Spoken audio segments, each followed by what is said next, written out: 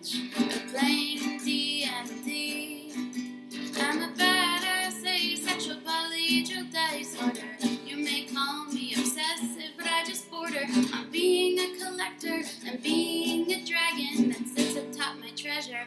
That's so shiny. I'm a badass asexual polyhedral disorder, and my partners love me for it. I'm a natural 20 when it comes to being me. I'm a time traveler, so Alonzi. I'm a badass asexual polyhedral disorder, and proud to be. I'm a flying ace and fly through outer space. Hello, sweetie. I'm a badass asexual polyhedral disorder, and proud to be. I'm a flying ace and fly through outer space. Hello, sweetie.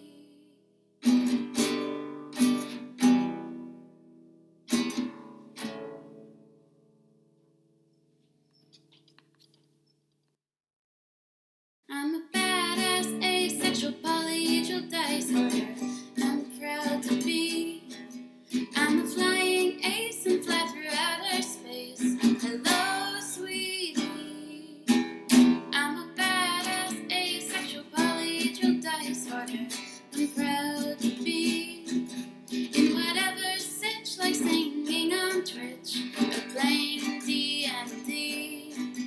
I'm a badass asexual polyhedral disorder. You may call me obsessive, but I just border on being a collector and being a dragon that sits atop my treasure. That's so shiny. I'm a badass asexual polyhedral disorder, and my partners love me for it. I'm a natural 20 when it comes to being me. I'm a time traveler, so Alonzi. I'm a badass asexual polyhedral disorder, and proud to be.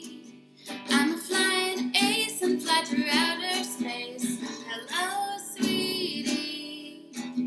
I'm a badass asexual polyhedral disorder, and proud to be. I'm a flying ace and fly through outer space. Hello, sweetie. Hi, friends. Hey, chat. Hey, Daniel. How's it going?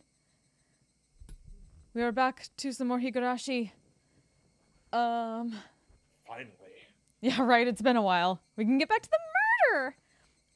We just. I was promised on-screen murder, and I have yet to see any. Well, as best as a sound novel can give you on-screen murder. Well, yeah. Yeah. We're just waiting on Kayla, who needed a few minutes, and that's good because it gives me time to finish setting up stuff. As I try to remember what I was doing. Shoot, I needed to do something, and now I've forgotten what I needed to do. Damn it. As it happens. How are you doing, David? I'm pretty good. Pretty good. Yay. How are you? Awake. Came straight from D&D, so I was like, oh shit, that's what I needed to do. I always forget two things. I've forgotten two things already. I've forgotten to set up a chatbot. I need to start that right now before I forget any further. And I need my labels. And I need to update my channel points shit because I still have it on from D&D last night. Damn it. Wait, what do you mean you came straight from D&D?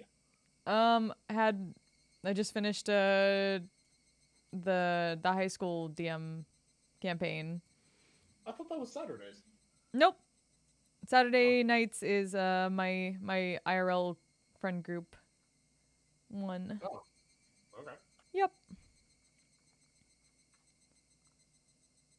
What? Oh, right, that was to...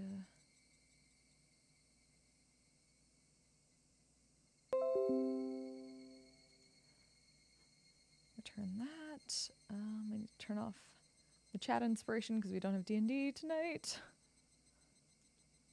So let's fix that.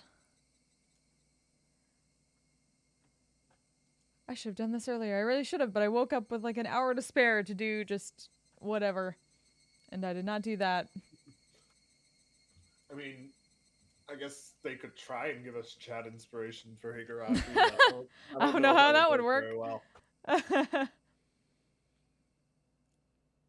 There we go. That's better. Got that, got that, got that. How you doing, Daniel? Oh, shit, that's what I need too. I need more caffeine. Oh, one moment. I'll be right back. Caffeine is important. As is dehydrate. Oh, Flint.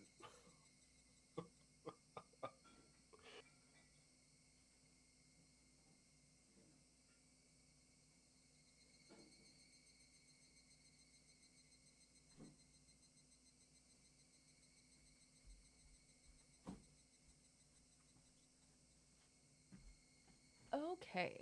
Ah. This over?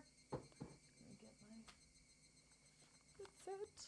Wait, so did you wake up an hour ago?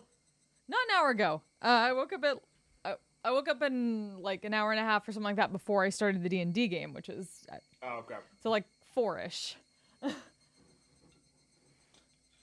Cuz I forgot to set an alarm and I was up until like 7. Of course. Of course you were.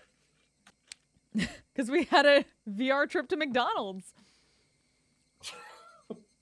To VR McDonald's. What? We What's had- VR McDonald's like? It's I mean, so the world is surprisingly lifelike. It's kind of weird. Do people like log in and there've got to be NPCs for this McDonald's, right? I mean, we started our own thing, so we had somebody who was with us. Okay.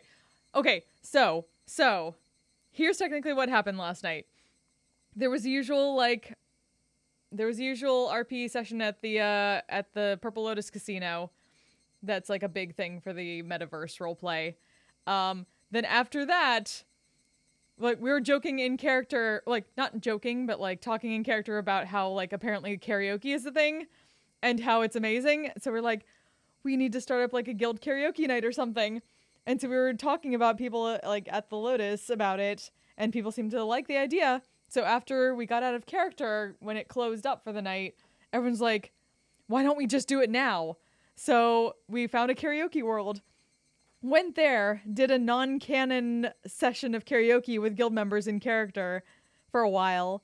And then afterwards, the guild master is like, I'm taking everyone to McDonald's. So we did a non-canon trip to McDonald's afterwards and had like one of the people there who wouldn't have gone on the trip be an NPC to work at the McDonald's. And it was great. we got the nuggies. Got them fucking nuggies. got those nuggies. Also, the guildmaster sang Frank Sinatra's My Way, and it was wonderful. And then something from the SpongeBob SquarePants musical with the little green alien. Absolute fuck. Hey! Hey! Wait, Hello. play two. Move a desk 4 times already. Sorry, I'm reading chat really quick. Over the windows, I could see the squirrels, and they were merry. They switched the on-screen murder to the off-screen murder, but I kept the on-screen murder because it didn't bind them. What? Get an inspiration in inanimate objects chat. That's true, you have. Thank you, Daniel. Can tell me you're being sarcastic and refer to IRL as VR now. No, that's literally what happened. Hey, Tommy, how are you? Okay, now I'm caught up with chat. Oh, good. I'm glad I explained things before I read that I needed to explain them. And now we're making more in-character trips to McDonald's a thing within the guild. We're gonna have more field trips to McDonald's. And the Kmart. We went to VR Kmart too to pick up phones for characters that needed them. What the fuck? Kmart for phones? What? Yeah, I mean, we couldn't find a VR Radio Shack. That was the closest we could find, is the VR Super Kmart. So we had like an in-character trip to a Kmart to pick up cell phones, got a couple more people Tamagotchis. I would have thought that even in VR, Radio Shack had gone out of business. Apparently it did, because there wasn't any, that was the closest world we could find was the Kmart world. Then people got, like, the character that hasn't had any sugar before because he's from a very, like, medieval world that where sugar was for like nobles and stuff like that, just started like filling a cart full of like the candy aisle, basically like shoving his hand across it. It was amazing. Jesus. It was great. I love that Oh the my metaverse is word. a thing where like people from medieval fantasy worlds can just like be taken to a Kmart or a McDonald's and have their minds fucking blown. Complaint about being promised on-screen murder this time reminded me of Office Space. Nice. You're streaming today while having maidens playing. Aw, that's great. Thank you, Tommy. So I typed that thing about above out. Why did I type it? Oh, okay, got it. Jed Music, thank you so much for the follow. Welcome. So yeah, welcome everybody to Higurashi, which is what we're playing today. Good to see you, Kayla. I'm glad you're alive. How are you I'm doing? alive. I'm yeah. better. We got Kayla, we got Dan with Brain, David. I've been saying Daniel a lot because Daniel's in chat. Yes, thank you. My name is Hi Fuck Shit Damn David. I mean, that I was might like not this even wrong. better than And the yet- joke of me being Kayla. Yeah, I was about to say you didn't introduce yourself as Kayla, so I'm surprised. Well, Kayla wasn't here, so I couldn't. Well, I was just Sorry. about to introduce you both, but that worked out fine. So yeah, welcome to another edition of Higurashi no Nakokoro ni, where we are starting out once again trying to figure out what the fuck is going on in this little fucking town where people just got murdered after the festival, after the summer festival. And I have my wine for the trip. Our main character found a needle in his rice rice ball. Oh yeah. And Onigiri. everybody was being really creepy towards him. Yeah. Right. She's Peop- gone batshit crazy. Like Oh yeah. oh, and then okay, so yeah, Rena went fucking like yandere, and then also Mion went a little bit yandere, and they gave him rice balls, and one of them had a needle in it. So he was kind of freaking the fuck out, and then he still had to go to school afterwards. And everybody's very unhappy that we talked to the detective. Yep. Yeah, creepy detective that wants you to call him Chan. Oh god.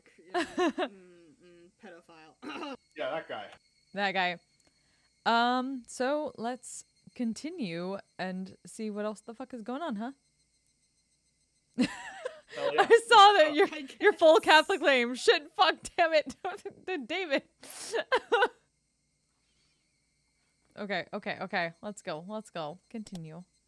Look, honestly, people cursing my name as they introduce me is about all that I can hope for notoriety in my life, so... Same. Okay. I feel like it suits your personality quite well. Well, actually, let me. Oops, Yeah. I need to go back. Yeah, it kind of does, doesn't it? Oh yeah, do Were we there have any new tips? We do. Oh What's shit. a drug that makes you come Oh, by the way, I put it up there that there's trigger warnings. But yeah, if you don't like disturbing shit, please leave now. I completely understand. There's disturbing shit in this game, even though it's not really a game. It's more of like a book that we're reading out and voice acting. So if you haven't been here before to see the stream, that's what we're doing. So welcome and enjoy the crazy ride we're about to have. I think this is like This is the. probably Peachy, because he's talking to Detective Man. Oh yeah, probably. Or but I thought this was a detective man talking to like his coworker or something like that because it looks like the precinct. I thought this was the... I don't know. I know we had a side Who was thing where he was coworker talking to a coworker before. That's true. I'll just I doubt he would. Hopefully, he wouldn't speak to the main character, a kid yeah, about drugs that kill themselves. exactly. I mean, he talked to KG about a lot of fucked up shit last time. That's so he- true. True. That's true. Actually, let me also turn up Like, yeah, a kid, little bit. all your friends are secretly tied to these mysterious murders that are killing random people every year. Or killing people every year. Ooh, yep. And, NBD. yeah, no big deal. It's fine. It's fine. Also, shit. Let me make sure y'all don't see weird D&D timer stuff show up in chat from last night. So I will turn those off. But that should be fine. Okay. Okay. So, I'll just do this. Let's get to the chase. Is there a drug that causes someone to kill themselves? Not directly, no. That's quite a roundabout response. You're saying there's one that does it indirectly? Something that puts you into a suicidal mental state, like that. Oh. That's hard to say. What would a suicidal mental state be? Like a person with a serious bipolar disorder. Called the internet, yes. It's believed that people are most likely to attempt suicide when swinging from depression to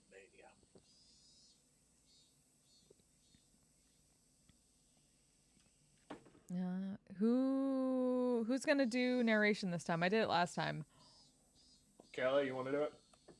Sure. Okay. Clinical depression and bipolar disorders are different. Clinical depression indicates a prolonged state of depression, whereas bipolar disorder is characterized by a passive depressed state accompanied by a very active manic state.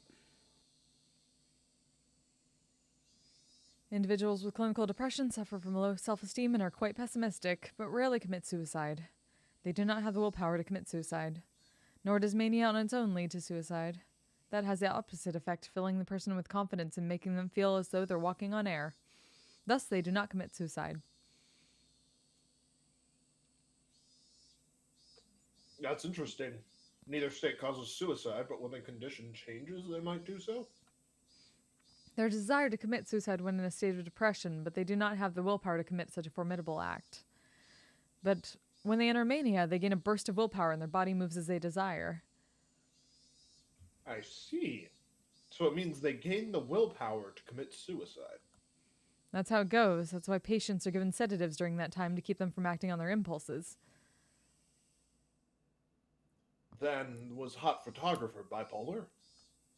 People who suffer from bipolar disorder generally commit suicide by more civilized means, like, say, hanging or jumping off a building. Self-harm as though going through a withdrawal is completely different. Hot photographer's death wasn't civilized, so one would think it was caused by some foreign substance. As I said from the start, tell me of a drug that causes someone to commit suicide. There are reports that methamphetamine overdoses produce a condition that resembles bipolar disorder. It's a stimulant. Barbiturate overdoses are also reported to cause erratic behavior. That's a sleep aid. There were no signs of stimulants. Are there any other possibilities? All I can think of is that it's some sort of illness. Something like Graves' disease, which affects the thyroid and is known to cause symptoms that resemble bipolar disorder. But Graves' disease has many characteristic symptoms of its own. The deceased exhibited none of them. I wonder, is there something that could happen more spontaneously? Something that fits this case and would cause someone to want to commit suicide all of a sudden? Are you familiar with organic mental disorders? In short, it's a condition where the brain is out of whack due to physical injury or illness. It can be caused by drugs, but it can also be caused by physical trauma, encephalitis, a stroke, even tumors. Huh, I didn't know that was the term for it. Basically, even without a drug, one can succumb to an irregular mental state. The deceased was surrounded after being chased and his life was in danger, right? All the stress could have messed with his brain chemistry, he could have hit his head, and those factors combined might have caused him to mutilate himself. It's a possibility. Could you explain it to me in simpler terms? Basically, he knocked his noggin in the brawl and that made him go haywire. Then his lady didn't have any intent to kill.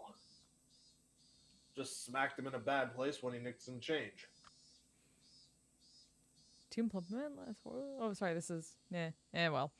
But of course, it's not like that. Undoubtedly. If it was habitual drug use, if it was something mental, the deceased body holds the key. How are things on your end? Oh my goodness, look at the time. I need to get back soon or Kuma will get angry with me. Yeah, good luck. Best wishes. Best wishes.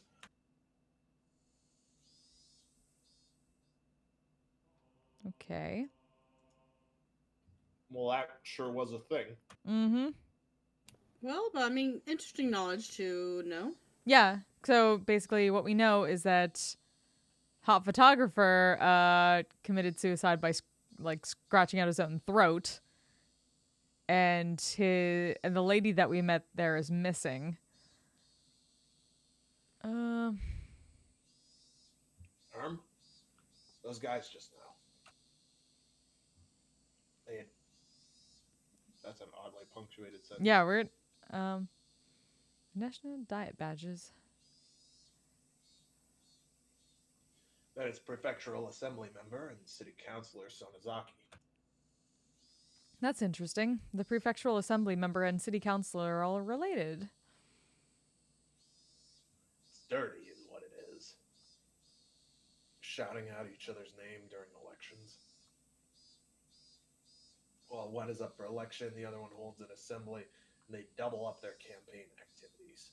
Blatantly. I don't know much about this stuff, but isn't that against the rules of the election?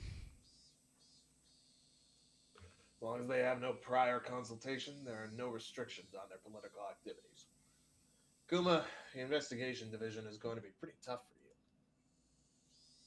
You should at least brush up on election politics. I'm not suited for the intelligence division, because I'm dumb. There was a prefectural assembly member, Sonozaki, and the city councilor, Sonozaki. Also, the mayor of Hinamizawa. All of them involved with the Sonozaki family. AKA Mion! Meown. What crap? Looks like they were seen off by the department chief and the deputy chief. It came to me. That night, when the chief invited me along to get some Odin, I thought that was it.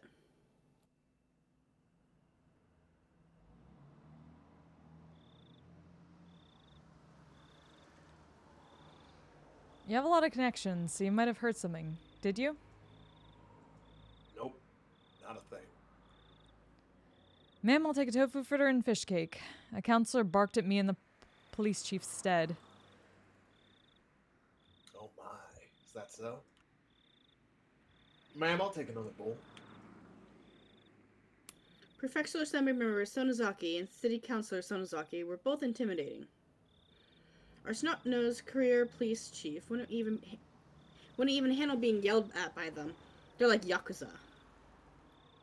A petition with your name came up regarding how the investigation of the Hinamizawa incident is being handled.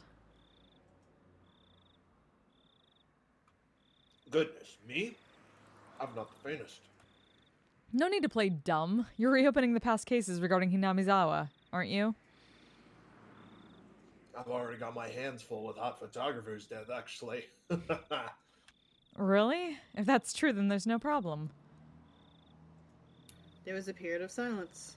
While we were silent, we made headway on our food and drink. It was delicious. Whew, that was quite the feast. This month has been a bunch of losses for me, so my wallet was feeling the pinch. Much appreciated. Nah, it's nothing. Tell me a good horse again. I'll bet on the same one as you. I haven't been doing well there lately. I haven't been able to read the horses at all. Taxi! I'm going by train. The police chief is taking a taxi.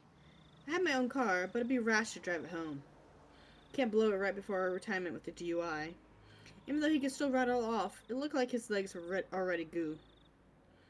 Pushing him into the cab, I gave the driver the police chief's address.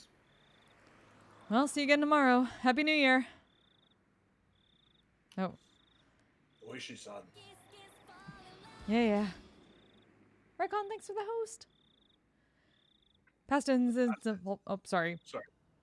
Oishi is the name of the detective. Shit. The past incidents have all been closed. Stop lumping them all together. Those villagers half believe it's really a curse. Well, I'm not convinced. You're going to be retiring next year, aren't you? So I'm Oishi in this case. I'm the detective. I guess so. Yep. Congrats. You Yep. got promoted. Whee! Weren't you going to pay off your mortgage with your pension and move up to Hokkaido with your mom? Mother pines to return to the land of her birth. It's the least I can do. And the pension, well, it'll let me enjoy myself in Siskino. Police chief may issue a special retirement salary raise, he says. A public servant's pension is calculated based on their monthly salary. So if you were able to get a raise right before retirement, your bonus to your salary would be inflated. And you get a heavy surplus of funds. That tends to be how it's done around here. Of course, it's not a custom that's thought of highly. The difference between the bonus and the pension is quite a bit. I'd expect nothing less exemplary from our egghead chief, but, well, they say our salary is compensation for our hard work, but in the end it really just has to do with the passage of time. That's not something I can laugh at, but I'll laugh through it anyway. I don't think it's anything exemplary. But given how hard you worked, it's not odd that you're getting that much of a pension. I'd like to get that much myself. If I can get it, well, of course I'd want it.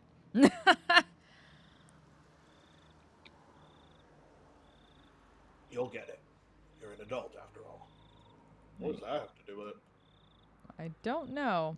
I'm just gonna turn you up a bit. Maybe there's a weird translation issue there. Maybe. Probably. Sorry for holding you up here, driver. Thank you very much. I closed the door roughly, interrupting the chief's conversation a bit rudely. It looked like the chief still had something to say, but he just smiled wryly and waved. I waved in return. The cab sped up gradually and soon disappeared among the sea of lights.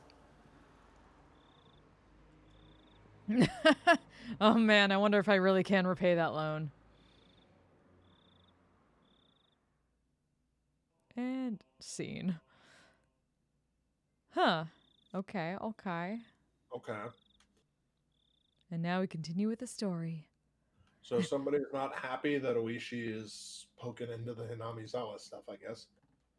Yep, Yep. apparently. Especially, the Sonozakis in particular. yeah, the Sonozakis that run everything, apparently. And now we Wonder why continue they're not happy. with this episode of Higurashi When They Cry. Ta-ta-ta. Chunk chunk. Dun-dun-dun-dun. Chunk chunk. Law and Order. Tap tap tap. The sound of muffled footsteps stopped in front of the door to my room. A moment of silence, as if whoever they belonged to was ascertaining if I was inside. Nope, let me, shoot, I forgot to grab something. Let me fix a thing.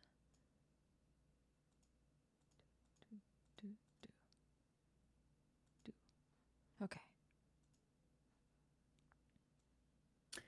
Of all the things I should have been doing, I continued on with my restless slumber. I was very much conscious, but my body hadn't caught up yet. Even with the danger bearing down on me from just beyond the door. It was as if I was completely paralyzed, unable to move. Without a doubt, this was sheer terror. Please, just leave. Hey, why is my body awake yet? If they came into my room right now, then... You get punched, apparently. Apparently. I guess. I think this is Keiichi.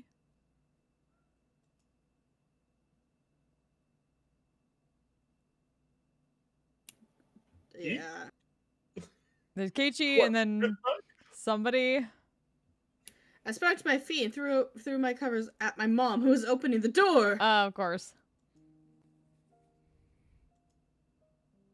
Whoa, Keiichi?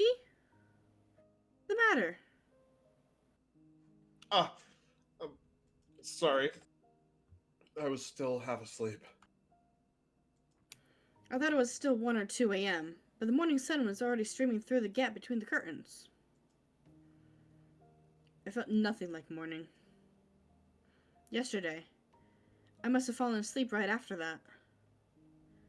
Then I should have gotten a full 10 hours of rest. But it didn't feel like that at all. Is that what people in the 80s got for like full nights of sleep? Yeah, I want that. I guess. I want that. My internal clock was completely screwed up, and my sense of balance fell off. I felt feverish enough that it was clear to me that I was still not well. I'm liking this music. Same. Well, Keiichi? How are you feeling? Can you make it to school? I was well enough to go, but I wasn't mentally prepared for it. I was still plagued with the terror from yesterday. If I had swallowed that needle, what would have happened? Or if it pierced my tongue? It was undoubtedly a murderous intent. But I don't think that's all it was. If they really wanted to kill me, then there were other, more certain ways to do it.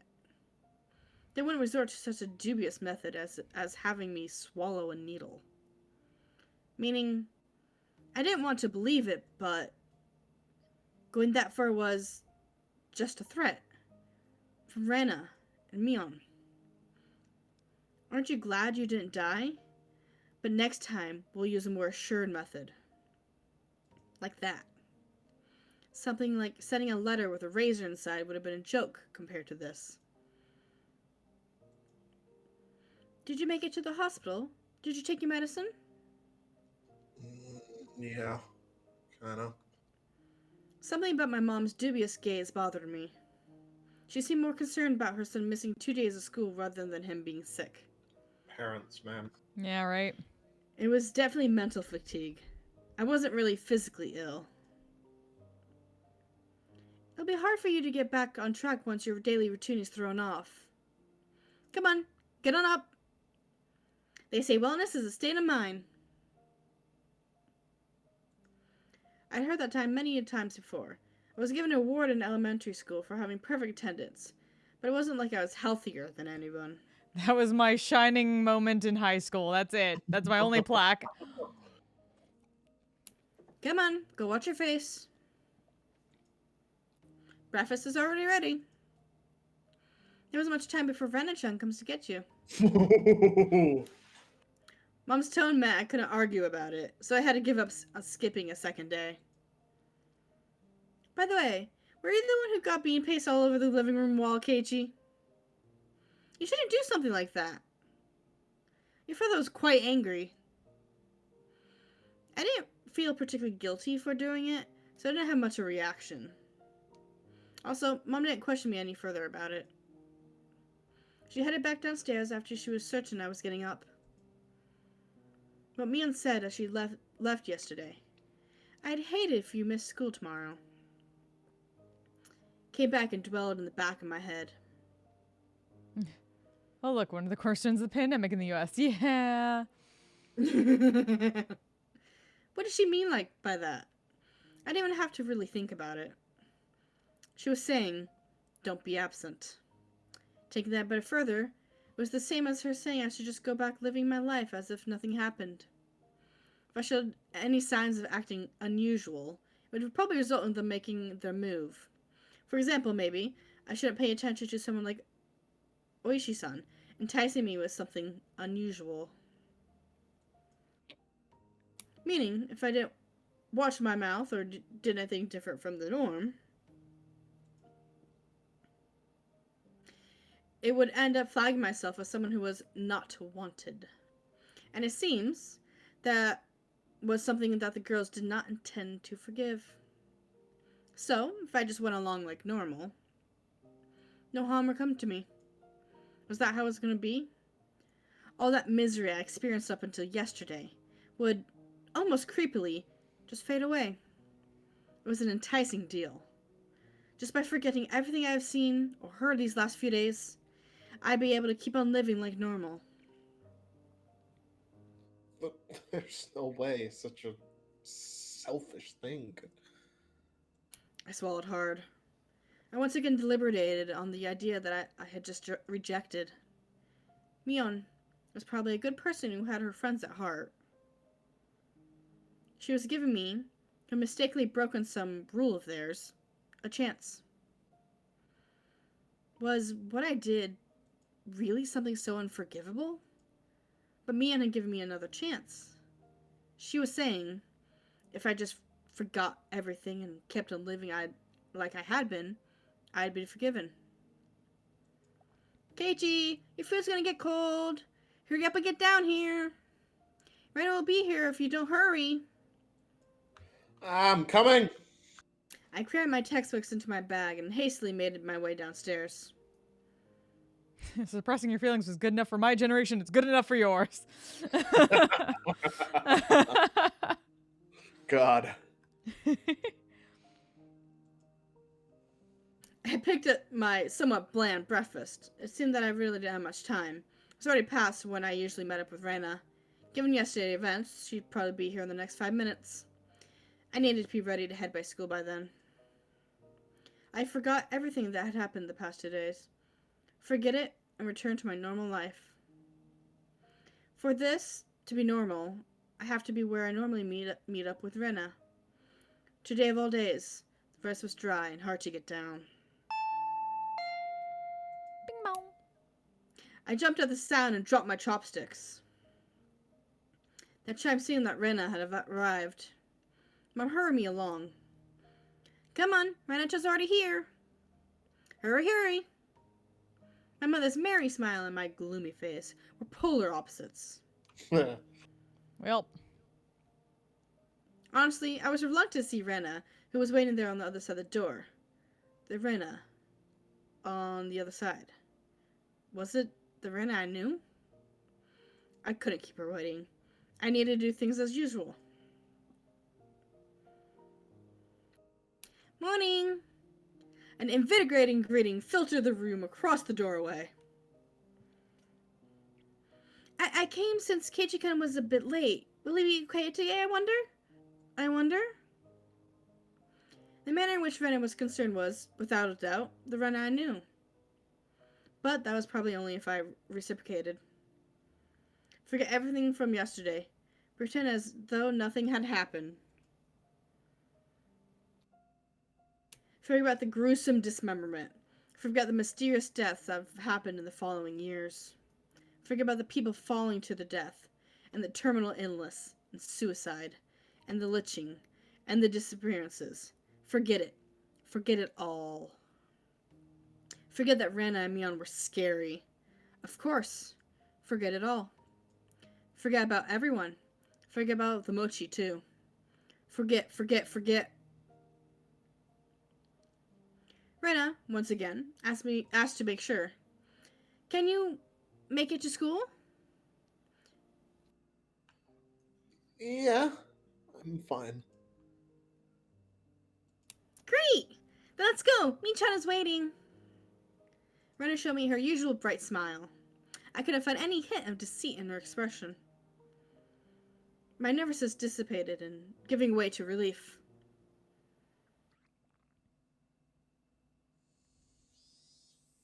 They're gonna gang up on him as soon as they're out of sight.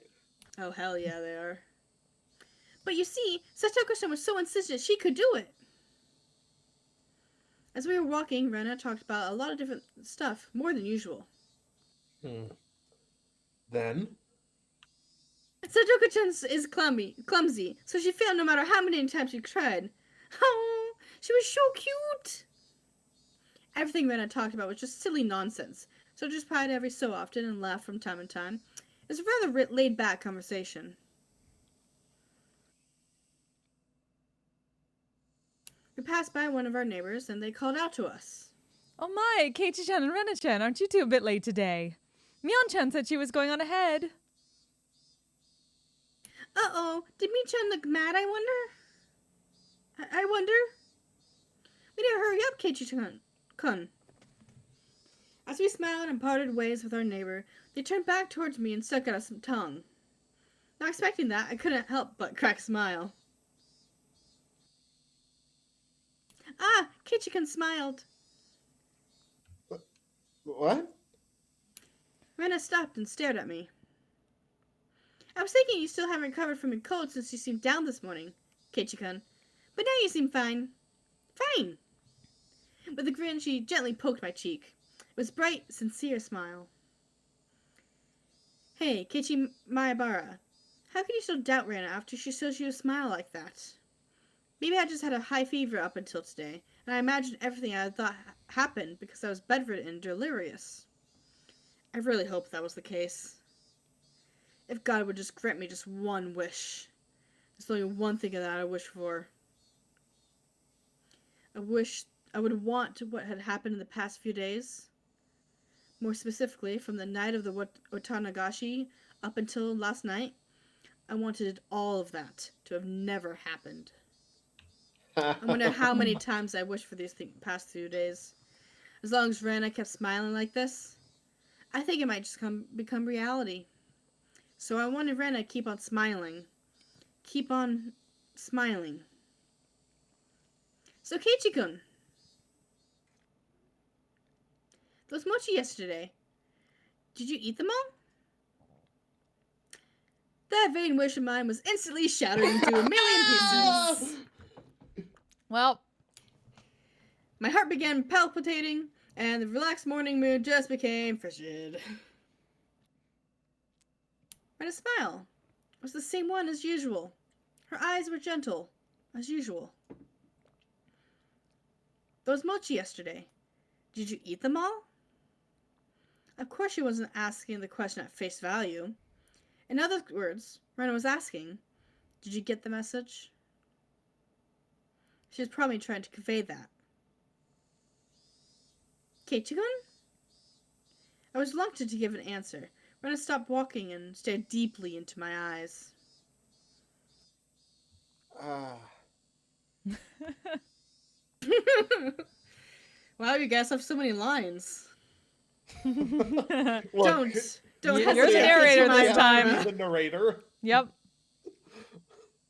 Unless you want to like swap off every fucking page or something. No, I don't care. It's just funny. Unless you want me to play Rena I'm for a just talking bit. to myself. That's all. Do you want me to narrate for this part? No. You're good. You're good. Rena was acting the same as always, wasn't she? I need to respond in my usual way. Naturally, of course. But both my throat and my mouth had gone dry. My lips were stuck together. Hurry and answer, Keiichi. Not that much time has passed. I could still keep the conversation going naturally. I had to say something quickly. D. Rena playfully mimicked what I said when I finally squeaked something out. Rena's reaction was still normal. It seems that there wasn't that much of a long pause as I thought. Somehow I had finally squeaked out the rest. Delicious. Wow. However, my strained efforts neither sullied nor brightened Rena's expression. For a moment I panicked, thinking I replied incorrectly. But after a few moments, Rena broke into her usual soft smile and giggled with a joyful voice that seemed to echo through the morning air. Being strung along by that laugh, I couldn't help but laugh as well. I see! So you did all of them, I wonder? My timid smile froze again. Did you make it without swallowing the sewing needle? Was that what she was asking? If I had swallowed it, then I wouldn't be here. No, I couldn't finish all of them. Hey, Zucker. There's still some left. Hi, Zaire. I I was scared out of my wits, but that's how I played it.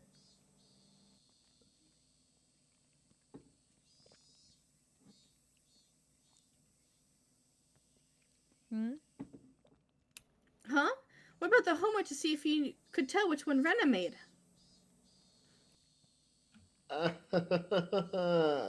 That homework. Was it due today? Yeah, it's due today. Michan will get angry. There's probably a penalty game ready just for you. Jeez. Oh, that's so much worse now. Yep. We both laughed at each other again.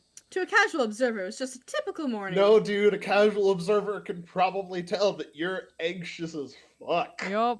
Yes. If I could just let myself believe, then even I'd think it was just a usual morning routine. But certainly I wasn't mistaken. There was something unimaginable. Something. Oh, sorry. Buried beneath the Facade. Facade. Thank you. Facade of the giggling Rana. Oh, the triple threat out again. We are now the triple threat, apparently. Cool. Good to see Okay. you too, Zagger. Okay, excellent. Lies! I recalled that unexpected, piercing voice that I could hardly believe came from Rena's mouth. The moment that image crossed my mind, I felt a cold sweat trickle down my back. It's kind of my wits, but that's Well, how I played it. That's a real accomplishment given how fucking hot it is. Yeah. Was it only at that particular time that something evil had possessed Rena? No, that was wrong. That was still Rena. Oishi-san told me, didn't he? Actually, I looked into her. Before Hyuga-san moved away to Hinamizawa, she was suspended from school. Seems she went through her school building and broke all the windows. Oh, hi. Rena had a disorder that normal people didn't. No matter how pleasantly she smiled, that fact would not change. Yandere eyes. Yandere. But I couldn't even imagine how she looked as she broke all the glass throughout the school. One thing I knew that it wasn't something spur of the moment. If it was some sudden outburst of anger, then maybe she'd break a pane or two. But she broke all of the windows all throughout her school. Just imagine going through your own school, breaking the windows with a bat. That'd be metal as fuck. Ooh. Shit. Metal! Metal as fuck. Boom. That was some timing. That was some holy shit. Swinging full force at each pane of glass, one after another, paying no heed to the flying shards. Your classmates aghast, unable to move from the sudden turn of events. I wonder where she could have found the most windows lined up in a row. This is a great Probably one of chapter. those- Probably one of those generic high school hallways that there always seem to be. That are like up a floor or two and just have like a line of windows. Yep, of course. To see down into You the know, courtyard ones where that there are usually outside is something literally going. every classroom in anime. Yeah, Yeah. exactly. This is a great night to have like a bottle of wine just on hand. Just go for it. Mm. I don't have wine, I only have fireball. Ugh. Probably the hallway. It's fine. This is cheap ass wine, but it does the job. Oh, hello again. The hallway. Walk up, wind up, wind up. It was difficult for me to connect the horrifying image with Arena smiling at me right now. Probably the hallway. Thank you, game. But I just had to imagine it. Impossible, because it's unimaginable. That naive way of thinking no longer worked. Jeez. I really hate that noise. That unpleasant, piercing sound of shattered glass is terrible. The crunching noise as Rena treads across the broken shards, walking towards me. God damn it! Jeez. Stop! Rena's classmate going pale as they forget to even breathe. And drown out the blood with wine. Exactly. Exactly. I have this. It's fine. I'm out of water right now. It's okay. I can get more later. I wondered what they did as Rena became it's waterish. closer, breaking windows along her path. Did they earnestly try to bring her to her senses by saying something? Or did they jump at her, trying to stop her savagery? Or did they run to the staff room after being directed there by the teachers? Probably none of those.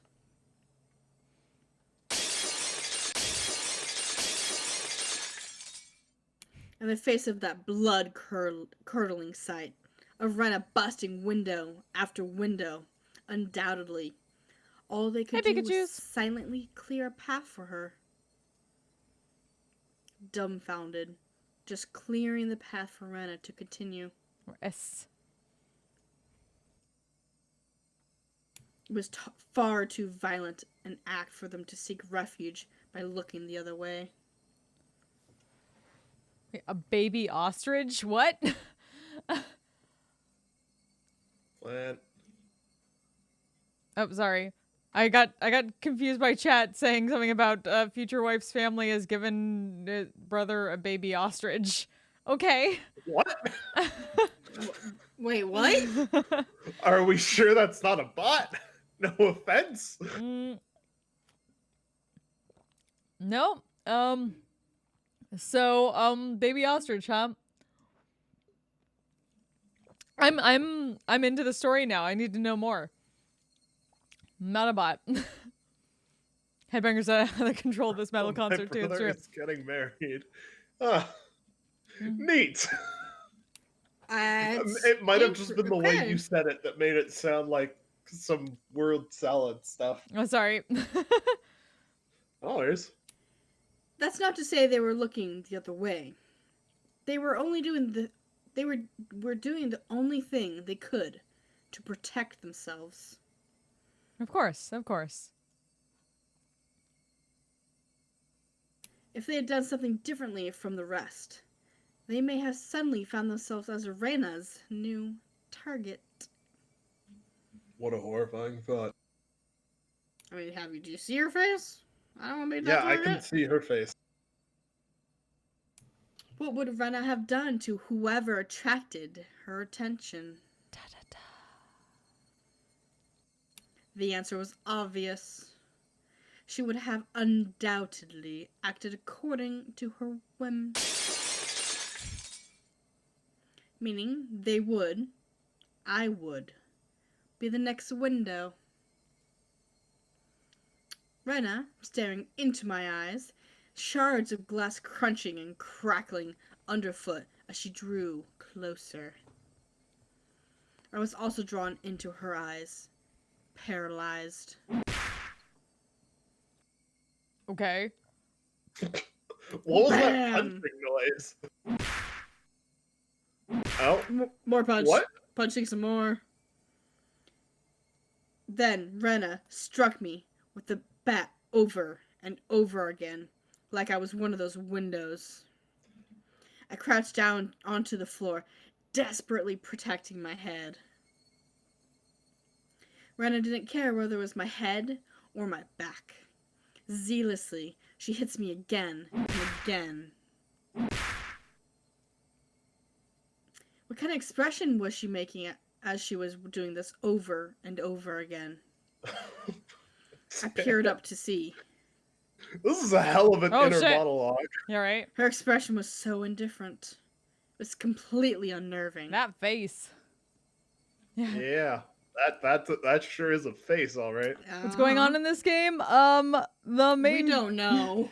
the main character is freaking the fuck out is what's happening. Yeah, freaking the fuck out. Well, because he got he got a needle in his mochi last night, and now his friend is just People are threatening to murder him. He's justifiably freaking the fuck out. yeah, But he's he's still freaking the fuck out out. on his walk to school with his friend here. It's because no matter how many times she struck me, I didn't make a pleasant a sound as the other windows.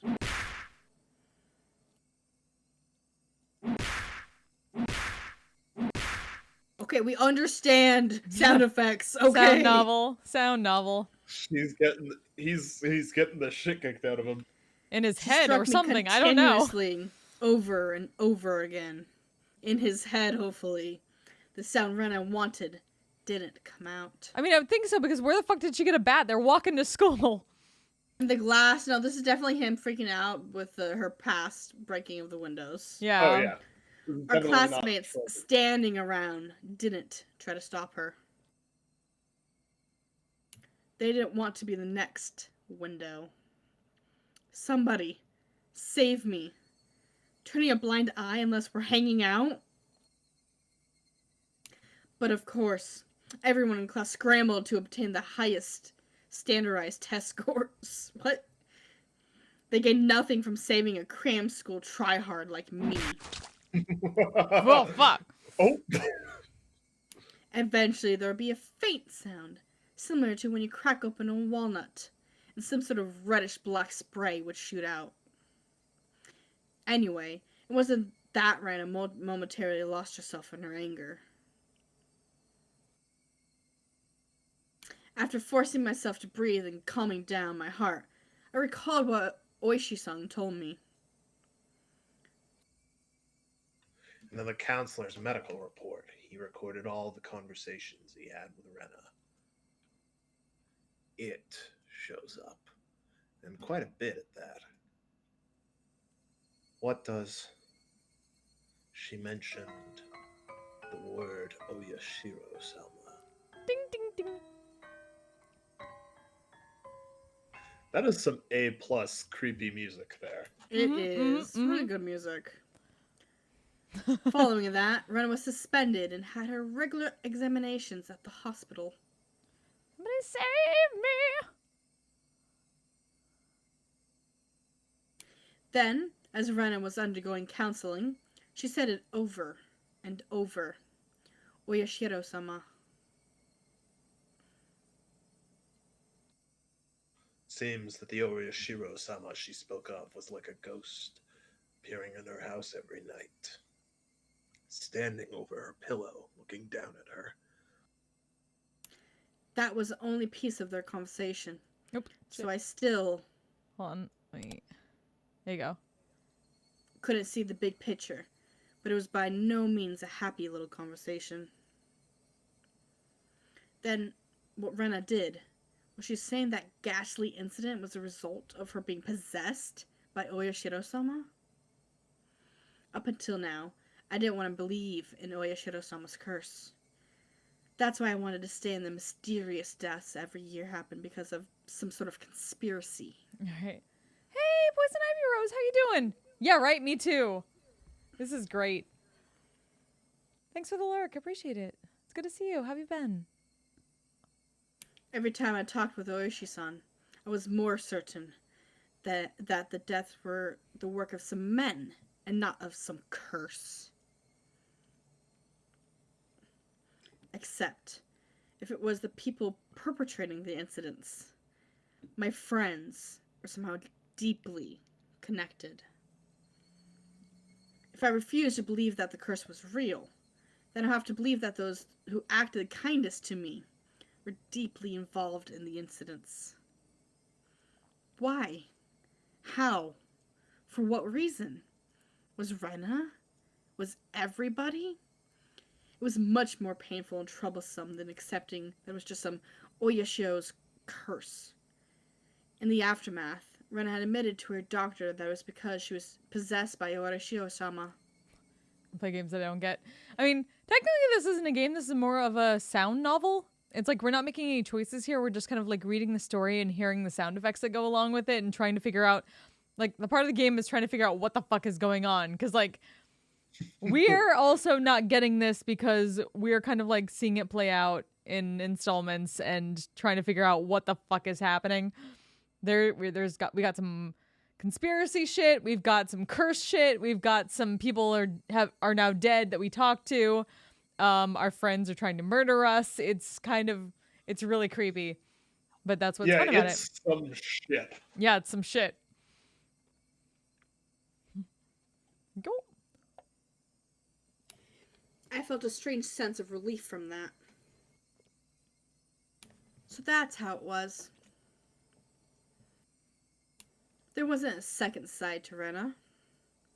She did that because she was possessed by something strange, like Oyashiro-sama. It wasn't Rena's fault. Oyashiro-sama was the one to blame. I knew. This was all backwards. Refusing to believe that there was a curse, I wanted there to be a human perpetrator. Now that my close friends were the ones under suspicion, I changed my beliefs at my own convenience, saying it was Oyashiro-sama's curse to blame. Which was the better choice, accepting that Oyashiro-sama's curse exists, or that Rena and the rest of them were deeply involved in a string of mysterious deaths. I didn't want to think about it. If I just didn't think about it, I'd be able to continue the same as always.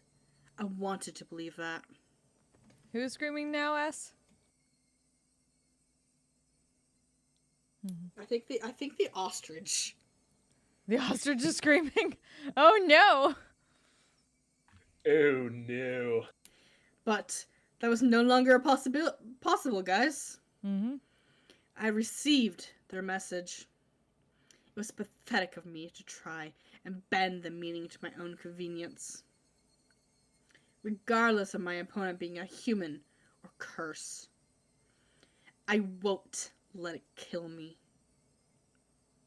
As if I would just bend over and give in. For no good reason at all. So, for no good reason. So, is Keiichi a power bottom or just or not a bottom? I don't know.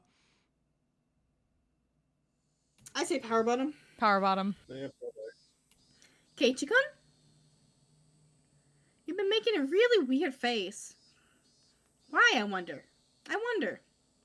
Inhaling sharply upon hearing Rena's voice, I came back to my senses. Before I realized it, we were already at the entrance. Shaking my head a few times, I exorcised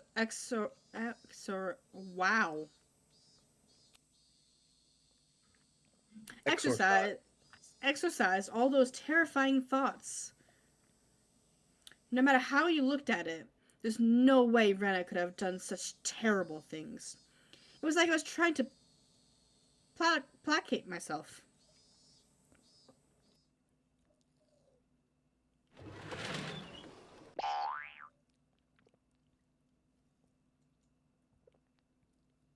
As I slid the door open, a blackboard eraser loaded with chalk dropped down on my head the moment I stepped into the classroom. The chalk dots went into my eyes, inducing a brief moment of agony. How befitting over the truant Keiichi-san! Good morning to the both of you, Keiichi and Rena. Good morning, Star! Sachoko-chan and Rika-chan! Drink. Where Oh yeah, drink every time you say star. I don't have anything important tomorrow, so I grabbed my fireball. Oh shit. Excellent. Oh Most boy, here we go. excellent. Not quite in the mood for it. I didn't really react to Satoko's trap. Satoko braced herself as I passed by, expecting me to attack her. She seemed a bit disappointed as I simply walked by, silently. Oh, what is this? How discouraging indeed. Keiichi doesn't seem back to his usual self yet. Yeah. Take it easy on him for today, okay? Suddenly, there was a slap down on my shoulder. It hurt a bit. Hey, Kei-chan, did you get enough rest? It was Mion. My mind was full of this, with the stuff about Rena, but Mion was also a party of interest. Remember, Keiichi, that hawkish gaze from yesterday? Yeah. Morning. What's with that unenergetic greeting? Did you eat the mochi I brought you? Because I ate them. I'm like this. Those words were itching to be blurted out. I really just didn't have the appetite. I had a few, but quite a lot were left over. Aw, what about the homework? Do you have an answer for which one was Rena's? I can't believe you forgot your homework, Keiichi-kun. Sheesh. Then we can't help it. Time for your penalty. Flashing a lurid smile, Mion returned to her seat.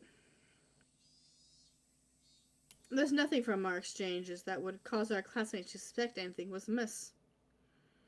But of course, anyone listening to our conversations up until this morning Like we have. wouldn't see anything suspicious. That is why it was so frightening. They acted in a way that, regardless of whatever happened to Keiichi Maebara, no one would ever suspect him. That fact had me terrified.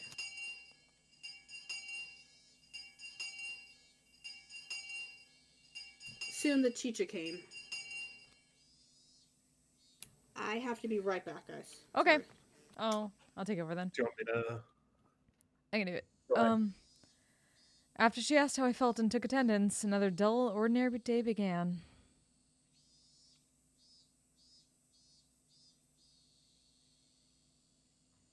Oh. Oh, and end of chapter.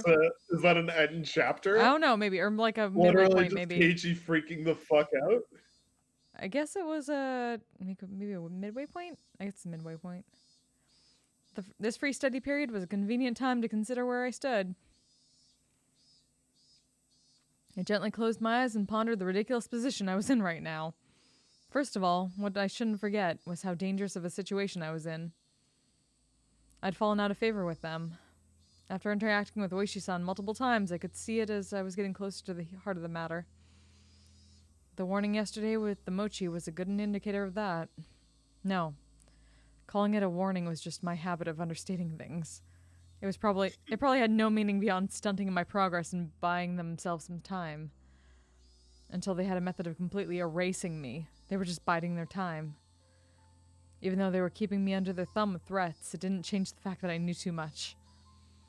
The chilling sensation of my desk made me recall Satoshi Hojo, the boy who was using this seat until last year when he disappeared. Was he also similar to me? Did he learn something he shouldn't have and was erased? Damn! I wouldn't let them get rid of me so easily. Never. But were they really trying to kill me? I've had these contradictory feelings for a while now. Even though I suspected them, I felt I had to cover for them. With all their suspicious behavior, a morning like this just made it all seem like an elaborate hoax. No, that's just what I want to believe. Doubting my friends? Covering for them? My life was in danger. Or was it? Actually, I was debating the wrong point. Given the current situation, those points were something that should have been deliberated on a long time ago. But really, Ren and the rest of them, were they actually aiming to kill me? The little voice inside me continued to torment me with these unresolvable trains of thought. Are you an idiot, Keiichi Maebara? The answer should be obvious. But maybe that sewing needle might have been just an accident, right? How could you screw up and drop a sewing needle into a piece of mochi? The benefit of the doubt can only go so far. Both Rena and Mion had acted and behaved suspiciously, but maybe it was all some sort of misunderstanding. What kind of misunderstanding? It wasn't just suspicious, it was outright ludicrous, right? Rena just corrected me for lying, and Mion only asked me about what I had for lunch. Rena was standing outside our door eavesdropping for a good hour, you know? She was probably just waiting for my phone call to end. For a whole hour outside your room? And is it normal to go home afterwards without saying anything? You heard from Moishi-san, didn't you? About what Rena did at her former school? But at the hospital, she said it was Oishiro-sama's fault. Cut it out, Keiichi Maibara. Don't you realize they're out to kill you? I inadvertently blurted those words out loud. Hearing myself say that so directly left me dumbfounded for a few moments. Afterwards, I had to look around and check if anyone else had heard it. My little soliloquy cut out a little too close to the truth. Even though I could feel the murderous intent from Ren and the others, part of me somewhere was still trying to deny that. This late in the game, such hesitation could be fatal. I knew that. But I was just your average student, a man living his normal, ordinary life. Do you think I could suddenly believe that my friends, who I'd been happily laughing together with me up until last Sunday, now intended to kill me? Right? You're too soft, Keiichi. This time I remembered to keep my voice down so I only could hear it. Oh, right. Oops. There was only one thing I now understood. I was too soft. I didn't completely understand how dangerous Rena and the rest of them were. No, I wasn't trying to understand. I was too soft for not listening to Oishi-san when he was earnestly showing me the heart of the matter.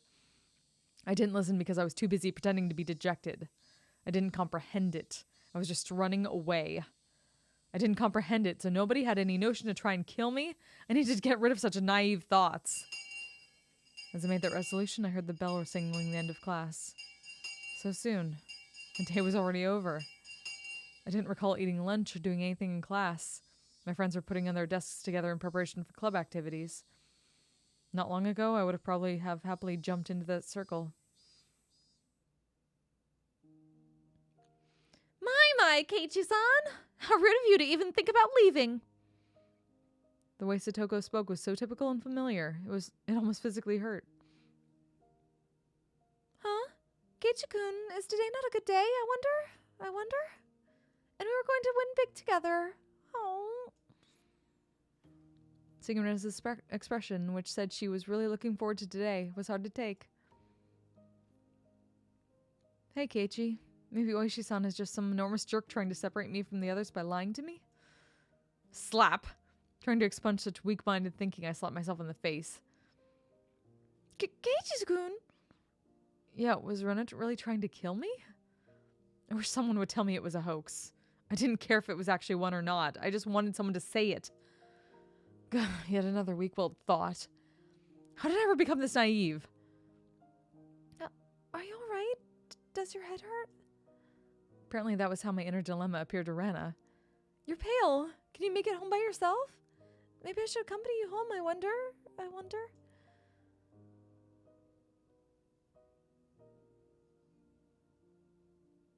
No, it's okay. Sorry. I can get home by myself. Just have the meeting without me. Upon hearing that I wasn't going to participate in the club meeting, Neon pouted unhappily. Since Kei-chan was so bent on a revenge match, we were even going to play that deduction game from before, too. Keiichi-san doesn't have the burning desire for a rematch? How pathetic! I went false for some dumb taunt. Without even a real retort, I just grabbed my bag and was about to get up. Someone's hand perched itself gently on my head. Keiichi doesn't seem to be well. How very unfortunate. It was Rika-chan. She was stretched up as far as she could, doing her best to pat my head with her petite hand. It felt so nice, which made things even harder. Sorry, everybody. See ya. That's all I said as I quickly left the classroom. They said something to me as I was leaving, but I couldn't make it out. I managed to make it all the way to the entrance in that state of mind. Took out my shoes, put them on, and went forward. Harden that thought, Keiichi Maibara. They were, for some unfathomable reason, trying to kill me. They were plotting something dubious, watching my every move. But I couldn't hate them. Because weren't they my friends? Part of me lamented my naivety, while another part lamented the fact that I'd lost something important by lamenting over it in the first place. I felt like my consciousness was being ripped out of my body. If this is what Oyashiro-sama's curse was like, then it was just too harsh. Hey, Oyashiro-sama, I was wrong for not believing in your curse, but I believed in it now. Completely. Your curse does exist. So seriously, give me a break. I beg you, come on.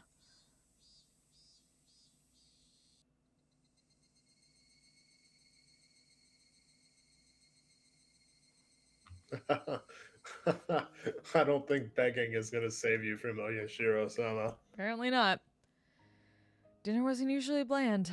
It had no flavor or aroma. The miso soup that normally tantalized my appetite instead tasted nothing like but boiled water. Dad was eating with us that night. It was a rare occurrence in this household. When he got into his work, he ate and he slept on his own schedule. My dad never cared about his time.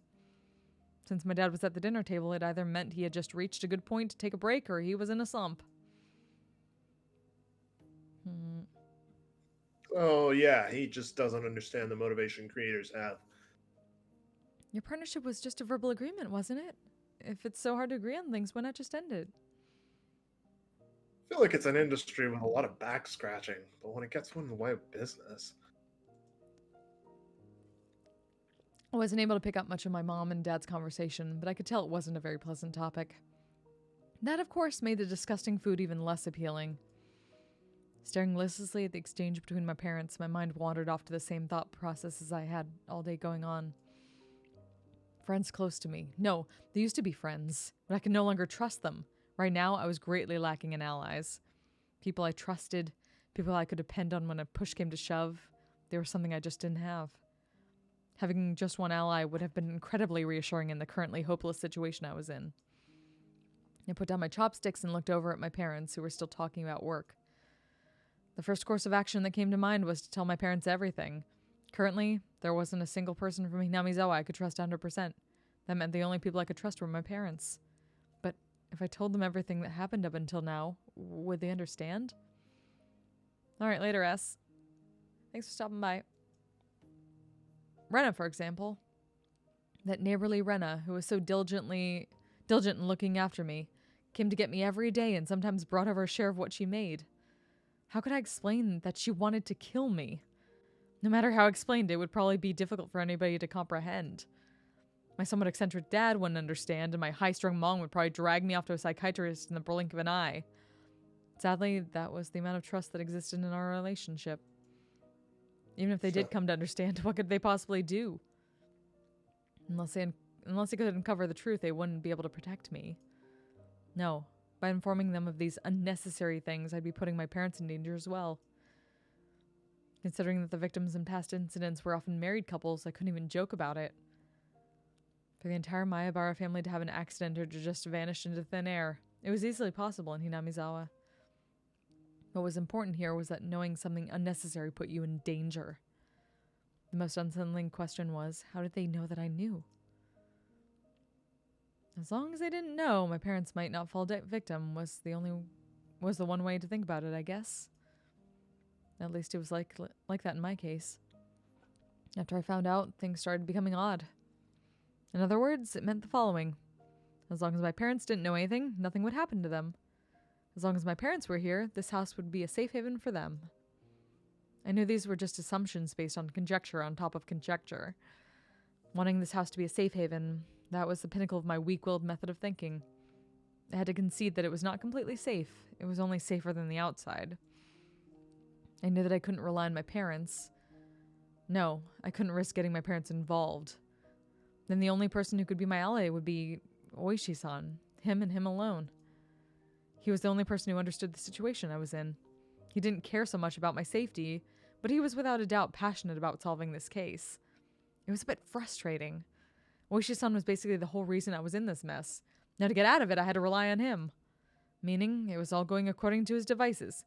All according to Keikaku. What? Oh, hey, welcome back. Just Hi. as planned. Hi, That's all y'all. you need to know, Kayla. Everything is just as planned. Mm-hmm. Okay. All It was according just to my Keikaku. job that to look appetizing while bobbing in the waves as bait. Then, when the fish started to gather around, Oishi-san would pull up the big hole. Then retire. It's slightly infuriating. But even I thought that was the best course of action. So then, what should I do? Patience was the first rule of fishing. Just keep waiting until the fish actually bites. But I wasn't simply bait. There are a lot of ways for me to struggle before being devoured. When they struck, I needed to somehow dodge just enough and tag out to Oishi-san. No question, it was going to be hard. The timing to bring Oishi-san in would be difficult. He was in the city, not Hinamizawa. So if I phoned him in my moment of need, it would take him about 30 minutes to reach me. So I needed to run away for those 30 minutes. For example, if we set up a rendezvous point for dire situations or something, I'll just have to hide out there until Oishi-san arrived.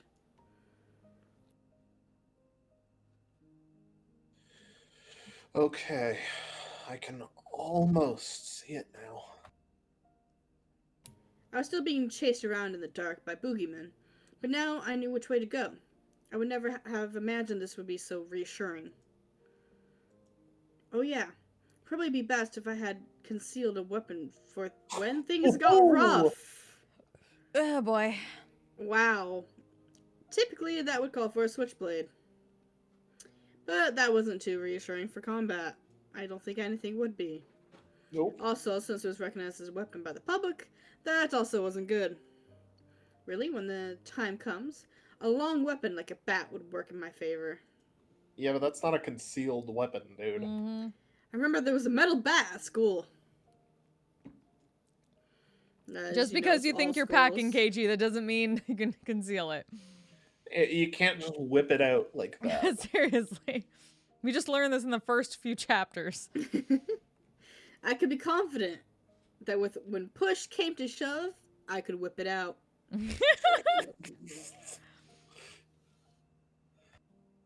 If I pretended I was practicing my swing, then it wouldn't be suspicious for me to be always carrying it around. Wow. What? No, I'm still thinking it would be very suspicious. What the fuck, KG? I could What go the to school fuck? early tomorrow and secure it.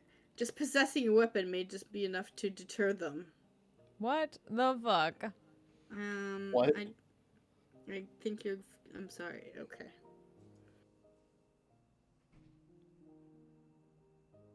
Mm. Also, one more thing. Insurance. It would be something like a note or a memo. Oops. I could write down everything that happened as sort of a journal. In case I suddenly vanished, the journal would be left behind. With my journal in his possession, Oishi-san should be able to avenge my death. I left my parents engrossed in their conversation about work and went back into my room.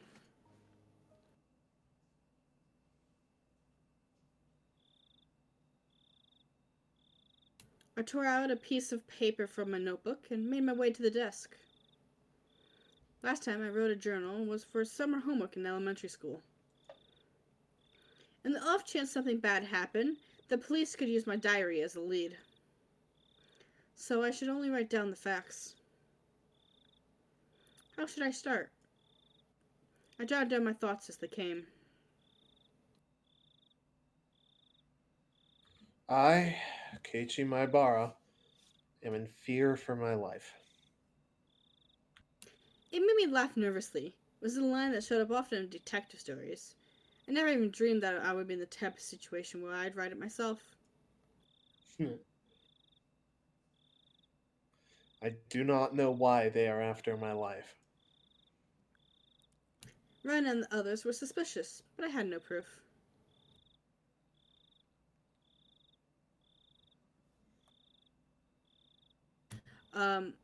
And that's why I couldn't write down anymore. I left Riley at myself for writing such a passage draped in mystery. Yeah, that's a great thing for the police to read. I'm sure that'll give them lots of ideas and help you. Yeah, oh yes, this will That's help very you. This will factual. help you. Such Mhm. fact. Such fact. Would the police be able to get a hit from reading this anemic passage? Wow. No. I could only pray that they would. Wow, you're weird. What Wow, I prayed for you're the an most thing, idiot, though, Keiichi. was that this journal never needed to play. It's what journal? You literally got nothing in there, dear. There's like 2 lines, dude. That doesn't explain anything. Here, I laughed nervously like an idiot. None of the information you got from the detective. Nothing, really. Yeah, nothing. It was too simple, obviously. So I wrote down one more line I just thought of.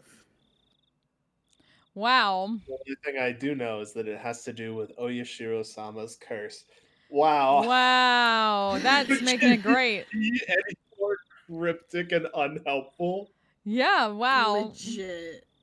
Was that too much? that Oh, too yeah, much? way Oh, too my much. They'll word. never they'll never Too be much able to detail. stop much detail. learning. Yeah, it's so much detail.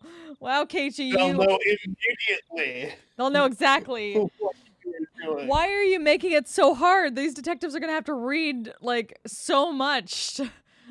Stop making their lives so easy. They only have so much time in a day to read this and figure out like who's the wow. I probably shouldn't write more than that. Holy shit. If I wrote any more, then it would just seem like I was delusional. Yeah, I'm sure the rest isn't. Yeah, the rest doesn't make you seem delusional at all. Not at all. Not at all. In order to appear to the reader that the person who had written this was a son of mine, I chose not to write anything else at that point. Wow, Holy you are so shit! stupid. I mean, you literally learned facts. Write down the facts that you know. I just What the needed shit? to add more as I learned more about the truth. You were given facts from a detective. I folded the paper and thought about a place to hide it. By hiding it somewhere obvious, there was the chance that they could uncover it instead. On the other hand, if it was too obscure of a location, there was risk of nobody finding it at all. In the end, I decided to take off the clock off my wall and stick my folded note to the back of it with Scotch tape. Sure. After that, I put the clock back into a normal position. Yeah, it didn't look like anything was hidden behind it. Now I need to set up a such thing if anything happens to me, my parents could find it. I looked at it from countless different angles until I was satisfied and made my way downstairs. My parents were still talking about work. Didn't look like it was going to end anytime soon, so I cut in.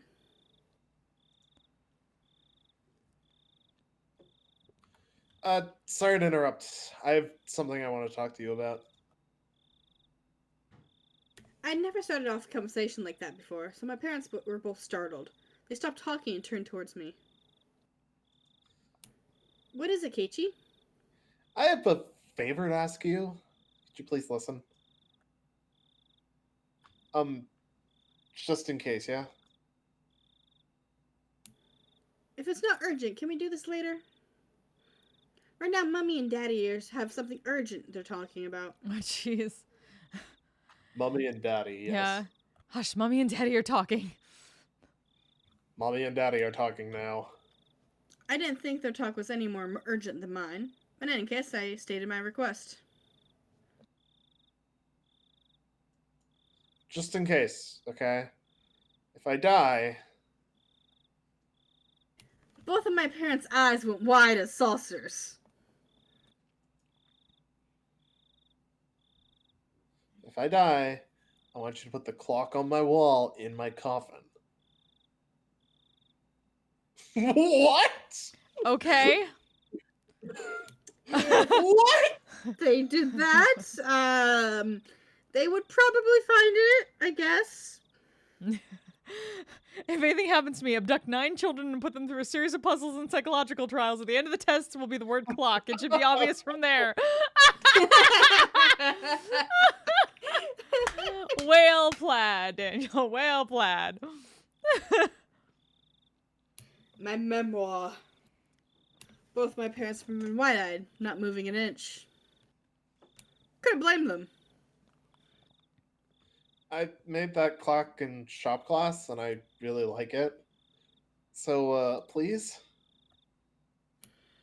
What's the matter? Keiichi, did something happen? Mom was finally able to ask me with a questioning gaze. Of course, this was a normal response for when someone suddenly talked about a subject like this. Felt bad making them worry, but right now I just wanted them to think about the clock in my room. Ah, The yes. awkward mood leaving the room, and silence. I decided to go back in my room. Yes, this is totally normal. Completely normal. Yep, this is fine. I want to get to school early tomorrow, so I'm going to bed. Night. Saying only that, I left the living room, scarring my parents forever. I need to get to school early tomorrow and secure the bat, because I'm an idiot. I should make today the last day I went to school with Rena. As I climbed the stairs, I heard my mom call out my name, but I pretended not to hear her. It was Wow, something what I a could bitch. talk with my parents. Yep, like you do. Because If I it's talked about it, Japan. it would only make things more dangerous. You never talk to anybody. You don't talk to your friends. You don't talk to your parents. You don't talk to the authorities in an Nah. anime at all. No. course. Knowledge is too dangerous. Can't talk to your The teachers. fight Can't talk to anybody. that had just begun was mine and mine They alone. never understand. Yeah. I couldn't rely on anybody, even though I am literally just a boy. Mm-hmm. I couldn't be Kid. killed. I'm It's a 14 nightmare. years old. Not when I still knew nothing.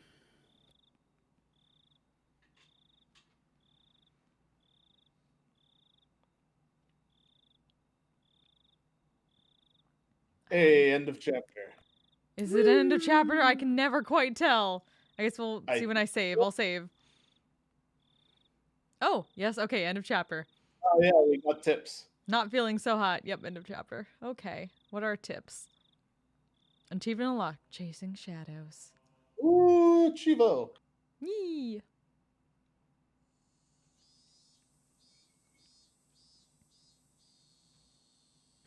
Kitchikan's been feeling down lately. Maybe he's in a bad mood. I wonder. Maybe he's on his period. Huh. Me-chan, that's gross. I can't.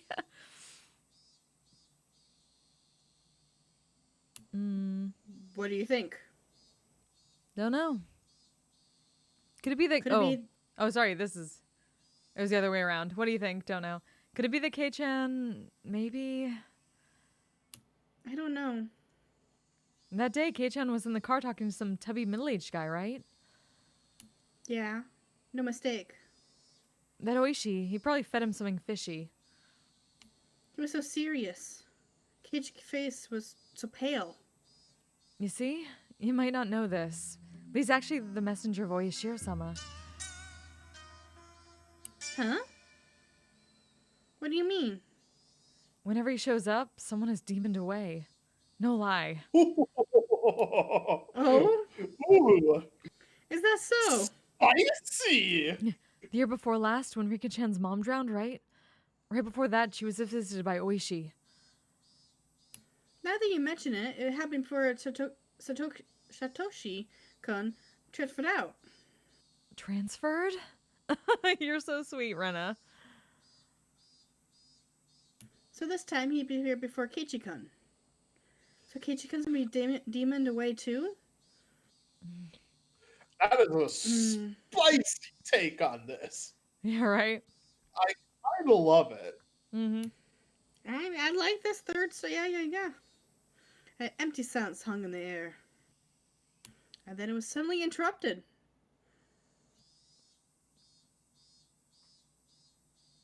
By loud laughter.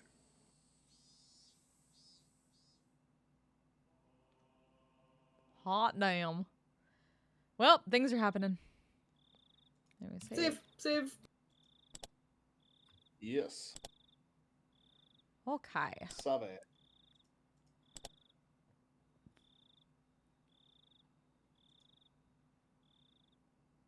Alrighty. This was the first time I ever woke up with such clarity.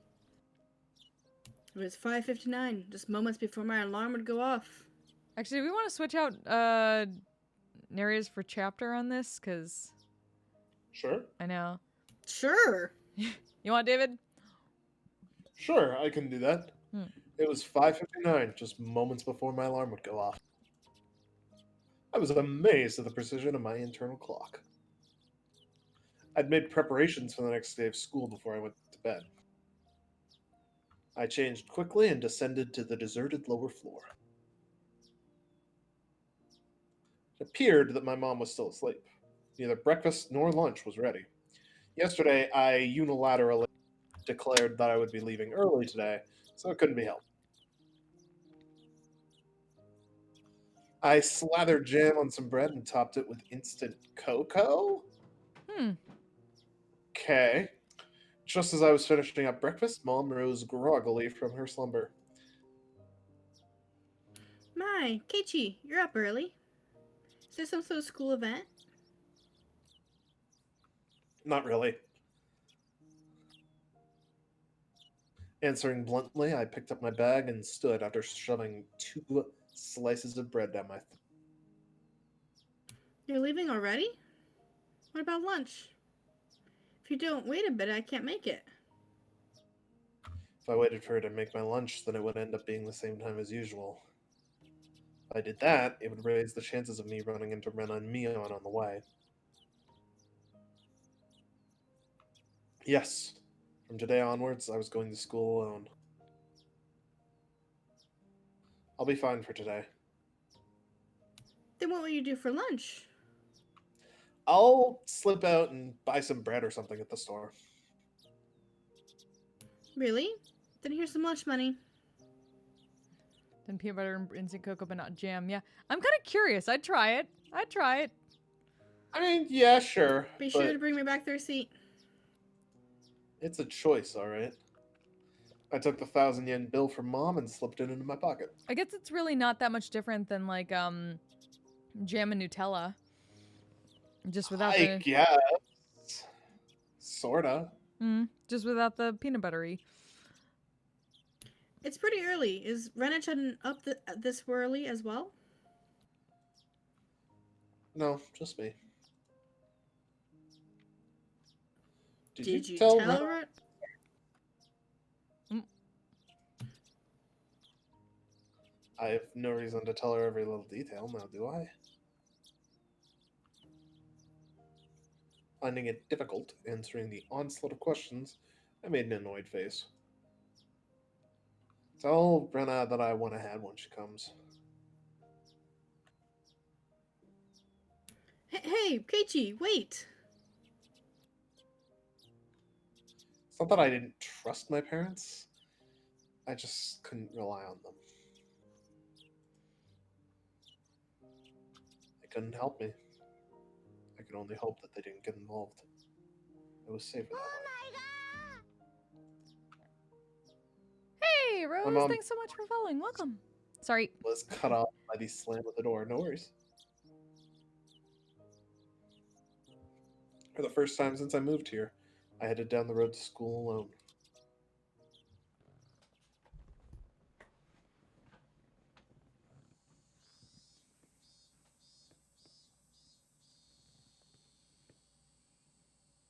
Up until now, I'd always walked down the same path at the same time each day. So I always met with the same people at the same places. But today was different.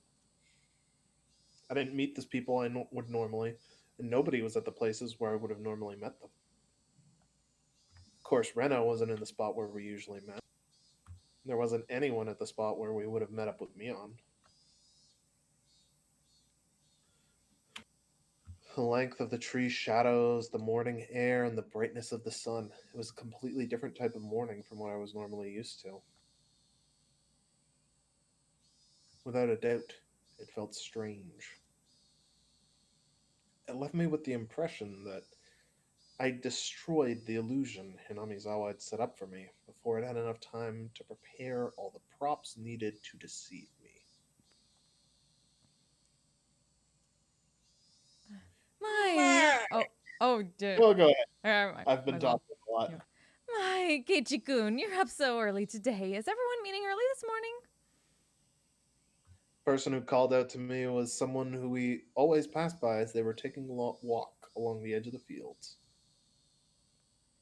Her name was, I forget. Of course, this wasn't the spot where we usually passed each other. I woke up early today, so I thought it would be a good change of pace. That's all. I threw out a random excuse. What about Ren-chan and Mion-chan? Are you by yourself today? Well, yeah. I was being asked the same type of questions my mom was asking. So I answered them in the same uninteresting, vague manner. Ah, Keiichi's hit puberty, I see. I mean, 14. Yeah. Well, his balls have finally dropped, and with it, he's gone completely insane. Wasn't funny being asked where Rena was each time I passed by someone. But maybe it was to be expected. It was because for so long, we were always together so amicably. Even I felt that if I let my guard down, we could still be friends. Stop it, Keiichi. Don't think about that anymore. It's almost as if people care about you and you should talk to someone. What a hilarious idea!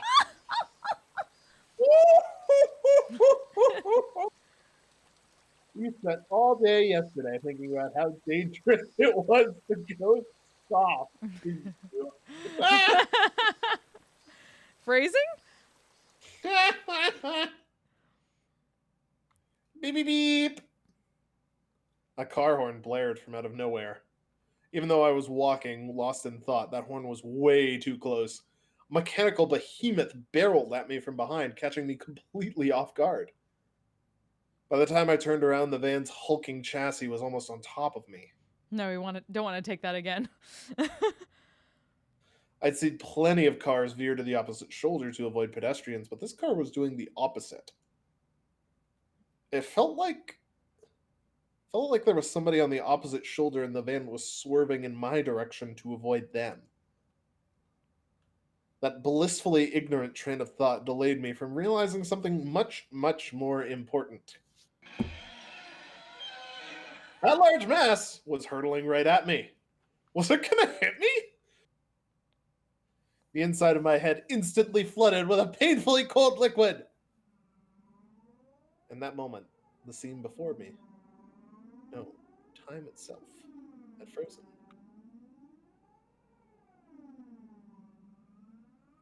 In the silence of that frozen moment, I compared the van, so close that I had no way to dodge it, and my body, the upper half twisted awkwardly in order to look behind me. There was no way I could dive out of the way in my current position. If I lost focus now, this moment would unpause, and I would probably be plowed over, caught in this silly pose. Bend my upper body over towards the paddy by the side of the road. If I bent far enough, I'd get away with just being hit by the side view mirror.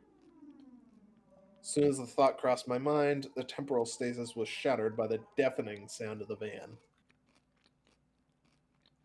The side mirror struck my shoulder, sending me spinning off through the air like a top, locked in my contorted position. Ooh. Kersplash! Sent tumbling through the air, I crashed into the muddy paddy by the side of the road. The fuck, Daniel?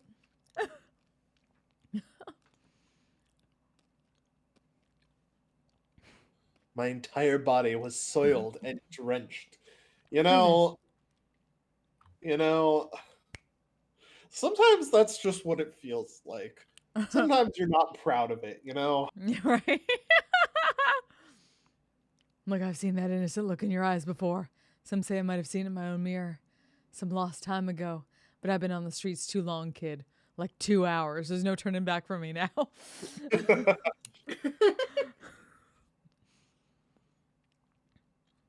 But the choice I had made in that instance was unmistakably for the best. You know, I've never heard anybody think that, but I'm glad you think so, KG. That's Yep. what's important. I was covered in mud, but when the alternative was being hit by the car, it was the closest I could be to being unscathed. Rising out from the patty, I had enough in me to glare over at the stopped van and yell profanities at the driver. Solid. I'm not sure if he was able to see me, but the van sped off suddenly. Wait, damn it! This was what they call a hit and run, wasn't it? Couldn't help but continue yelling out profanities. The disgrace from being covered in mud hurt me more than any physical wounds. Really? Mhm. Really, but you have not been hurt enough, I think. I slogged through the muddy patty and made my way back onto the road. Although I have a feeling that we're gonna change that by the end of this arc. Yeah. This is a crime, goddammit! Shit! I'll track you down and sue you! I'll fight you, you bitch! Although, if I'm looking for a van, I'm sure to find it in this little village.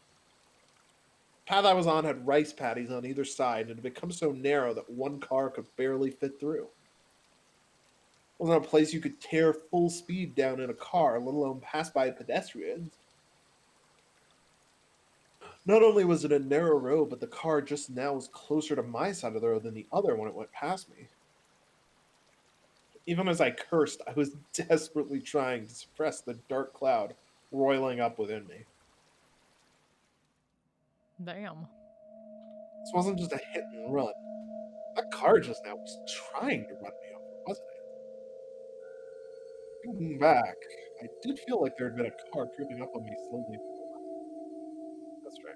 As soon as I'd parted ways with that person taking a walk, I had that feeling the whole time.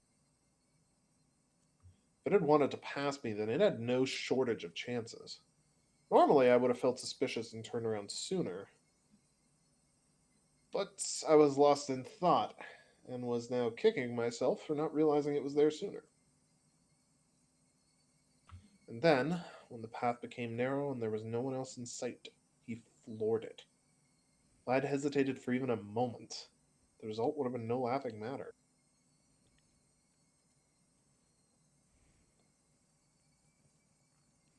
There's no doubt about it.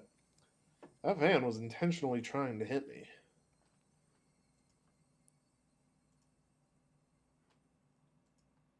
Cold, viscous sweat seeped from my scalp and slid down my back before dribbling off. I struggled to avoid falling into a panic. There was still the possibility that this was really just an accident. Calm down, Keiichi. But also, don't be so naive, Keiichi. Being that lax will get you killed next time. You need to always be on your toes. Constant vigilance! Don't give them any openings! My enemy was really out to kill me, then next time they would use a more reliable method. That time came and I was acting like I was now. I being covered in mud was the price I had paid for my own naivete. Covered in mud, but without injury. I need constant vigilance. Not even a sprain so far. Even though you got hit in the shoulder. Yeah, somehow. I guess this was what you would call the silver lining. I began walking again, this time cautiously.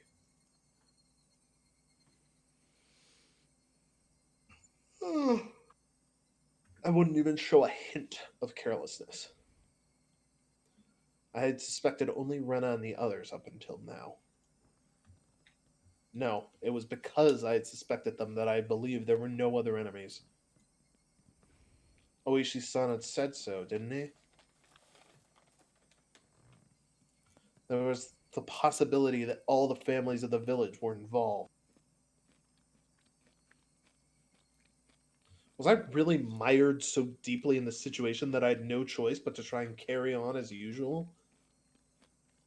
Wouldn't it be safest just to hole myself up in my house? But the moment I abandoned my regular routine, everyone around me would abandon theirs as well. That was just too horrifying of a thought. That's a very Japanese take. All right. Everybody abandoning their routine. Oh no, so horrible. I recalled the tales Oishi-san told me of when Hinamizawa was still called Onigafuchi. A frightening an entire village of demons hunting their prey, surrounding them and eating them alive. One must not interfere with the demons. One must pretend not to see it. The enemy were numerous, all the village families. The villagers, with their unwavering faith in the curse, would do nothing to help me. I feel like this whole thing about demons eating people in the middle of town is like some sort of comment on Japan. But I'm not Japanese enough to understand it. Hmm. Say I'm not Japanese at all. The idea is you don't fuck with the spirits. You don't fuck Don't with fuck with demons. Don't fuck with yokai. Don't fuck with the spiritual world. Don't fuck with it at all. yeah. Don't fuck with the kami. This idea that they're pushing of like, don't fuck with, you can see the demons eating people, but you have to proceed like you don't see it. Yeah. No, that's a whole thing, isn't it? Like in well, like Spiritual Way or something. Like they live side by side. Yeah. With the human world. It's just they can't see it. They can't perceive it. You don't take anything from them if you do see it, or else like you get stuck there. Hello, Worries for Life. I have no idea who Ariane Reinhardt is, but I will take that as a compliment, I guess. Now I'm kind of curious. The strong, sudden flash of sunshine made me slightly dizzy. I had no idea what was going on Oh. anymore. I don't think I look a thing like her, but thank you. When I suspected it was the work of man, I would catch a glimpse of Oyashiro-sama's curse. When I suspected it was Oyashiro-sama's curse, someone would poke their head out. What was coincidence? What was intentional? Who was my enemy, and who was just a bystander? No, what I really, truly wanted to know was, how did I end up with the proverbial bullseye painted on my back? Yeah, who the hell knows? But just It's Oishi-san. Remember? yeah, Oishi-san. Oh yeah, that's true. Oishi-san is the Onikakushi messenger. Yep. Yes. Oyashiro-sama's herald, I think they called him. So welcome to this creepy not game. It's a sound novel, so we're just reading it out and trying to figure out what the fuck is going on in this tiny town where people keep getting murdered every year and some other people disappear. Whiskey. Yep, there you go. That's what I'm doing, anyways. Eventually, an answer in a form I could understand will appear. I don't care when that'll happen. Because until then, I cannot die. That alone fueled my resolve to fight and will keep me alive.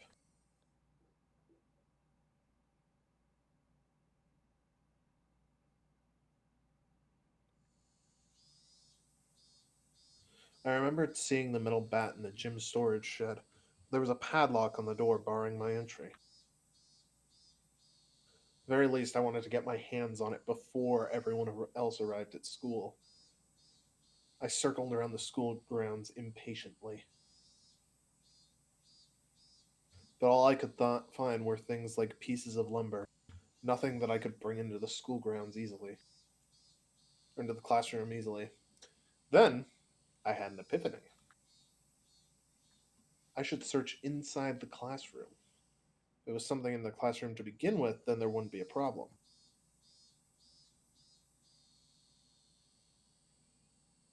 I could tell that everyone's indoor shoes were still in their lockers. Good thing I came early. No one else was here yet.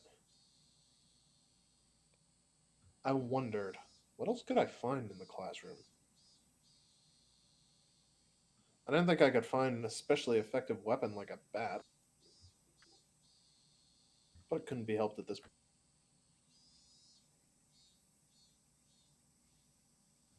Till the gym storage shed was open, I needed to find a substitute. A lingering hint of naivete whispered that there was no way I'd be attacked at school, but such soft ideas would no longer protect me. To think that they were slowly making their way into parts of my life that I had once thought impenetrable. In the worst case, my own house might not even be safe anymore. That was an incredibly frightening thought. But I believed that not considering the worst case scenario would have been even more frightening. How is his house even safe? Rena's been there, sneaking behind the door, not going in, walking in, just they gone in and literally try to kill him in his own house. I don't think his house is safe, he's just a fucking idiot. Yeah. True. Like, Yeah. whenever you have a question about why Keiichi thinks something, remember, He's a fucking idiot. Just I keep will that in endeavor mind. to remember. So long as I lived, then I will definitely be able to escape this labyrinth of nonsense. Definitely. Not. Okay.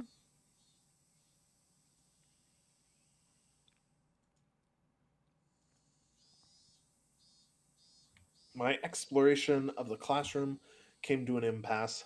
That much was to be expected. There was no way there would be anything that could be a weapon in the classroom.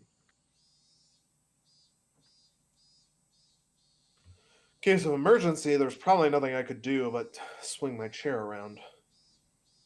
My gaze landed on the lockers that had come to be used for personal storage. The locker that Mion used to store her pile of games was among them. There was one for each person in the class, all lined up. Of course, there was one for me as well. Oh yeah, there's supposed to still be a tracksuit in my locker. Seeing me covered in mud would be strange. I should go change later. But first, I needed a weapon. When my classmates came, it would be hard to rummage through all the lockers. I swiftly began opening the lockers one by one. They were mostly just filled with things like gym clothes, personal items, and umbrellas. An umbrella. If I couldn't find anything better, then this would have to be my weapon.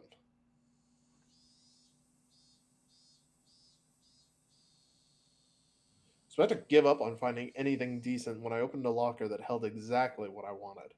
It was, without a doubt, a metal bat. What? It was Okay. well worn and pretty beat up, but there was no doubt it was usable. Hmm. In that locker that reeked of mold, there also hung a baseball uniform. It's probably the league of a student in a Pee-wee league or something like that. If that was the case, then he'd probably ask for it back. That time I could hear the noises of the voices of the children scuffling their way noisily in from the hallway. Amongst them, I could make out Rika and Satoko.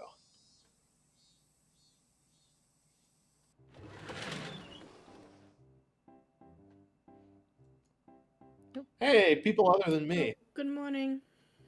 My, you're quite early this morning, Keiichi-san. I nonchalantly hid the bat I was holding behind my back. What is with your outfit? You're covered in mud. Yeah, I had a little incident. I'm gonna change now, so cut me some slack. With that said, I began taking off my clothes. Satoko began to blush, just as I expected her to. God fucking damn it, Keiichi. You know what? Just changing in front of a lady. Have you no tact at all? No.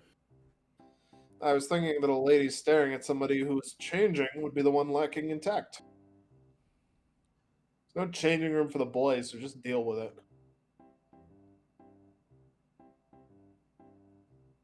As Satoko feigned disgust? I'm sorry, what? No. She went into the hall, still blushing. What? Mm. Conversely, Rika continued to stare at me, preparing to change. If Rika's a lady as well, I don't think it would be appropriate for you to be watching. I'm not a lady, so it's fine. Okay. What? She deliberately pouted and looked at me with upturned eyes. What? And starting now, you're a lady.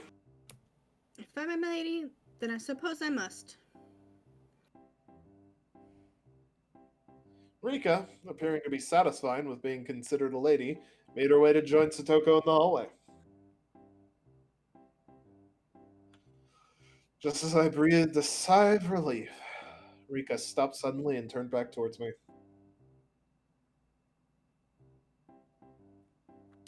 Are you going to start playing baseball? It seems that Rika had noticed the bat. I wonder how, the giant metal bat. Yep. Yeah, just, I was feeling a bit out of shape. That's a normal sex ed class in this school. Oh god. So I thought I'd just No, try no. practicing my swing. I think it's wonderful you're taking care of your health. She's talking like an old lady despite her appearance. After saying that, Rika started to leave again, but stopped and looked back at me once more.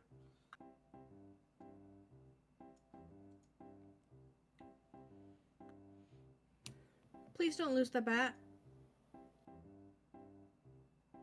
Seems she already knew I took it out of somebody's locker. There was no name on the locker door.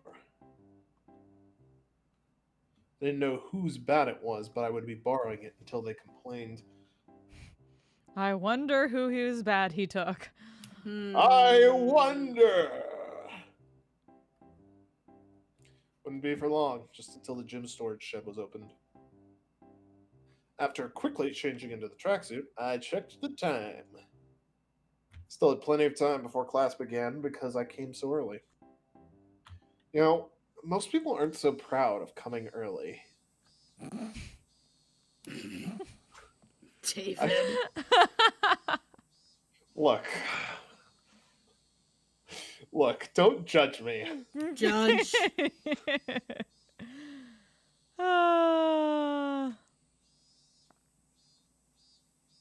I will become the bat.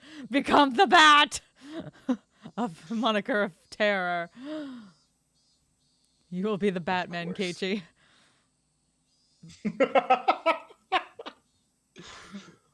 Batman. I took the bat and went out to the schoolyard. That was, of course, to practice my Batman. I mean, technically he's 14, Which so he's is Batboy. He's Robin. He's Batboy. I'm Robin. I needed to make it known that I would always have a bat on me so I could practice my swing. God. What? At some point, the Ah. sunlight had become even stronger. What? Is this like... What? He is becoming the Batboy. Just what? I'm Who the so fuck knows confused. why Keiichi does anything anymore? We never that's even knew in the fair. first place. Come on. Exactly. That's fair, I guess. He makes no sense. Disregarding my classmates as they made their way to school, I took my position in the shadow of the school building. I wasn't the academic type, and I wasn't much of an athlete either. I might get muscle pain if I just suddenly started swinging. Oh my god. I should at least start out with some warm-ups. Oh, God. Why is this so funny to me? I doubt anyone would think I was doing something out of the ordinary, which was the exact opposite of my actual mental state. Maybe it's God. because he's trying so hard to pretend that everything is okay and Yeah.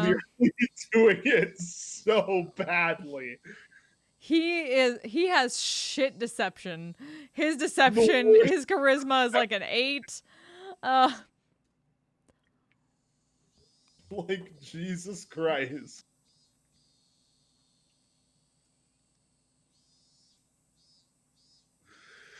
The weight would make it a reliable weapon when I needed it to be. yes, everything is fine. Everything is fine. Of course, I could only pray that the moment I would need to use this as a weapon would never come.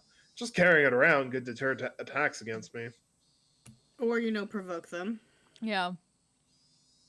At least that's what I hoped. Hannah, don't tell people that. No, that might be too deep of a cut right now. Huh? K-chan? What are you doing? Being bombarded with such a hysterical voice, I jumped. Yes, Oh, because yes. All the hysterical. they're the hysterical ones, not you. Whoa, Kichi-kun, are you on the I'm basketball not team? crazy. You're Baseball crazy. team? Especially you, Nappa.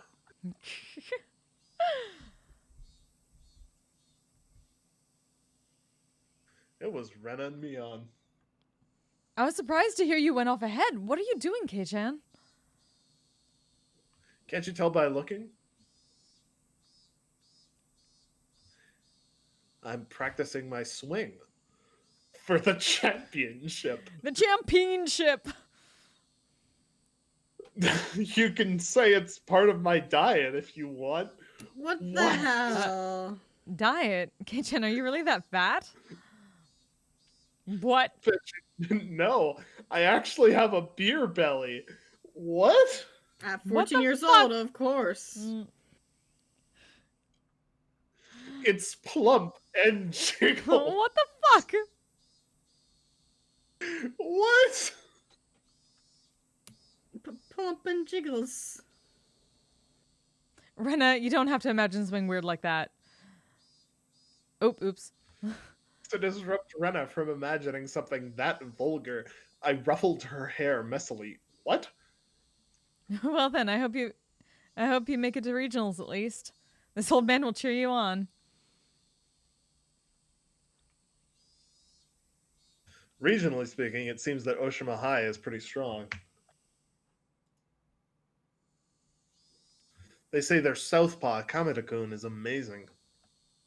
Oh, that was Rena. Oh, Oh, makes sense. whoops. Good luck. Seems they've made me out as some kind of local prodigy, but oh well. Maybe the reason I find this so funny is the fireball. Maybe. If I really championship, it would be a cinch. After all, I'd be the pitcher and catcher. Ayo. He's a Thank you switch. for making that Got point, it. He's a Flip. switch. You know, yeah. I assumed he meant it at the same time, but I don't know how that would work. Probably poorly.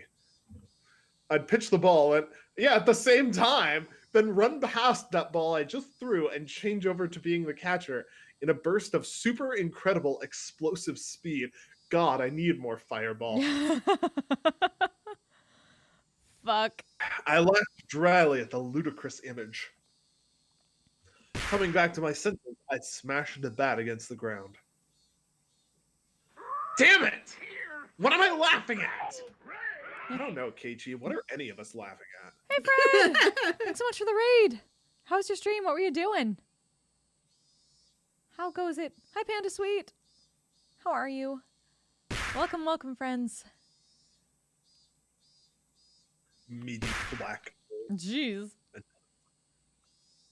I pounded the ground over and over. Keiichi's getting crazy?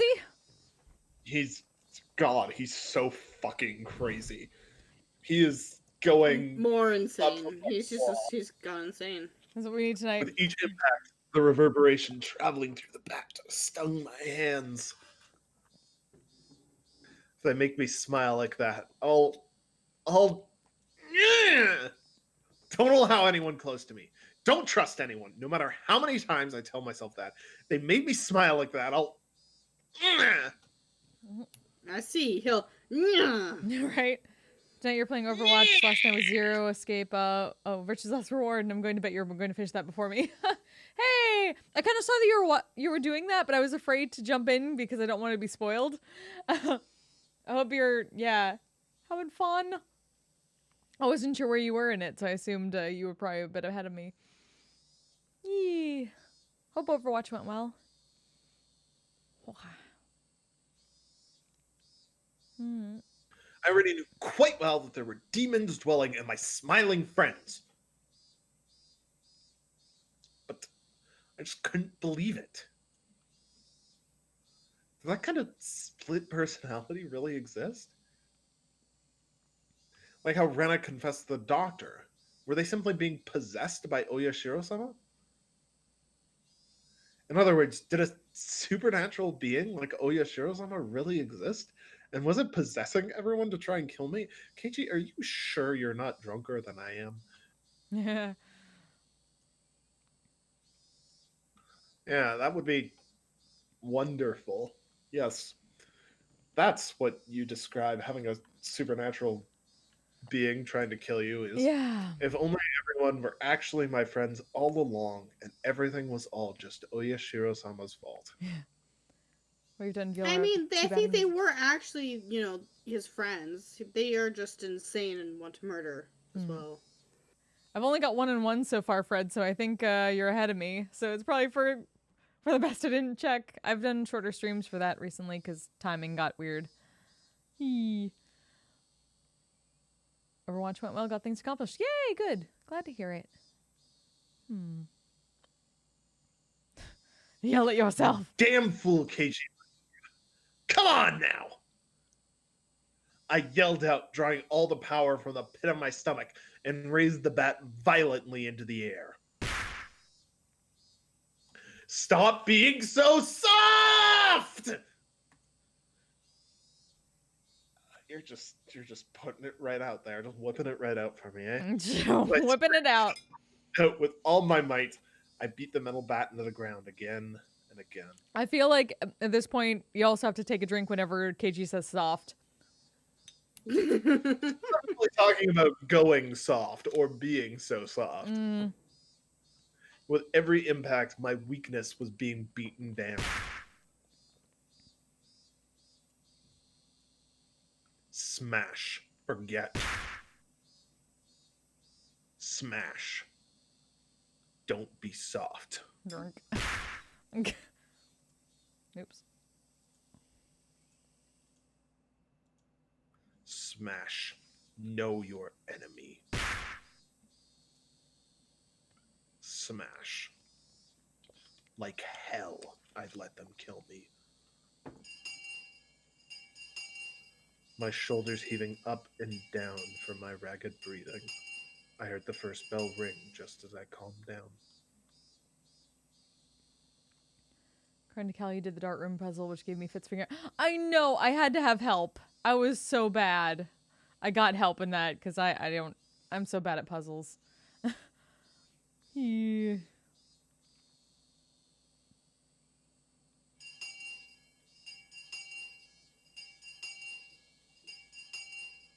I gasped with a sudden realization. That was the final bell. As I felt all the tension drain from me, I let out a deep breath. My mind was in a muddled state for much of the next day, or much of the entire day. I didn't feel like I was awake, but it didn't feel like I was asleep either. Couldn't say it felt especially comfortable, but I felt a kind of relief that the sanctity of the school part of my daily life had yet to be violated. How long would I have to keep on living like this? This is a really long trailer for the new Smash Brothers DLC. What? Wait. What? Smashing a lot of things. Yeah, that's true. True. That's true.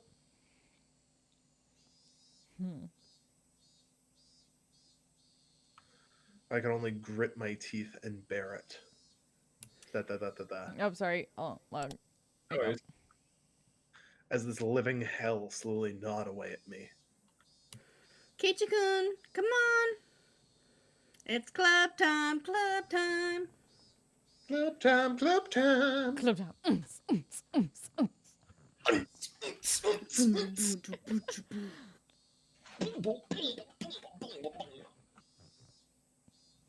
It's club time, club time. Fuck. Got No. Why? because I hate all of us, but especially me. well, it's that time of the night, y'all. I'm so sorry. Well, Uh, this is fine. Everything is fine.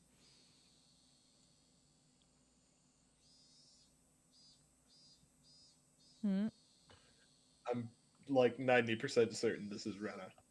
Oh, Oh, sorry. wait, no, Uh, wait. No. Rena's voice from X. Oh, yeah, I Kate. didn't- Club time. Yeah, sorry. Okay, come on, go- Kate-chan, stop spacing out. Bring your desk. Oh, wait. Cause normally it's Yeah, she Neon says that Kate- says Kei-chan. Yeah, I don't say Kei-chan. Yeah. oh, is it? Yeah, Kei-chan. Which is weird because yeah. normally you see Neon The when she says character. stuff like that. Yeah. Yeah, it's real weird. Gotta be ready for murder on the weekend.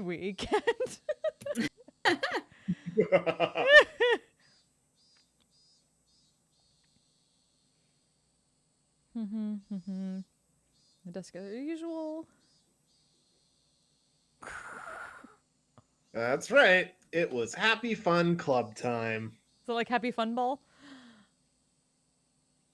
But I had no intention of taking part. I haphazardly stuffed the contents of my desk into my bag as I prepared to go home. It was a weak handed gesture to avoid having to actually say, I'll be going home now. What's this, Kei-chan? You planning on going home right away again? Mion sounded quite disappointed. I'm just not in the mood.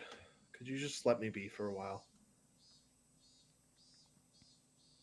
Tonal words that spilled from my mouth matched Mion's disapproving glare. Felt like the air in the room had dried out. Satoko looked like she was about to say something, but perhaps dissuaded by the mood, she swallowed her words and stayed silent. Nobody said a thing. I took that to mean I could leave if I wanted. But the collective gaze of the four of them, like the tiny pins used to mount an insect in a display, held me in place. Rena was the one who cut through the heavy mood.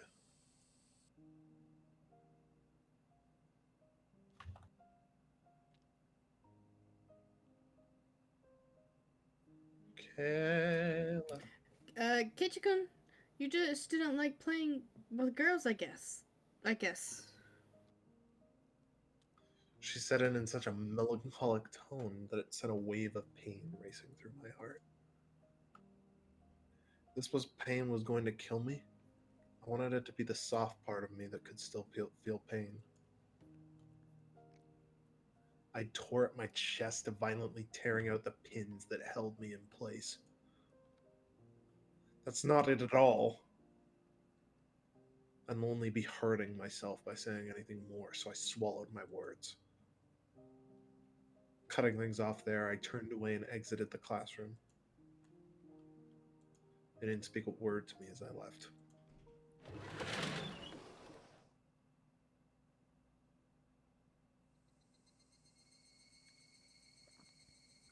It was a long, dull trip back home, but I didn't lose focus. I firmly squeezed the grip of the bat, which was already soggy from sweat. Realizing that, I wiped it down with my sleeve. If something were to happen, I wouldn't want it to be slippery. Since this morning, I'd become especially sensitive to the presence of cars. Wonder why. Even while walking, my ears pricked up and sought out threatening sounds and presences that could be closing in. That was why I could hear it. Without a doubt, there were footsteps. Those footsteps had matched up perfectly with mine for a while now. From what I could sense, it was just one person. But I had no intention of being careless.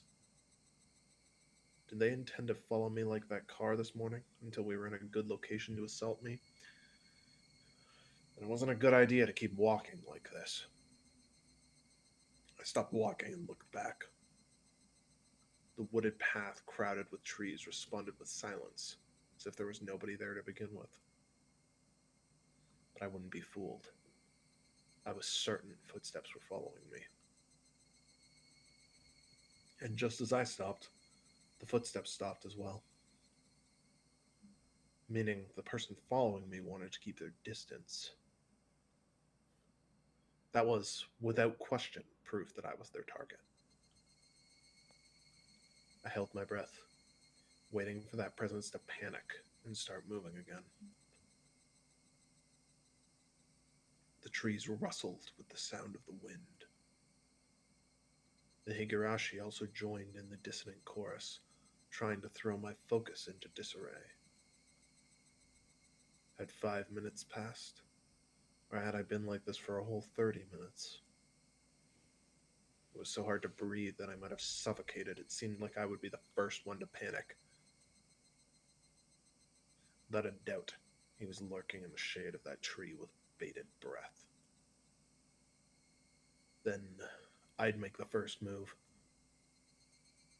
I fixed my grip on the bat. I raised it up to my shoulder to be ready to swing it at any time. Hey! I know you're there! With all of my might, I screamed at whoever was hiding in the shade of the trees. But the presence in the shade didn't budge. Until the moment I found them, they had no intention of revealing themselves. I know already! I know you're there! I screamed out angrily at them again, but even still, they didn't move at all. Then I'll go over there myself. With all due vigilance, I approached, step by step. Stepping into the tree's shadow, I saw a human figure there. At least it's human. That figure was curled up like a small animal. Rena. When she realized I had found her, her expression softened. She seemed apologetic, but wasn't going to speak a word. Did you have some business with me? I wouldn't accept that silence and screamed the question at her. Not really. It's just, Rena was in a panic, with tears welling up in her eyes. But it was obvious that she had been following me. What about the club? Since you're not, I'm not. That shouldn't matter. Don't mind me and just play. But I'm just worried about you. Thinking about how I'd been acting up until now, it wasn't hard to imagine that my behavior could have been perceived as strange. Serena was concerned. At a quick glance, that's how it would seem. But I wasn't going to let my guard down that easily. Even if that really was the case, she still wouldn't have to do something like try to tail me. She should have called out to me when I was leaving and gone out right with me. But Rena didn't do that. She kept her distance from me and matched my walking speed. On top of that, she matched the sound of her footsteps and deviously tried to hide her presence from me. Then, after she realized I noticed she was there, she held her breath as she tried hiding from me. She wore a timid expression that would force one to take pity on her, but without a doubt, she was tailing me. Stop following me. How? Still glaring at Rena, I continued walking onwards. After I'd walked for a bit, she ignored my command and began walking again. So I yelled at her once more. I told you not to follow me! Eek! But my house is in the same direction. Then walk ahead of me. I'll start walking once I can't see you anymore. I moved out of the way and waved my bat violently to urge her forward. I'd like to go home together with you. Making a pitiful expression, she meekly squeaked out the words in a voice that she knew would cut into my heart. That agitated me to no end. I knew it was a lie. If you wanted to go home together, then you should have called out to me. Now you're just blurting out random lies. I'm sorry. I'm sorry. It seemed the seething anger within me was written all over my face. Even without me saying anything, Renat understood what I was feeling inside. If you get it, then go! I swung the bat, urging her again to walk. Rena looked back and forth between me and the bat and started walking hesitantly, then stopped again. Go on then! Hurry! I'm going. So please stop with the bat. It's scary. Rena guarded herself while pointing at me holding the bat. She may have realized I wasn't planning on using this bat for baseball. I lowered the bat, but still guardedly opened the way for her. Go. There's no problem now, is there? There's nothing else she could protest. She passed by me timidly so as to not set me off. As I watched her pass by, she stopped completely after having barely moved at all. Hey, don't stop! Then a powerful gust blew past us, barraging my face with dust. The dust got into my eyes and clouded my vision. While rubbing my eyes with my left hand, I swung blindly with the bat in my right, protecting the small opening I had presented. But Rena didn't even try to attack during that opening. Attack me? No, she hadn't budged an inch. I could tell from the sound of her fluttering skirt in the wind.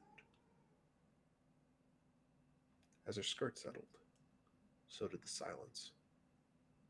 At that moment, the voice inside of me immediately warned me of impending danger. I was caught by surprise. The smell of the air had changed. Without me realizing it, the air around me suddenly felt like a... Sorry, I had to sneeze. Like a cloud befall me. Got that dust in your nose. Got it. Apparently. It was like the air had suddenly become invisible concrete. Like Rena and I were locked in this space. Rena didn't move an inch. Also unable to move, I stared at her back.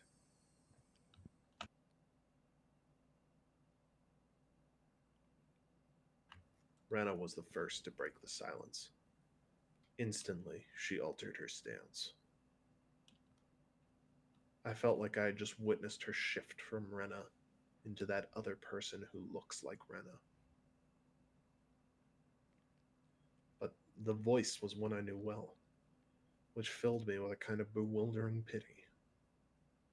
Carelessly, I felt relief upon hearing that pitiful voice. Uh, um, Well, excuse me, but can I ask you something? Too shy to even turn around, Rena squeezed her voice out desperately as she trembled. What? Uh, um, well, well, why do you have a bat? I wonder. I wonder. The question Rena asked was by no means unexpected. I can carry whatever I want. But you didn't have one up until today. Well, why so suddenly? It's all right if I decide to do something suddenly, isn't it? Is it strange that I have a bat? But because Keiichi, you're not the kind of person to play baseball. It's weird. I couldn't tell what kind of answer she was looking for, and I was getting tired of answering her. I just suddenly got the urge to play baseball. That's so weird. It's weird. She answered instantly, and that annoyed me slightly. I just suddenly wanted to play baseball. I wanted to practice my swing, so I'm carrying around a bat. What's strange about that? Strange. Weird. Definitely. Why is Keiichi-kun also... Her ramblings are annoying me. Is it that strange for me to have an interest in sports? I tried to sound a bit more threatening to end the conversation. Till my suspicions about Rena were cleared, I had no obligation to answer her questions. I'm sorry. I'm sorry. Don't get so angry. Rena still didn't turn around and spat out words of apology one after the next. Just one last thing. Tell me one last thing. I don't feel like talking anymore. Hurry up and go. I yelled loudly at her, causing her to flinch like she'd been struck. Seeing her in such a pathetic state caused my heart to ache sorely. But even though she was afraid, she stubbornly kept herself from moving. Before I was able to threaten her again, Rena asked her final question. Why is that bat the same too? What does she mean by the bat was the same? I had no idea what she was talking about. What are you saying? I mean, I mean, why is even the bat the same? I don't understand what you mean at all. Say it clearly. Even still, Rena didn't turn around. After inhaling deeply, she screamed. I mean, why is that the bat the same as Satoshi-kun's? Satoshi being. Huh?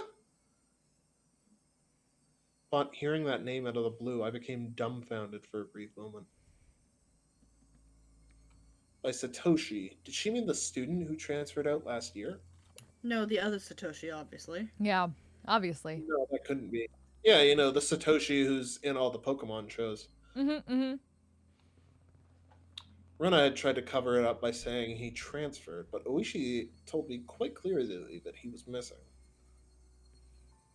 He was the student who sat up at my desk up until last year. He was believed to have been demoned away by Oyashiro-sama's curse. I didn't know the details about his disappearance. The aunt he lived with was killed the night of the Watanagashi by a drug addict, and not long after that he suddenly vanished and was now missing. The Satoshi and I were what? My gaze fell to the bat in my hands.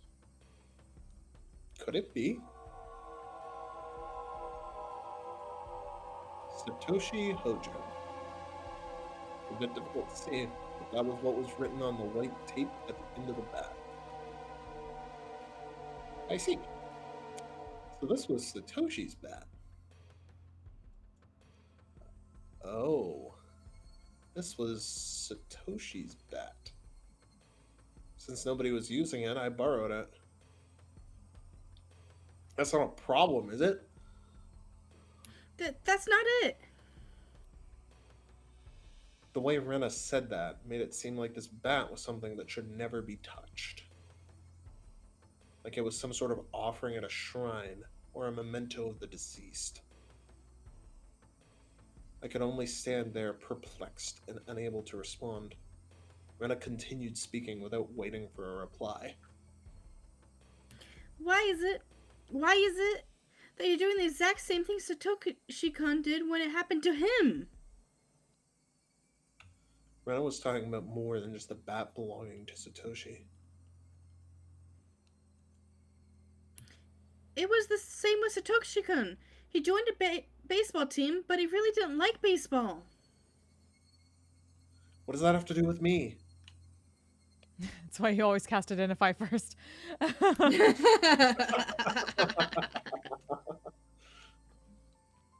Satoshi-kun also suddenly started walking around with a bat one day.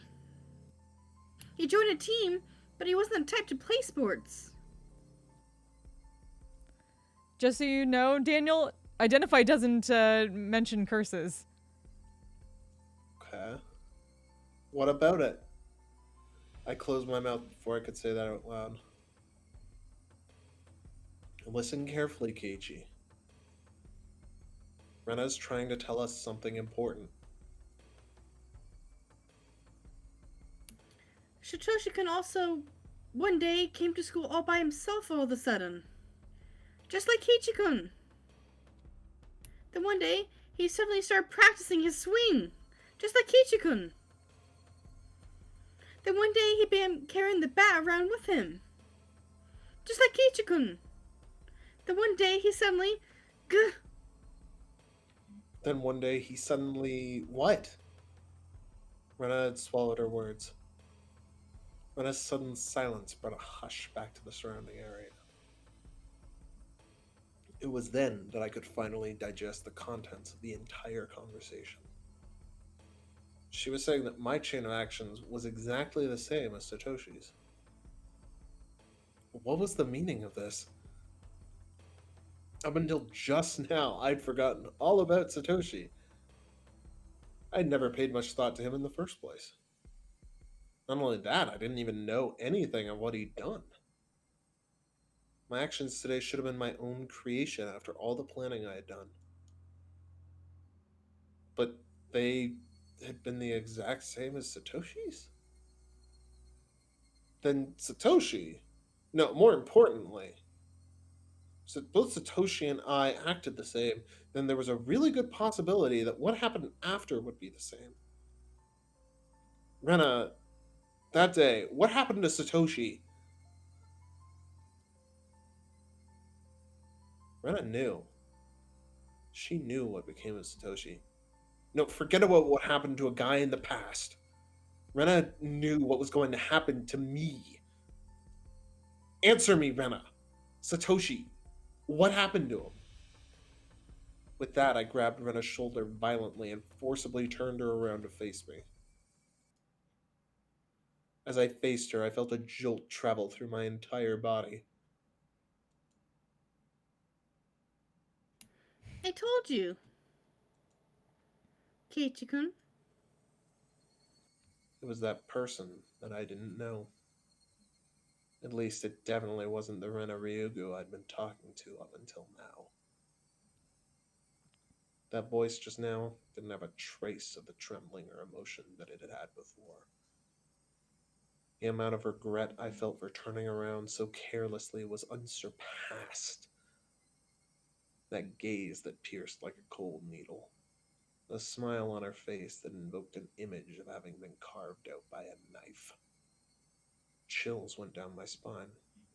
My mind froze under a layer of rime. Both of Rena's eyes pierced through mine, leaving me unable to look away. As if to remind me of the fear from that time before. Rena brought her face close to mine, so close that I could feel her breath. Her face had filled my entire field of vision. Then her sharply shaped lips grew even sharper, like the curve of a crescent moon. She grinned. I told you. Keiichi-kun.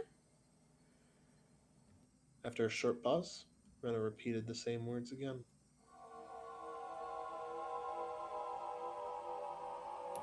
Satoshi-kun, you see? Transferred. Out. Transferred meaning what?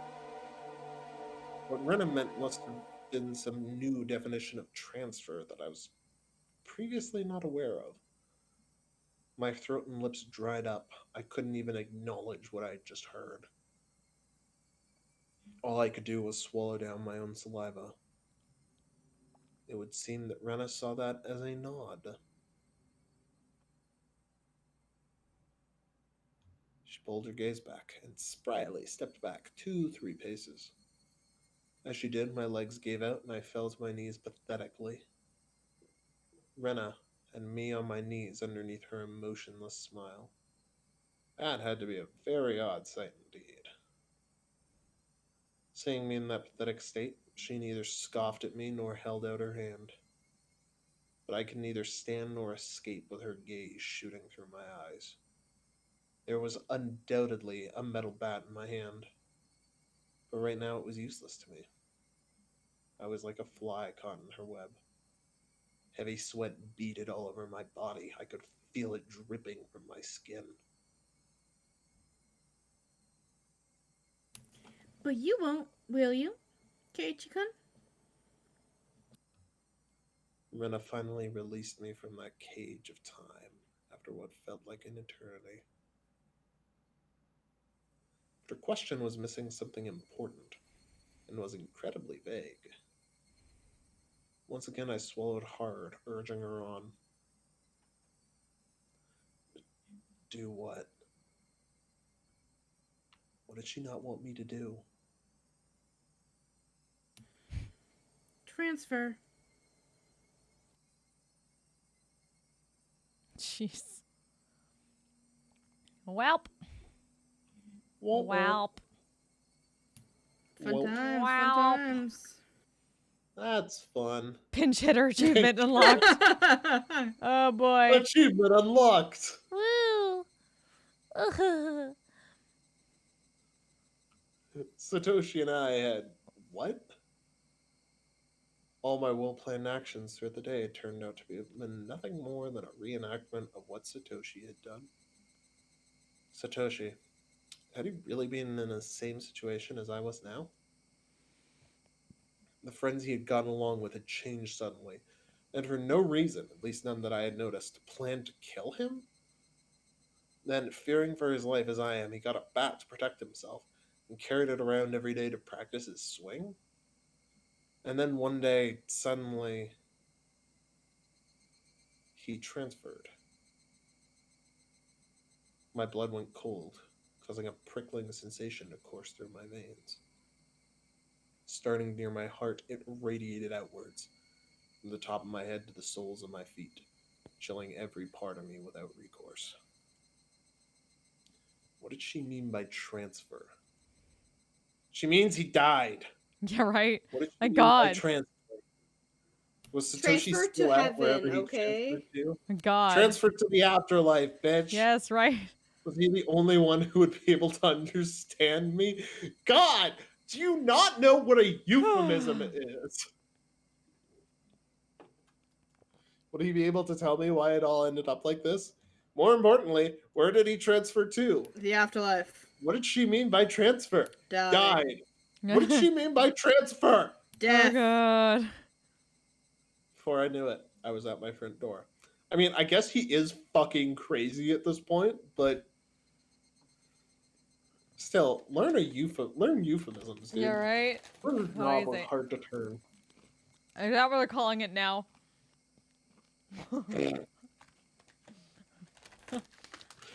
There's a nobody euphemism else? for you, frigid knob. That's Keiichi's new nickname, the frigid knob. Oh, God. Sure, he can be frigid knob-kun. Yeah, Satoshi was transferred to a farm upstate.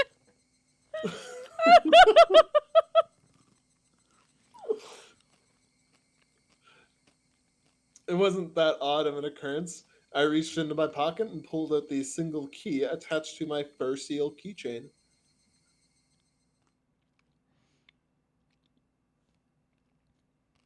I stepped into the entryway. Just as I was about to take off my shoes, a chill ran down my spine. Mm-hmm. Someone had entered right behind me, like a classmate messing around, standing right up against my back. You're kidding, right? It had to be my imagination. Logically speaking, it was impossible for someone to be able to hide their presence within my personal space all the way through the door. But there was undoubtedly someone behind me. Hey now, Keiichi. How do you know they're there even though they're behind you? Because I could hear the sound of flowing hair. There's no other reason I'd hear that sound. What does that sound What does like? flowing hair Yeah, sound? right? What the Honestly, it's the fuck? whoosh whoosh. What? Okay. I think Keiichi's maybe just extra crazy. Because I could hear the sound of them blinking. Okay. Yep. Mm-hmm. Keiichi, my partner, there's no way you could hear that Thank word. you. Thank you. It's mostly instinct more than anything else that was warning me of that presence. Common sense was telling me that it was just my imagination. It was just my imagination. There was nobody behind me. I began to erase the mental image of an eerie figure standing behind me. Why don't you just turn around, you fucking dipshit? Yeah, right? But at the same time, I asked myself, if there was nobody, then what was I feeling as an uncomfortable sensation crawled up my spine? Actually, wouldn't it be better if there was somebody there? If there was nobody there when you turned around, would you be able to accept that? I'd be able to answer all these questions just by looking behind me. But I didn't have enough courage to even do that simple task. Oh, right. I could try speaking to them. I bet you it's Mion. The person behind me Yeah, might agreed. answer me. It's a random thought. Didn't care how I went about it, just so long as I didn't have to turn around. If I'd calmed down and thought about it, I would have known that that wouldn't have solved anything. Who is it? I spoke in such a hoarse, broken voice that I couldn't believe it was my own. I could almost feel them contemplating their response. I felt it. There's no way I should be able to do that. Calm Because you're down, Keiichi. high. All in your head. Yeah, alternate interpretation of this. Keiichi just gets high as balls and hallucinates the events of the summer. That was the That's special thing. not Maybe that was the special thing in the mochi. It wasn't actually a needle. It was just like some fucking opiates. He's been tripping balls.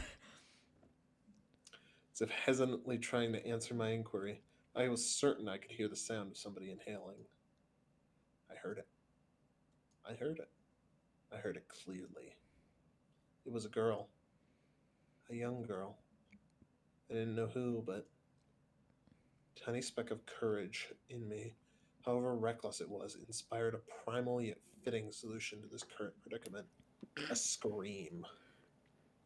All the force in my body released from my lungs and through my throat, ceasing all thought processes in my head. You have those?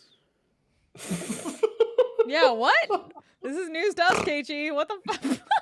Where do you think all this angst is coming from? Mary David snort. It's High not thoughts.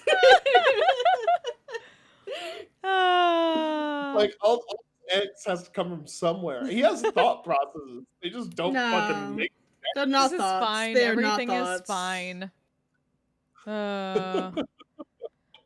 suppressing all my thoughts and emotions. I began to collapse like a house of cards, somehow managing to twist my body and look back as I did so. It was definitely there. Right there. Somebody was there. Till the moment I turned around until I brought the area behind me into my field of vision, They were definitely there. Falling face up, my eyes traced the remnants of the presence suspended in the empty space. It couldn't be. They were invisible. They looked like they weren't there. But were they actually still standing there?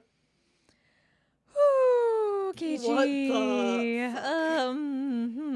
fuck? As I screamed, all the emotions I was holding back burst free in a violent wave. However, I was decidedly calm as my emotional dam collapsed. I don't think That's that's how not. that works. No, that's not. That's the opposite of what you're doing right now. Yeah. Um.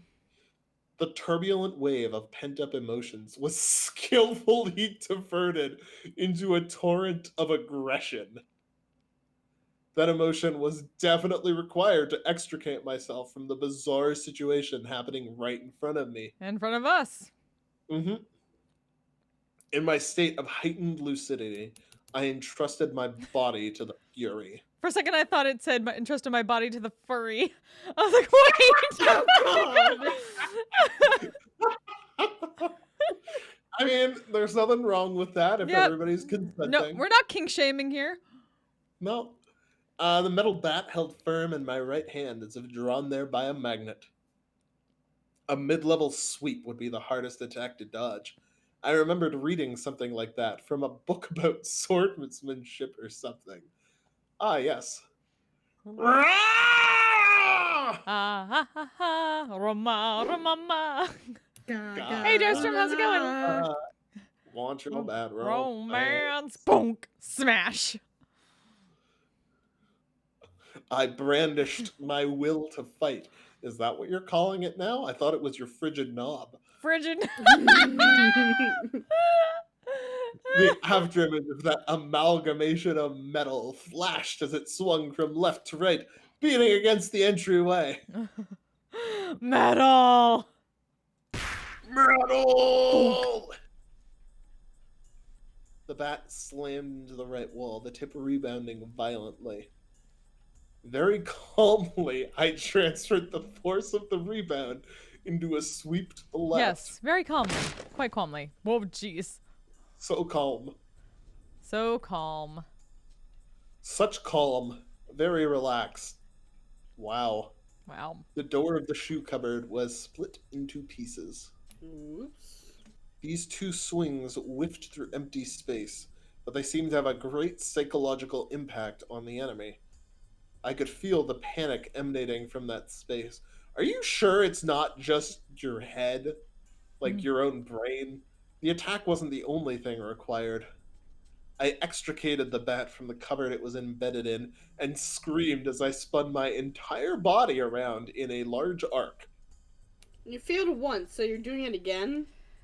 Scream. Ooh. My screams shook the air, imbuing my ferocious swing with even more destructive power. Fuck. Stop breaking stuff. Without mercy or restraint, my violent strike, with certainly fatal force behind it, shattered the top of the cupboard. None of my attacks struck the enemy, but my ferocity had certainly seemed to impact them. Breathing heavily, my entire body soaked in sweat, the invisible enemy, there but not there, dispersed. When I was certain that the enemy had retreated, I locked the front door and latched the chain. No way, had it only feigned retreat and was now inside my house? Once again, I channeled my aggression and searched the house for the presence. But it was gone. I had succeeded in fending it off. At that moment, the tension drained from my body, and I let out a deep sigh of relief. All the emotions I'd been holding back chaotically merged together and began to flood out. A hodgepodge of fear, accomplishment, and disbelief all mixed together and began to flow through my body. Unable to deal with each individual feeling, I beat them all back with the strongest: exhaustion.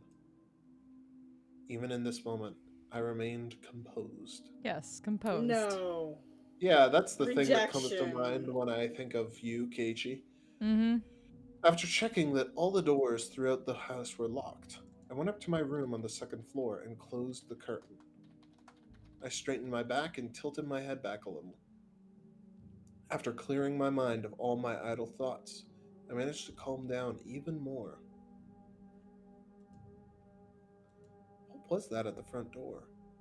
There was definitely something there. Thinking about it, maybe it was just an apparition I dreamed up in my confused state, but I really didn't think that was the case. Okay, so I know that there is the only things I know about this game is that there's murder and there's time travel. So if Hmm. there's time travel, there's got to be supernatural bullshit in here. I mean, I guess you're right with that. So I'm putting my money on that actually having been Oyashiro, Okay. Hmm. but I have no fucking clue. Um, Given that I know there's like what 10 arcs to this game or something, and we're only in the first one, it Yeah, could well, just 8. as I think there's easily 8. it could just as easily be someone we don't know about yet.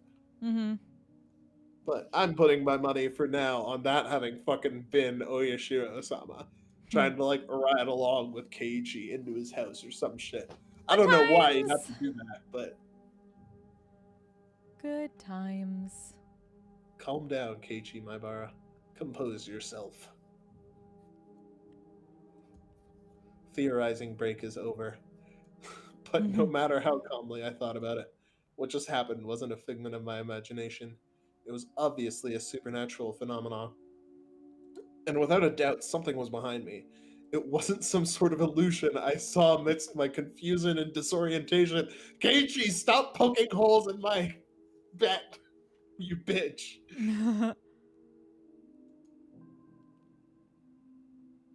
Proof? I had just one piece. When I asked, "Who is it?" they inhaled as if they were about to answer. You could have imagined that. That sound had clearly reached my ears. The situation I was in right now was still unclear.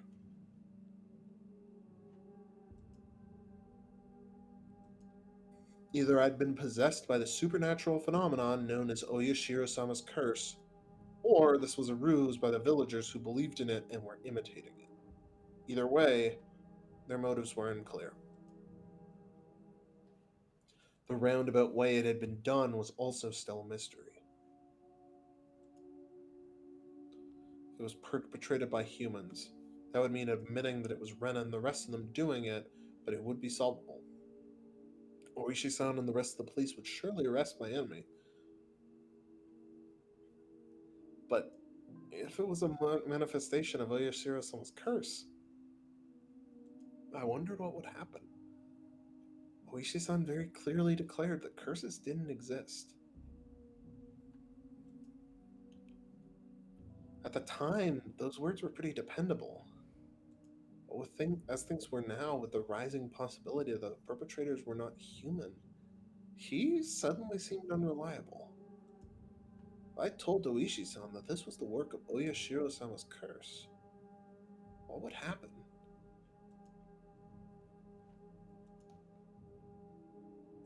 I couldn't imagine his reaction, but it would go without question that a void would expand rapidly between myself and Oishi-san. With me having so few allies to begin with and not being able to confidently declare whether or not this was a curse or not, there was no merit to doing that. I'd better keep the facts of what just happened at the doorway to myself. It would be better if I didn't add what happened here to the memo behind the clock.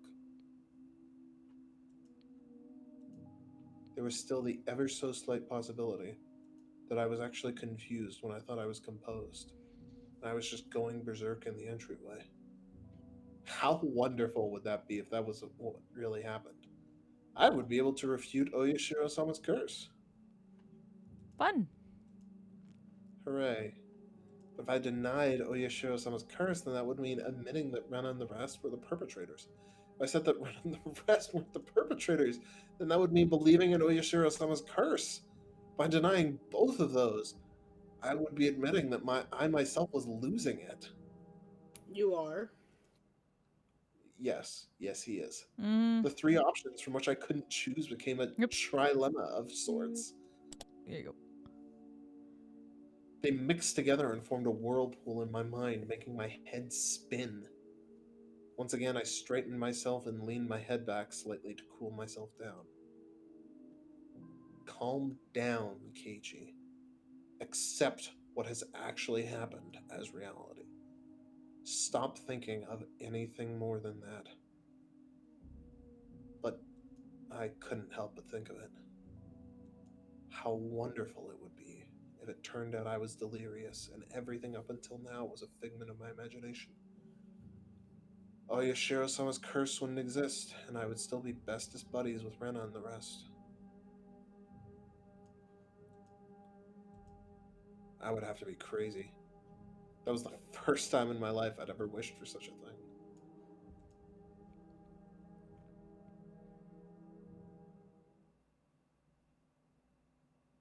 This is fine. Everything is fine.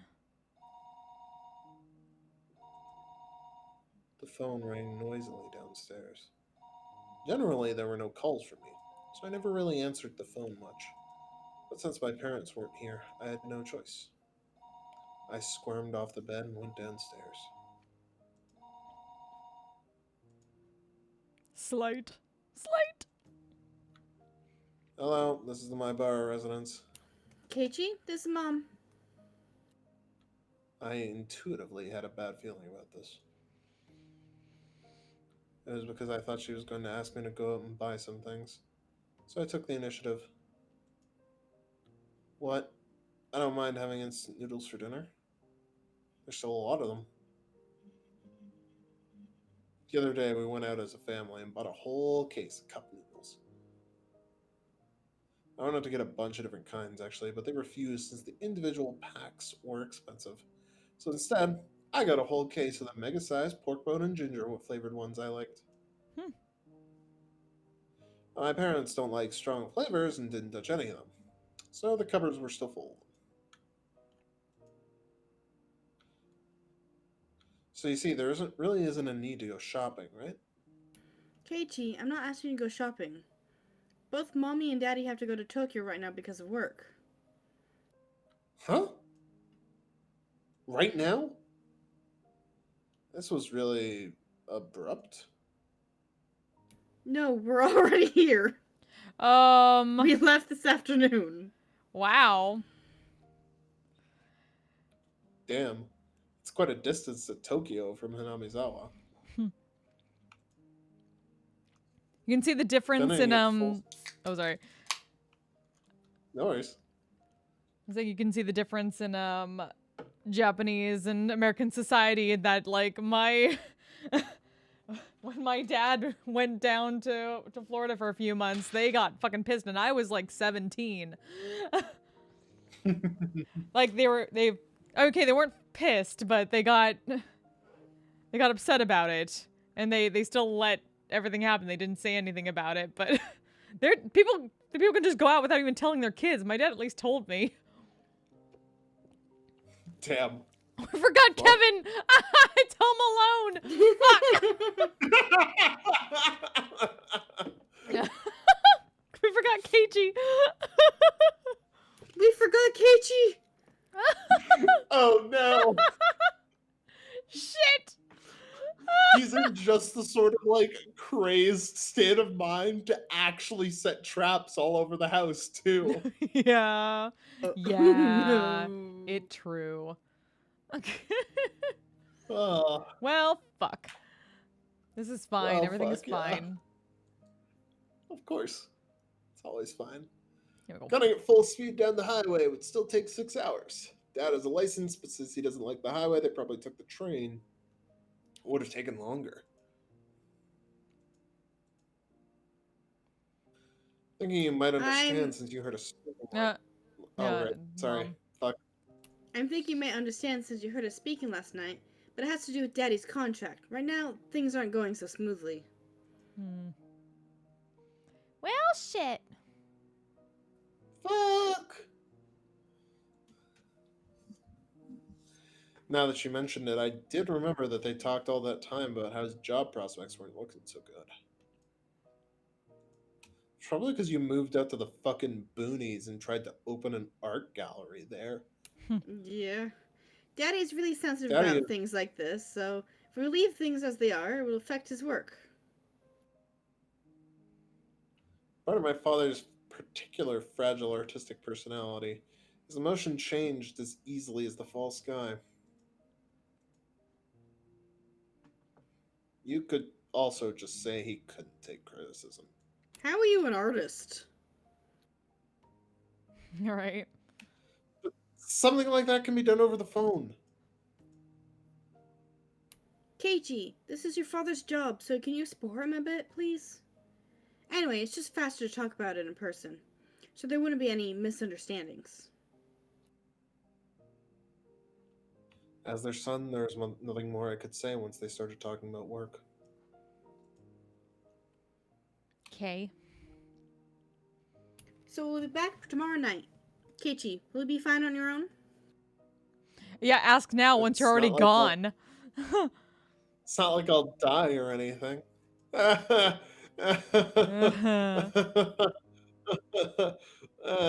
Keiichi, you Keiichi, shouldn't speak so lightly of dying.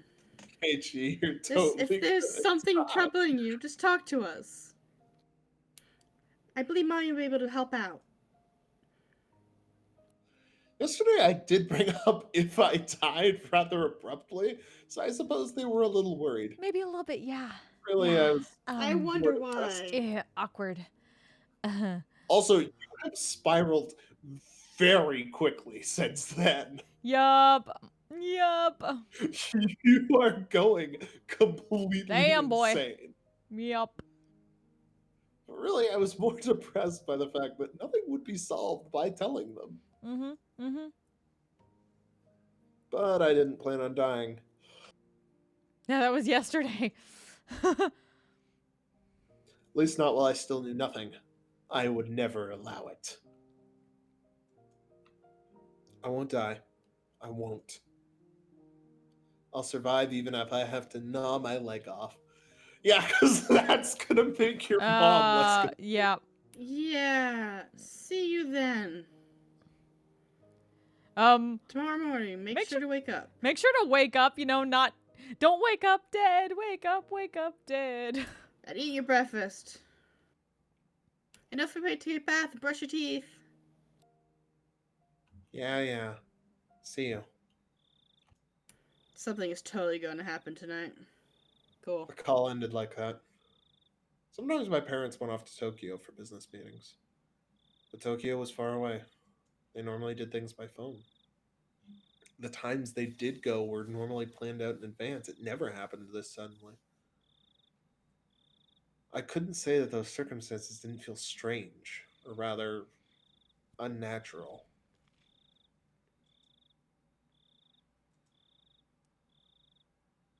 Anyway, I only needed to recognize the reality of the situation. That tonight, I was the only one in the house. That when my parents came back from work, I'd be gone, missing, vanished. Looking back on the series of events of the previous 5 years involving Oyashiro-sama's curse, it wouldn't seem that strange at all. Come to think of it, it was getting pretty late. I didn't think it was good that the only light on in the whole house was from my room on the second floor. It was the same as broadcasting to the enemy that my parents were gone and this was their chance. First, I ran to the living room, flicked on the lights, and turned the TV on to a reassuring volume. Next was the study. I similarly turned on the lights and some music. With this, from the outside, it would look like my parents were here. Once again, I went through the house, checking to see if there was anything left unlocked. When I saw the veranda and the laundry still hanging out there, I went pale. That would have made it too obvious. I needed to take it down. Why did the mom leave the laundry hanging out there or something like that? Or do you expect him to do it, I guess? But you tell people before you leave for Tokyo, I guess. I guess, yeah. I snatched down the laundry haphazardly and erased all traces that my mother wasn't there. Should be fine now. Ah! The garage! They hadn't gone all the way to Tokyo by car, but they had gone up to Okinomiya Station. The garage was empty, wide open, and in plain sight. This was not good.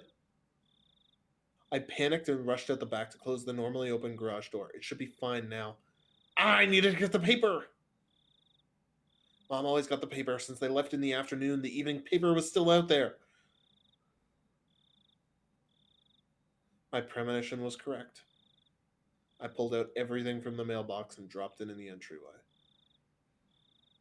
With this, for sure this time, it should be fine. Come to think of it, leaving the cupboard busted up like that from my little freakout was kind of bad. I'll just say I tripped and fell, and the bat I was holding smashed into it. Even so, just leaving it in its current state wasn't good. I should clean it up a little bit before Mom got back and scolded me. So I remembered that there was a broom and dustpan. As I was going to get them, the phone rang once again. Hello, this is the My Bar residence. Oh, is this Keiichi-kun? Is your mother around? She isn't here at the moment. You idiot, Keiichi Maibara. Don't reveal that your parents are gone. You can follow up still. Calm down and take care of it. I think she'll be back soon. That wasn't a good response either. Now they might say that they'll call again or to tell her to call them when she gets back. And that's fine. It wasn't anything important. Well then, sorry for the bother.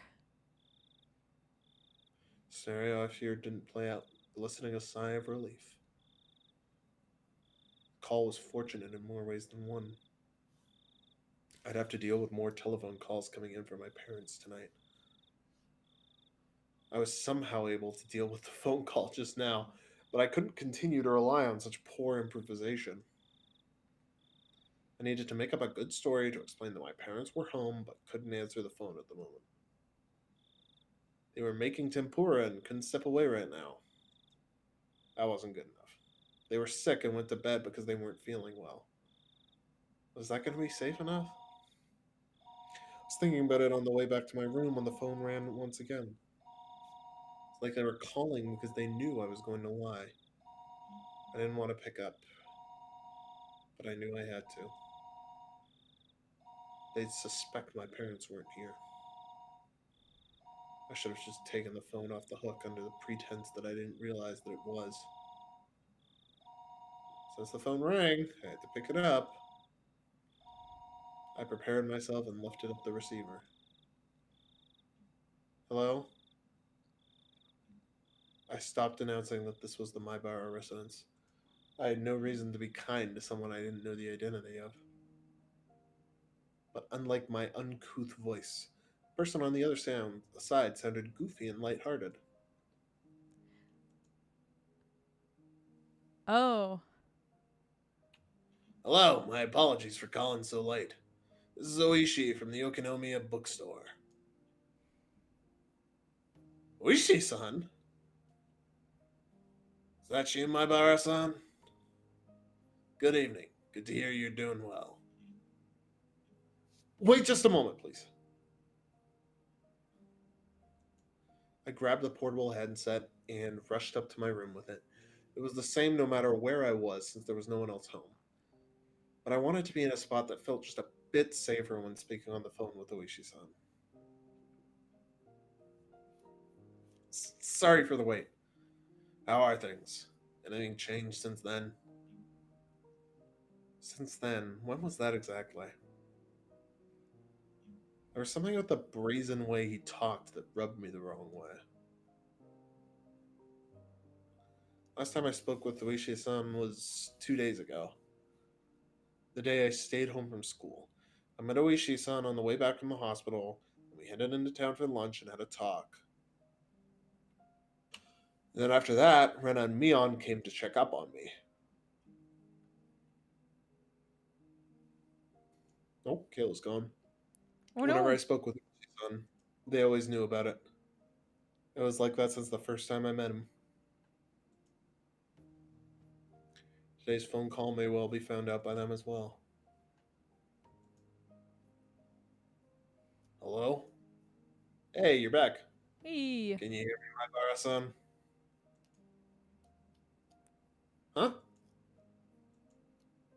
Huh? Sorry. What'd you say? I asked if anything's changed since last time. Wasn't an answer, so I got a bit worried. Not really. You know, not saying anything about the fucking needle. Yeah, the Jesus Christ, dude. The Yeah. word stop my throat. There was a ton of stuff that happened. All of it baffling. What should I talk about? I didn't understand any of it. But I should try asking. If I didn't ask now, I may never have another chance. This night, when my parents weren't home, I had no guarantees I would make it through the night safely, after all. Well, Oishi-san, it seems that someone is after me. Really? It could just all be a coincidence, but that day I missed school when I was sick. The two of them came to check up on me. Which two? Rena and Mion. They started asking about how I had lunch with you. What next? They left me some mochi when they came to visit. There was a needle inside. Fortunately, I somehow didn't swallow it. I wonder, could that have just been a threat? About the needle. It's just one of those common sewing needles you see all the time. There was a hole to thread string through. Not that, my Bara. The needle itself. That's evidence. Could be used as proof that they threatened you. Where is that needle? That's right. That's it. I dropped the receiver and rushed downstairs. When I tossed the mochi, I had overlooked it out of terror. That needle was a valuable piece of evidence. I'd certainly thrown the mochi and needle at the wall together. If it was there, then it would be on the living room wall. But my prudent mother had cleaned that living room wall. There was not a trace of mochi left on it. Could it be that it dropped in the gap between the wall and the carpet? I frantically searched by running my palm along the carpet. That's a great way to look for a needle. All right. Nothing turned. I tried moving around the sofa and desks, pulling up the carpet, then flapping it around. But I couldn't find the needle. Did my mom clean up everything without noticing it? It's just 2 days ago. I don't know what day they collected the burnable trash, but it may still be in the trash bin in the kitchen. I rushed into the kitchen, opened up the lid of the pail, and poured out the contents. But even at a glance, I could tell that it would be incredibly difficult to find the needle in this pile of trash. You dumb Keiichi. I was looking for a needle in a trash stack. Yes, exactly. I know, I'll try running my hand through it. It's a bit gross, but I was looking for a needle. If I felt a small prick, I'll be able to find it. You are a small prick, Keiichi. Oh my. Insert small prick joke here. It's a pretty tactless method, but it was also the quickest. I held my breath and started striking the pile of trash with my hand. Filth flew about. There was nothing more disgusting than this, but it was not the time to be concerned about such details. I continued on for a while, but nothing turned up. I wanted to search more thoroughly, but I was still on the phone. I shouldn't keep Oishi-san waiting for too long. Later, when Mom got back, I'd have to ask her if there was a needle. I hastily began scribbling on the notepad affixed to the refrigerator with a magnet. Was there a needle? I scrawled the words with a red pen. I then dashed back up the stairs where I had been keeping Oishi-san waiting for far too long. Hello? How did it go? I couldn't find it. I was really overwhelmed back then, and I see. It would be great if you could find it. Keep it safe. That's right, the needle wasn't the only incident. I had to tell him about this morning with the hit and run. Also, Oishi-san, that isn't all. Actually, this morning, that van was definitely aiming for me. I could say that without question due to the circumstances at that time. Did you see the license plate? I can search for it from here. Damn! I just flipped out yelling at him back then, but I didn't look at the plate. What failures on my part with the needle and the plate number? I was so focused on just protecting myself that I let some of the most important details slip out of my grasp. I punched my pillow, annoyed at how worthless I was. I'm sorry, I don't know much more about it than that it was a white van. Nothing to fret about, my Barasan. Anyone would be shaken up after getting hit. I guess all of this really isn't a coincidence, is it? Oops. Yeah. Dot dot dot. Oishi-san started to ham and haw over on the other end. I could imagine him folding his arms. Also, Rena is acting strange. How so? What Rena said on the way home today, asking why I was so much like Satoshi-kun. Now I could say it with confidence. That Rena knew what happened to Satoshi. She knew that there was more to it than him just simply disappearing. Rena knows. She knows something regarding what happened to Satoshi, the kid who was demoned away last year. What would that be exactly? Rena said I was the same as Satoshi. She said something to the effect of that the way things are going, I'll end up with the same fate as Satoshi. Fate, you say? Exactly what kind of fate did she say would befall you? Uh, transferring out, she said. Transferring out. Rena said Satoshi transferred out. So, given how things are going with me, I'll transfer out too. Oishi-san let out a stern sigh and then grumbled loudly. My Bara-san, that was probably some sort of threat, or maybe some type of warning. I thought so too. At that point, I started to think, would it be prudent to sum up everything that had happened up until now as the machinations of some human perpetrator?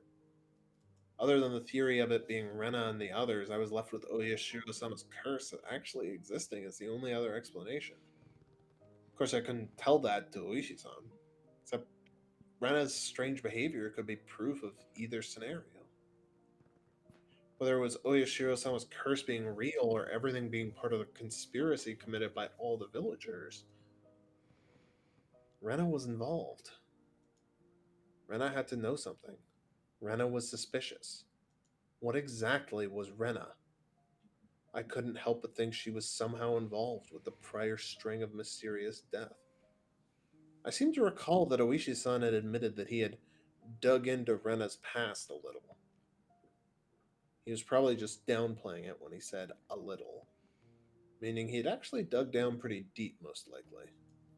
I wanted to hear about Rena. I wanted to know about what happened at her previous school, among other things that were still unknown to me.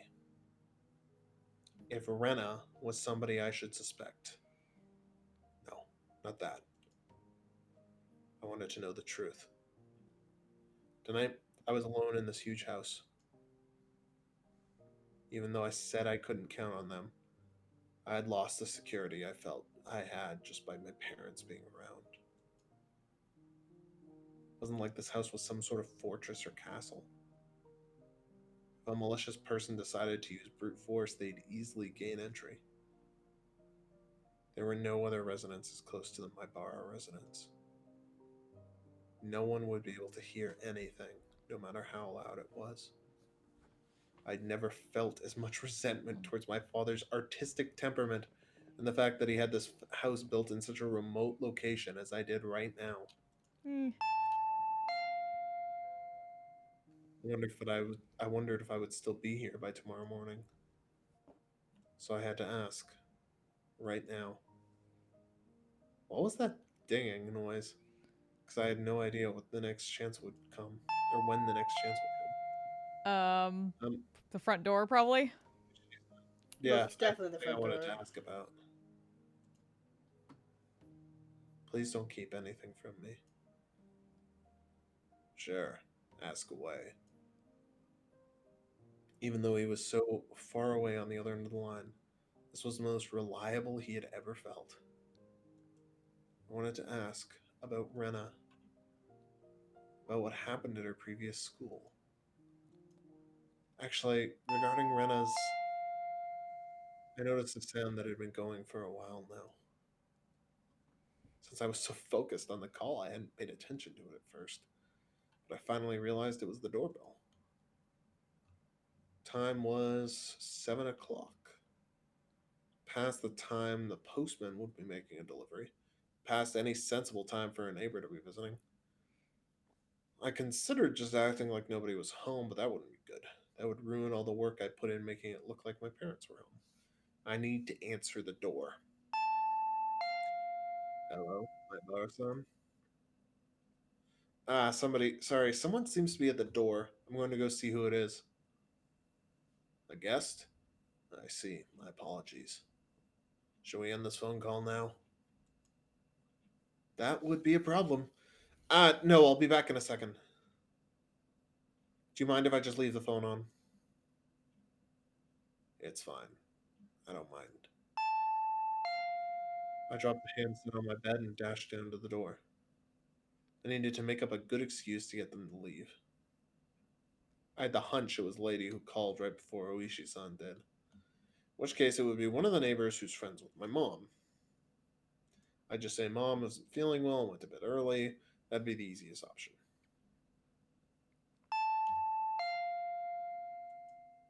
It'd be hard for her to ask me to wake my mom up if she's not feeling well. The bell continued to ring at regular intervals. Someone didn't answer after you rang the bell so much. You'd normally give up and go home, wouldn't you? Without removing the chain, I opened the door slightly and peered out at the visitor. A chill ran down my spine. I knew it. Somewhere deep inside, I had prepared for this moment.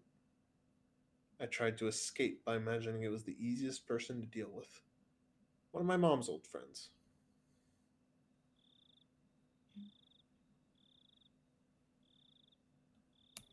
Good evening. Rena! There shouldn't be any reason for Rena to come over at this hour.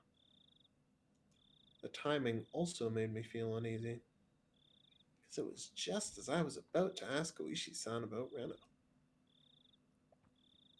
I wish I could have chalked this up to mere coincidence. But those unsettling words from Mion several days ago echoed back to me. There's nothing this old man doesn't know.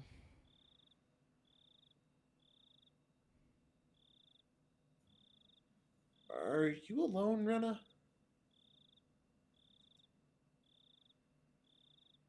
Yeah? Seems that Mion wasn't with her. But that didn't change the situation at all. Why did you come here? Hey, Keiichi-kun, I'd like you to open the door so we can talk. Can I come inside, I wonder? I wonder? It was true that speaking through a chain door wasn't the right way to talk to a classmate. But at my house, the chain has to be on at night. Don't worry about it. Then it can't be helped, I guess. Rena pouted rather sadly. But she kept smiling at least, and her effort to keep that smile up was quite pitiful. Even though she was tugging at my heartstrings, I didn't lower my guard. As long as I stayed like this, even if it made my heart ache, my life wasn't in danger. What I really feared, more than the possibility that hoodlums would assault me if I removed this chain, was trusting Rena enough to remove the chain and having my friendship betrayed. As long as the chain wasn't unlatched, even if it made my heart ache, I wouldn't have to deal with being betrayed by Rena. Since it didn't seem like I'd removed the chain from her silent urging, she appeared to give up on trying to get into the entranceway. Have you eaten yet, Kichikun? No, I haven't eaten. Since my mom wasn't there, dinner wouldn't be ready no matter how long I waited. I laid down when I got home, was woken up by the phone, and didn't have a chance to eat since I used up all that time talking.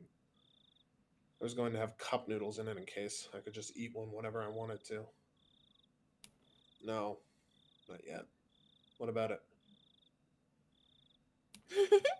Then good, Star. Drink. Look here.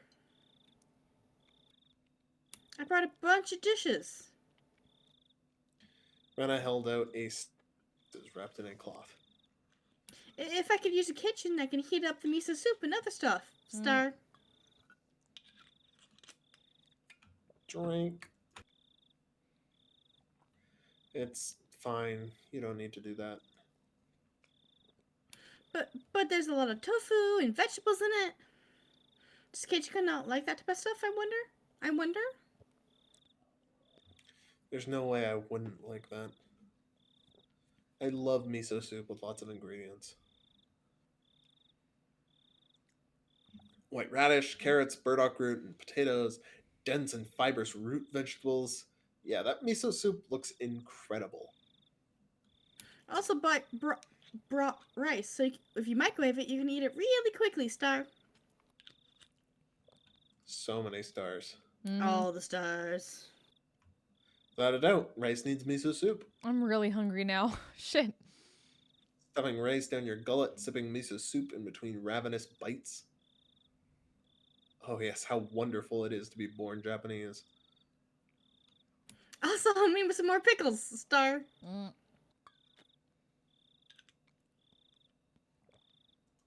I made sansai pickles this time. Before I'd moved here to Hinomizawa, I scoffed at the mountain vegetables called sanzai. But I was captivated by their charm the first time I tried them. Such a deep yet light flavor. The vegetables from the supermarket were tasteless and bland compared to these. If you had to describe them, then they were the vegetables for the uninitiated. To become an expert such as myself, you first had to partake of sansai. Here's the time travel for you. We're back to the first chapter is what we're talking about, a lot of food. It's common knowledge around here that the Ryugu family's traditional pickles were wonderfully delicious. No matter what kind of pickles they were, they'd go so well with that fluffy white rice. and also, But wait, there's more! So delicious. It just seems so delicious. Farewell to my unhealthy self who said he'd make do with cup noodles. Ren appeared to be in good spirits since she was offering such a delicious sounding dinner. The stress evaporated from my gut and hunger reared its voracious head. At the same time, my wariness of Rena suddenly dwindled. Ah, yes, Rena the did say age-old she was thing. alone. It shouldn't be a problem letting her inside. Though the possibility that it was laced with poison still hadn't been ruled out. The moment a cold chill ran down my spine once again. I couldn't understand why such a sensation had occurred just then. But the voice inside me was sounding the alarm.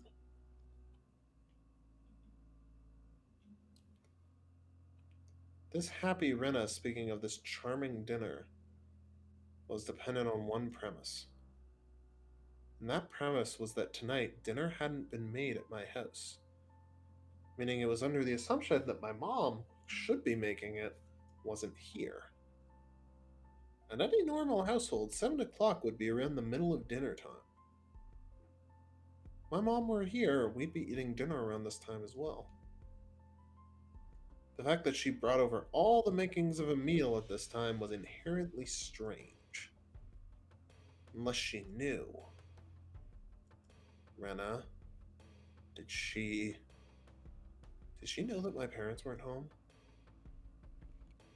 But there was also the chance that this was love. I had turned on the lights and a bunch of other stuff to make it seem like my parents were here.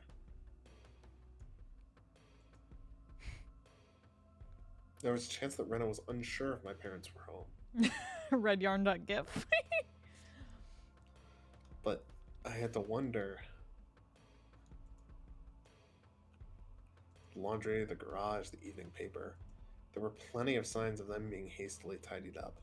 It's hard to say that Rena didn't have a chance to determine if my parents were here or not. But there was no reason for me to confess that right now. I should try holding on to that fact as long as I could. First of all, the chain was still latched. As long as I didn't take it off, Rena wouldn't be able to do anything to me. Physically. This make you hungry. Right? I'm quite grateful, but dinner will be ready pretty soon. Huh? Is that so? Is that so? I know you went through all that effort and everything, but while unable to think of a good way to refuse, my words trailed off weakly. But some of this could work as... Oh, sorry, that's Rena. But some of this could work as side dishes, I think. I'm sorry, we have more than enough already. My mom always makes quite a few sides. So... Huh? You have side dishes? With a smile that bordered on a cringe, I dodged her questions apologetically. Actually, she thought your mom was home. She wanted to dunk on her with her cooking skills.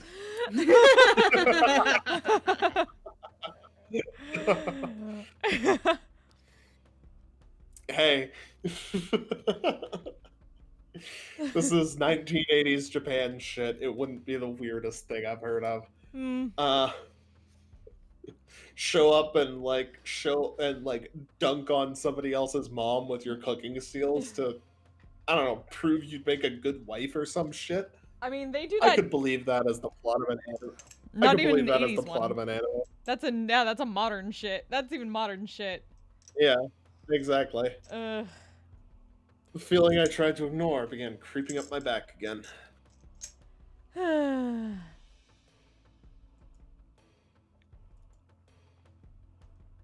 I spoke as if my mom was setting down dinner right now, but it didn't mesh well with what Rena was saying. Rena was talking as if she was aware of some obvious fact. And that, I was aware of it as well. No shit. Yeah, no shit, Sherlock. So Keiichi can cook. What did you make, I wonder? No, well, it's not that Rena assumed out of nowhere that I had made the dishes. No, not so much that I had made them, but rather that my mom hadn't. Did you really make them? The side dishes? Did you, Keiichi-kun? It wasn't me who made them. My mom did. No, she's making them. Right now. Stacey, I'm sorry, but I can't eat what you brought. Or your mom called and asked her to come over. Oh god. Ooh. Rena I feel like fell the mom silent. would do that too. Yeah, probably. At that moment, I felt that the light had suddenly disappeared from her eyes. How about I try guessing what Keiichi-kun's dinner will be? It doesn't matter what I'm going to eat.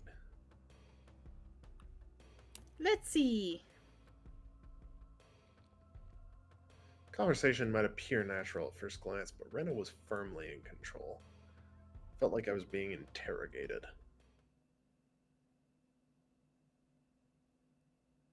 Your dinner. I wonder, is it something that can be made with just hot water? Hey now, stop with the insults.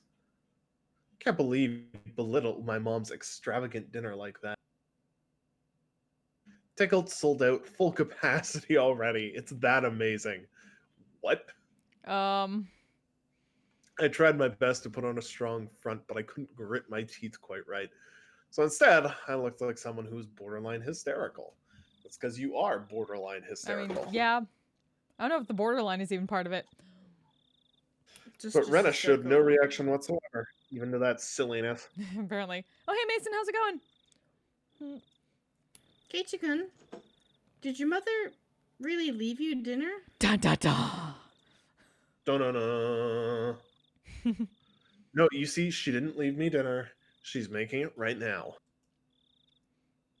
It's almost time for dinner. Everybody's going crazy in this game. Rena had taken that assertion of mine that my mother was home and making dinner right now and was completely ignoring it. I could tell, but that the more I panicked, the colder Rena became. Hey, Keiichi-kun. Give me the eyes. Give me the eyes. At that moment, an uncomfortable chill crept in from the gap in the doorway. Give us the eyes. Give me the eyes. Is your mom home? I wonder. Give me the eyes, Rena. Show us the Give eyes. them to me. I can't keep up this charade anymore. I want them. Show us the eyes. Hot photographer son? Rena, you know, full well. No, he dead. My parents weren't home. I mean, the voice is right there. Is dead. But I'd come too far to admit that now. Anyway, my parents were here and we'd be having dinner soon. That was the situation I had concocted. Talking nerd shit in Discord. Hey, nice. Good. Always talk nerd shit in Discord. Good job. Of course. Always. I told her she was here. She's here, of course. I could feel the humidity drying out from the surrounding air. Rena's eyes were becoming even more frigid, piercing me with their gelid glare. Give me the fucking eyes. What? Yes! Heck yes. Yes! Hell yeah. Why? Murder is afoot tonight. Oh, yeah. What do you mean? I tried acting casual, but that facade was Let's do torn this, off me motherfucker. the instant I looked into Rena's eyes. That look, it informed me of Rena's response faster than she could open her mouth. Why have you been lying to me? I wonder. Lies! Lies! I'm not lying. That's a lie, isn't it? Lies! Lies. It's not a lie. Lies! Lies! Yes! Crazy eyes. They come. Woo! Oh, yeah. Rena's outburst sent a jolt surging through my body. Hell yes. Ren and I were still separated by what few inches that slightly ajar but still chained door could afford. But despite that, I was still being cornered. My house, which I'd considered a safe haven until now, had become more like a dark alleyway where no one could save me. Dun, dun, dun. What? Never would have guessed that. Shall I guess your dinner, Keiichi-kun? Let's see. Dun, dun, dun.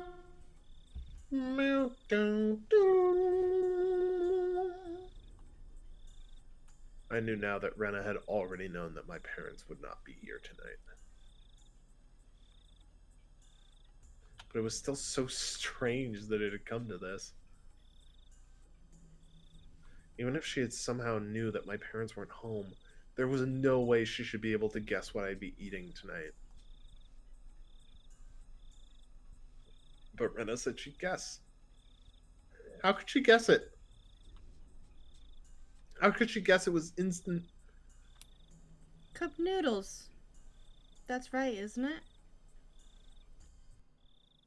That I was going to eat. Dun dun dun. Wait, the cooking repertoire of a man who can't do housework is probably nothing but cup noodles after all. Looking at this statistically, it was the most probable answer. That's a very me response to that. That doesn't mean she was guessing. I don't think you'd be full with just noodles. I think having rice and stuff will definitely hit the spot. Calm down, KG Maibara. This was just coincidence. Rena was just reading certain tells of mine.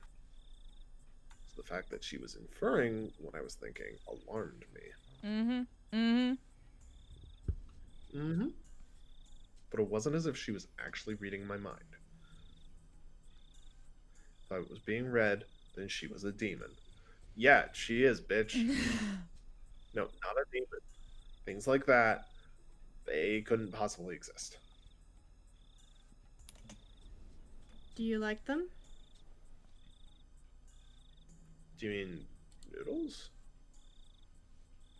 No. Something. Redacted. What? Rena indicated that the point my answer was addressing was wrong. Her rebuttal was so short that I momentarily didn't understand the words Rena had spoken. They were redacted. Sorry, Rena. Yeah, what? What did you say just now? Huh? About what? I'm so confused.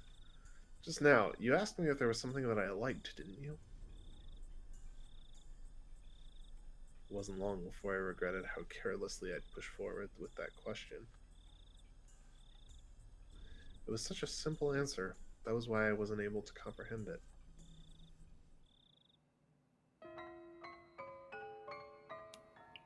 Pork bone and ginger flavor.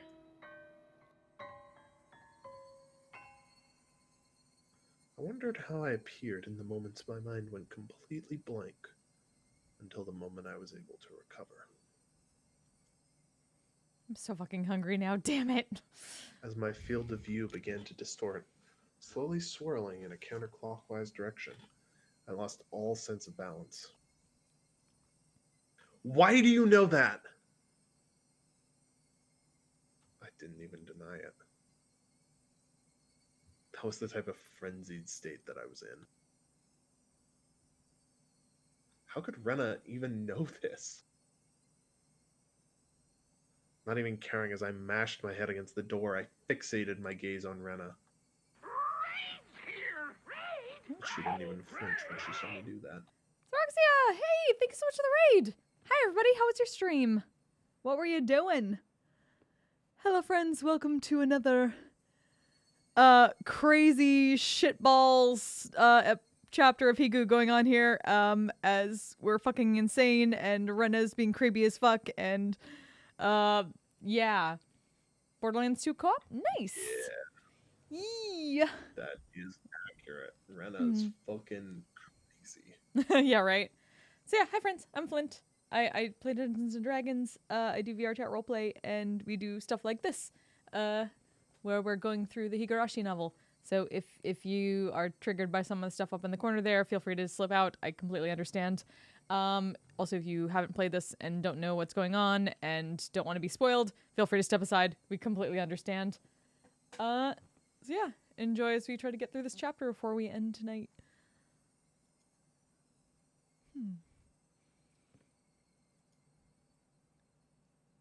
Keach. I certainly did buy them. I bought a bunch at once.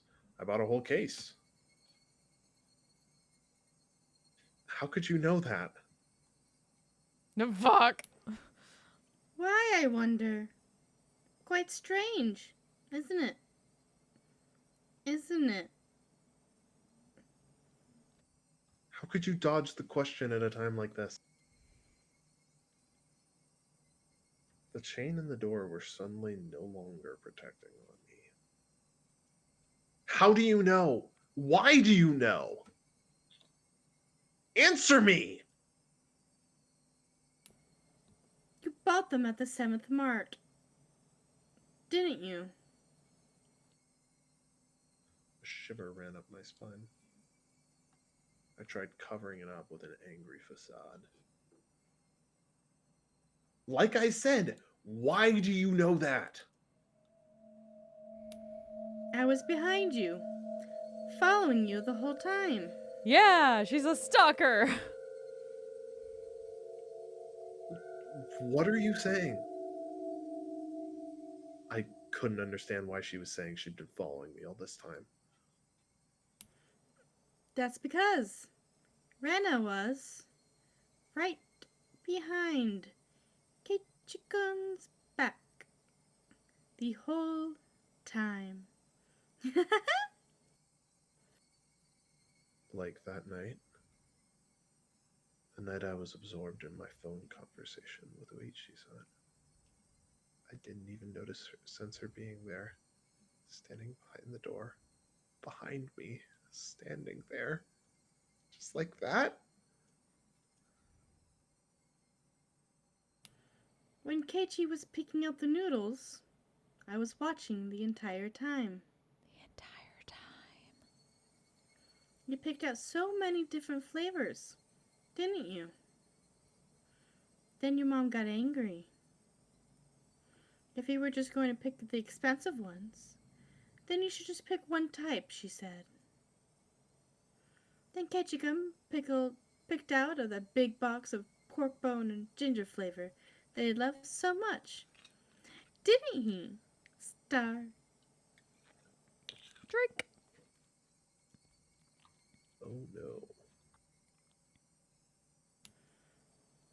I like it too. Pork bone noodles. But I can never eat a whole big bowl myself.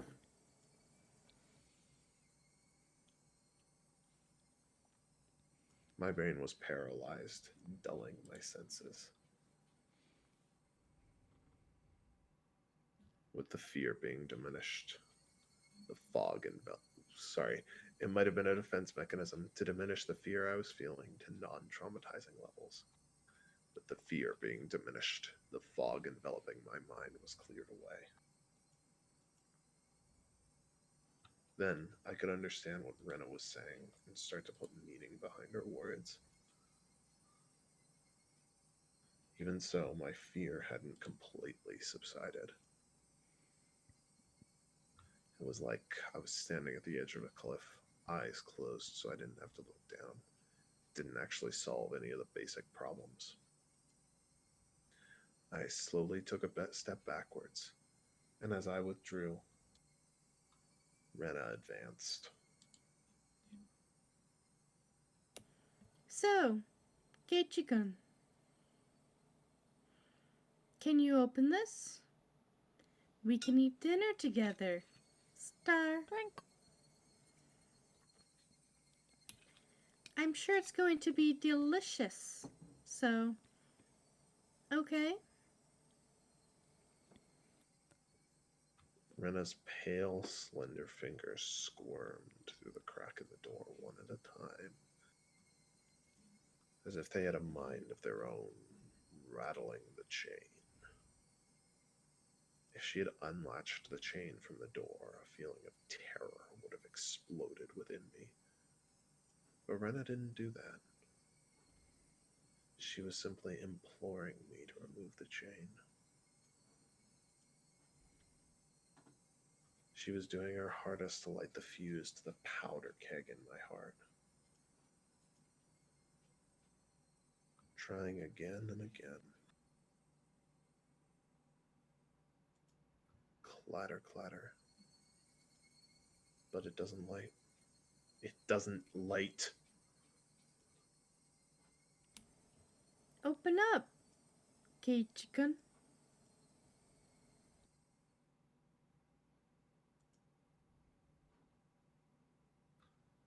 Please go away. I beg you. Please go away. How can you say something so mean, I wonder? I wonder. Please go away. Go away. Go away!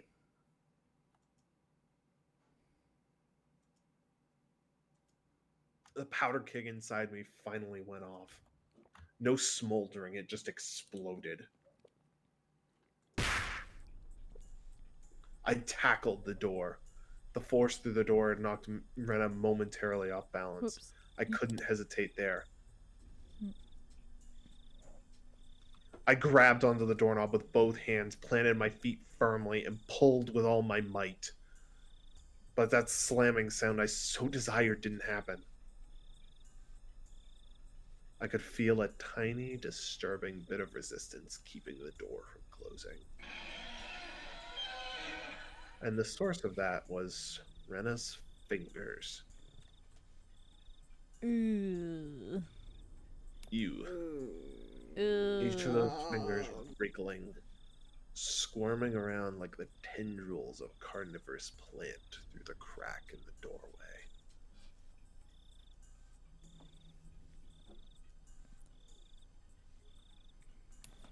It hurts. It hurts, Keiichi-kun. It hurts. Ugh.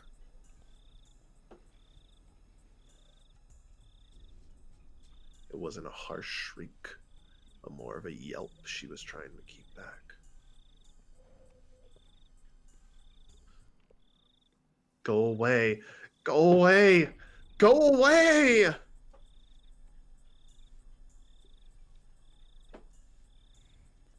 I kept on pulling on the door with all my might. I didn't even realize that if I didn't loosen my pull on the door, at least momentarily, Rena wouldn't be able to pull her fingers out, and that was why the door wasn't closing. It really hurts, Keiichi-kun. I'm sorry if I was messing around too much. Ugh. I didn't care one bit for her apology. No matter how much she apologized, it didn't change any of what she'd done up until now. Didn't change anything. It hurts. It hurts. I'm sorry. I'm sorry. I'm sorry. Go away! Go away! Go away! Rena couldn't leave even if she wanted to because I'd trapped her fingers. Rena's white fingers had become deep red and were no longer even squirming. I'm sorry. I'm sorry. I'm sorry. Go away, go away, go away! I'm sorry. I'm sorry. I'm sorry. I'm sorry. I'm sorry. Rena's apologies were occasionally twisted with pain, but like a broken record, she was intent on repeating it over and over. Go away, go away, go away. Stop it, stop it, stop it, stop it! I pulled on the door even harder. Finally, Rena's fingers were somehow able to slip out from their imprisonment in the doorway. The moment that happened, the door closed suddenly, and I could feel the thud of Rena falling on her butt on the other side. I locked the door immediately. It made a loud clunk, voicing my rejection to Rena. I'm sorry. I'm sorry. I'm sorry. I'm sorry. Keiichi-kun. I'm sorry. Open up. Keiichi-kun. Rena leaned against the door, apologizing profusely and nothing else. After confirming that I was sufficiently sealed away from her, I trudged away from the doorway.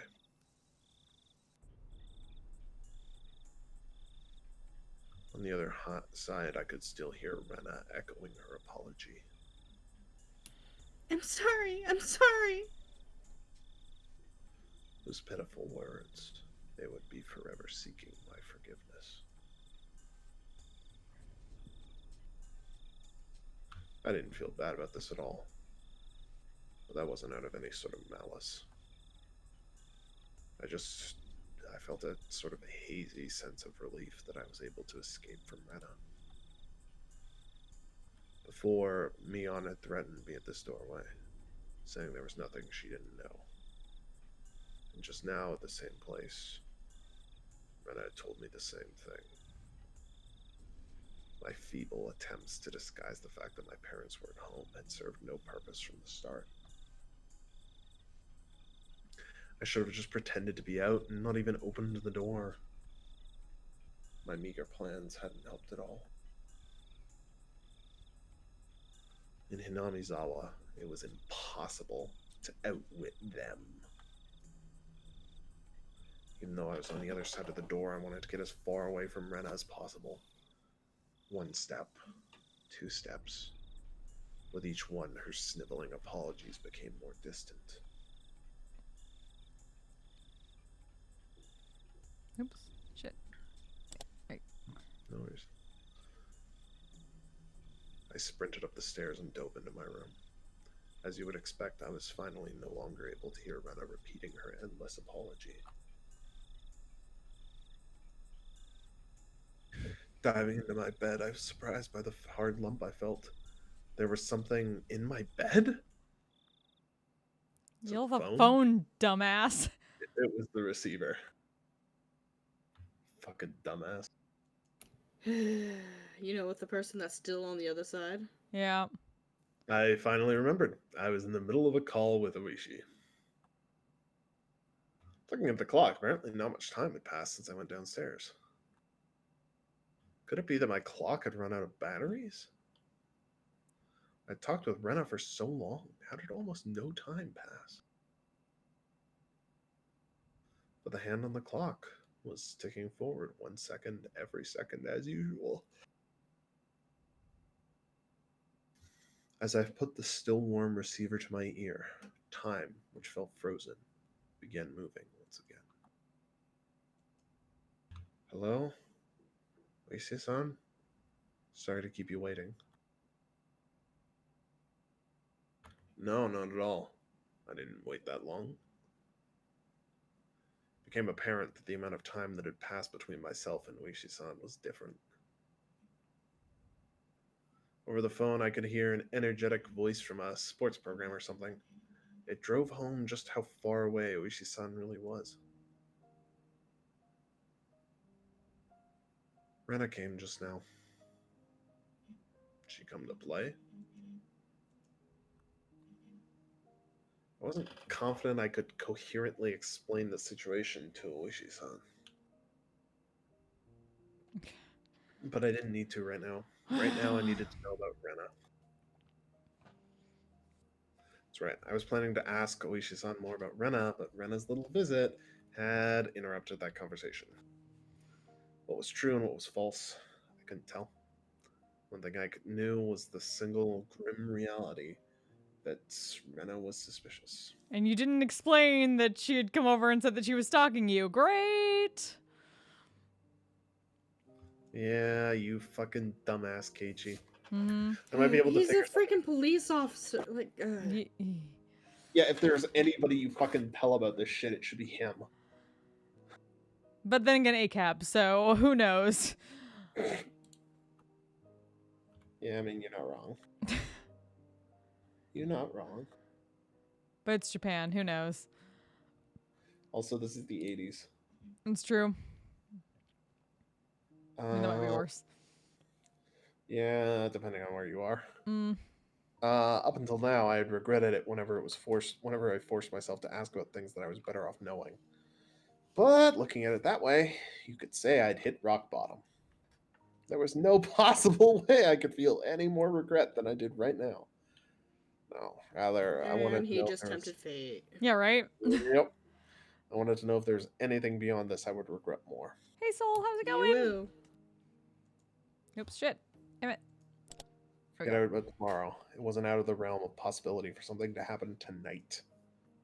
I wanted to know everything I could. I was absolutely not going to die like this. Not without knowing anything I definitely won't. This is the first start, Keiichi. I feel like that's your fate. Yeah, basically. Going okay? We were just dealing with some crazy ass shit tonight. Woo! Rena's just gonna straight up murder you, and then the time loop happens, I guess. I hope, expect, think. Regarding Rena Ryugu-san, I did a little bit of digging. Yeah, well, it wasn't much. I understood that Oishi-san was talking in circles. A bit meant I dug so deep it'd be hard to discuss with you since you're her friend. I want to know everything from your research. I don't think he'll be very interested in what I have to say, though. Oishi-san. I spoke as calmly as possible to Oishi-san, who was continuing to avoid the issue. And then I said it. I think Rena Ryugu is suspicious. Even if the past incidents were from Oyashiro-sama's curse, Rena Ryugu is involved. Do you have some sort of proof that makes you believe Rena-san is suspicious? The manner in which Oishi-san spoke became very firm. Are you gonna tell him now? Do you have some sort of proof? That was him talking as a detective. I only have circumstantial evidence. I see. I could tell even over the phone how disappointed Oishi-san was. Pulling on the fishing line when he felt a bite, only to reel in the bait. Disappointed, but ready to cast the line once more. That's how it seemed. Oishi-san, you can't do anything without physical proof, can you? What I meant was, you can't come and save me without proof. I stuck that barb in there. As Oishi-san loved roundabout ways of saying things, he understood me just fine. Fine, my bar-san. I'll protect you. That was not the least bit reassuring. Oishi-san was just using me to continue his investigation. I was just going to get killed, and my corpse would be an important piece of evidence. That was all I was to him. Whether I'm alive or dead may be of no concern for your investigation, but it's all over for me when I die. Oishi-san went silent on the other end of the line. I may have been too blunt, but I didn't care. All I needed to relay was to Oishi-san was that I was currently in a very dangerous position. So please, tell me. Tell me about Rena. Satoshi transferred out.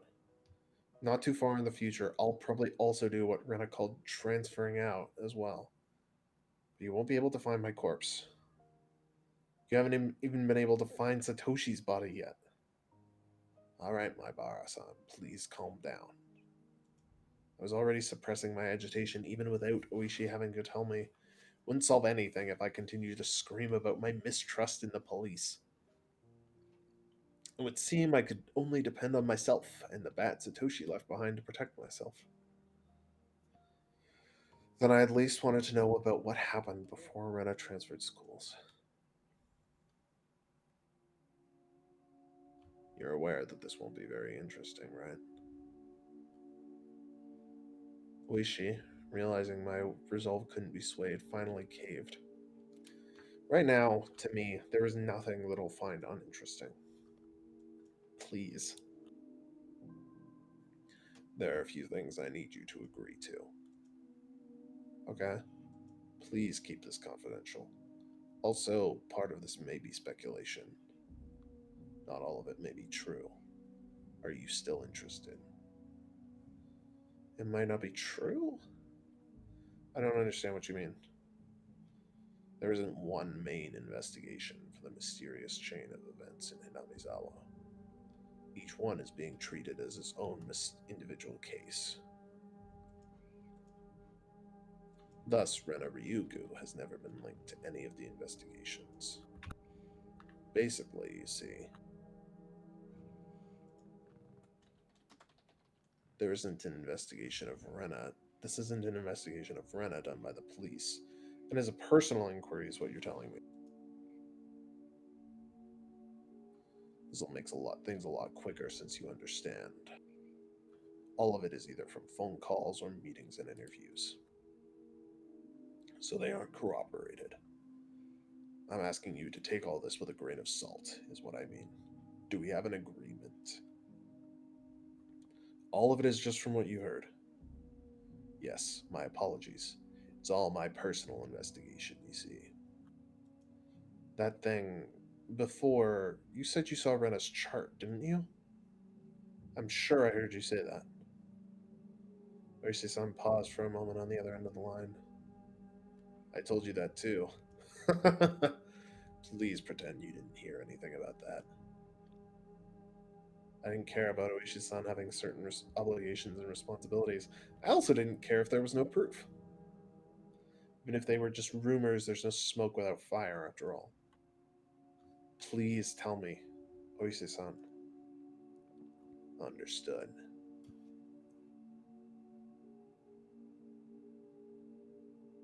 He finally opened those tight lips of his. Seemed that Rena lived in quite a long time ago. She moved to Ibaraki Prefecture after she finished elementary school. Then, following that, right after transferring, the unfortunate incident with the breaking of the school windows happened. Then Rena confided to the doctor. It was Oyashiro-sama. This was all he knew.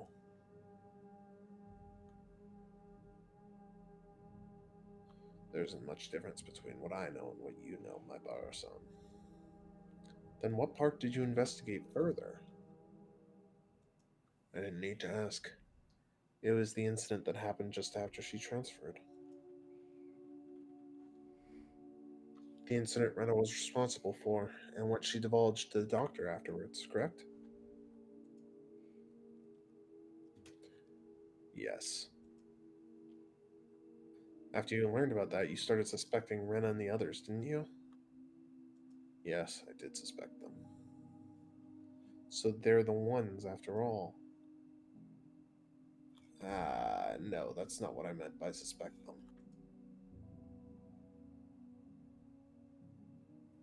Oishi-san was the type of person to say things with confidence, but these particular words were less than reassuring. Then who did you suspect? That it was Oyashiro-sama. Huh? That Oyashiro-sama's curse really exists. Yeah, right. Well, Oishi-san's laugh was quite dry. Certainly not the kind that would make you want to join in. Oishi resumed the conversation about the dubious circumstances behind Satoshi's disappearance. Does somebody else want to narrate for this? Okay, sure. Yeah, sorry. I'm doing a lot of talking of just me. You're not enjoying the back and forth with yourself? Yeah. Do you want this Well, until the you have back to and go, forth Kayla? between Keiichi, his own narration, and Oishi. Yeah. You want to go until you have to leave, Kayla? Nah, it's okay. You got it. You haven't done anything. All you. I know, but you need to. It's okay. Don't worry. Don't worry. The course of events up until the start of delving into Rena's past. Just then, there was thunder in the distance, and a heavy rain started pouring down. It came without warning, rain so heavy it felt like it could beat you down. I had left the window in my room open a crack to let the heat out. The violent wind danced in my room, making the curtains flap wildly. What is it? Nothing. It suddenly started raining heavily. Sorry, please continue. I got up while still I got on up. the phone. And close the door. Close Force the of window. habit. You're right. I said at the beginning it was an incident, but because neither the school nor the victims filed charges, the police were never involved. So, you see, those involved were very reluctant to talk.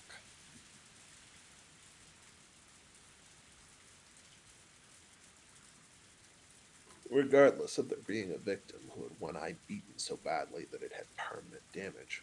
What? What? Oh shit. It could have been the school or Well, possibly then. some individual who made arrangements to keep this from going public. Also, the psychologist was very strict about their professional ethics. Hello? My bar-san, can you hear me? There was the figure of a person standing by the light near the mailbox this whole time. Even in this torrential rain, they didn't have an umbrella. They were unquestionably drenched from head to toe. In the shower, which more resembled a waterfall, droplets of water dripped down from her hair. Just standing there, both arms dangling at her side. In one hand was a stack of boxes wrapped in cloth. Her eyes, focused on my room, focused on me as I was about to close the window. Her mouth was methodically repeating a chewing motion. It was as if she had something hard to chew in her mouth, with her cheeks puffing out. What could she be eating over there? How could it be at this time I was more enthralled by Rena, instead of the shocking developments being brought to light by Oishi-san? If it hadn't started raining, I wouldn't have gone to the window. Then I wouldn't have noticed Rena, nor would I have noticed that. Rena's mouth was moving in the same pattern. She wasn't eating something. She was repeating something. What was it? Was she repeating? To me. What was she saying? And why was I right up against the window, fixated on her? Hello, my bar-san, can you hear me? Hello? I'm sorry. Huh? My bar-san?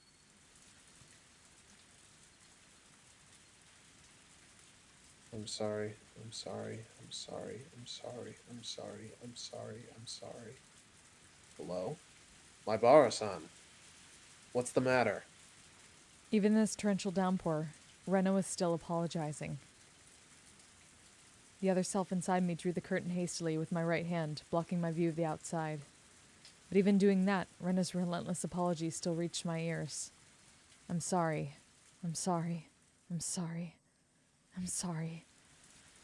If I forgive you for this, will you forgive me for that? Please stop. Please stop. Please stop. Please stop. I'm sorry. I'm sorry. I'm sorry. I'm sorry. I'm sorry. I'm sorry. I'm sorry. I'm sorry. Damn it! Why did I have to forgive her? I'm the one who wants to be forgiven. What part of me can't you forgive? I won't be killed. If you won't forgive me, then I won't forgive you either. I won't forgive. Won't forgive. Won't forgive. Won't forgive. Won't forgive. Won't forgive. Won't forgive. Won't forgive. My bar-san, if you can hear me, then please respond. Hello?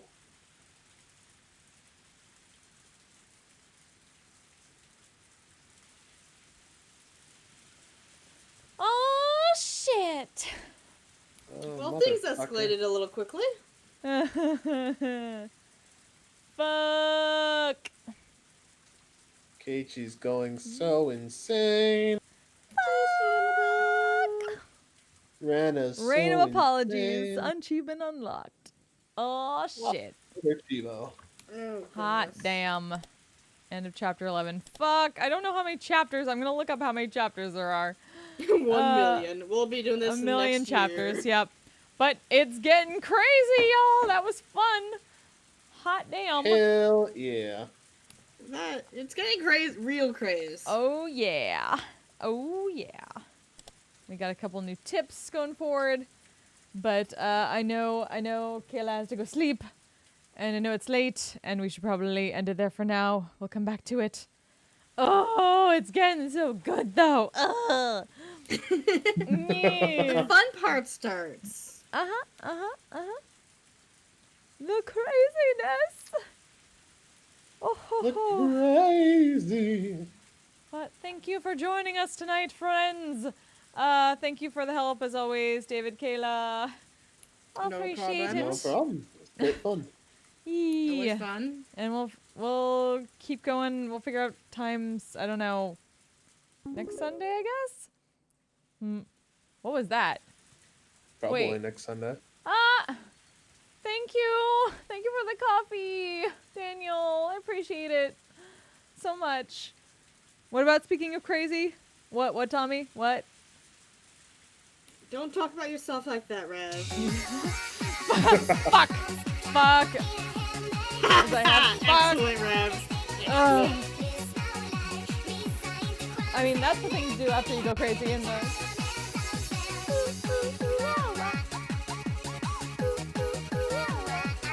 So I have your stream muted, but I can literally still hear that song somehow. Because like, it's loud enough through my... Because my headphones... No, I don't actually hear it, but Oh, in my head, I can, like, legit just hear it.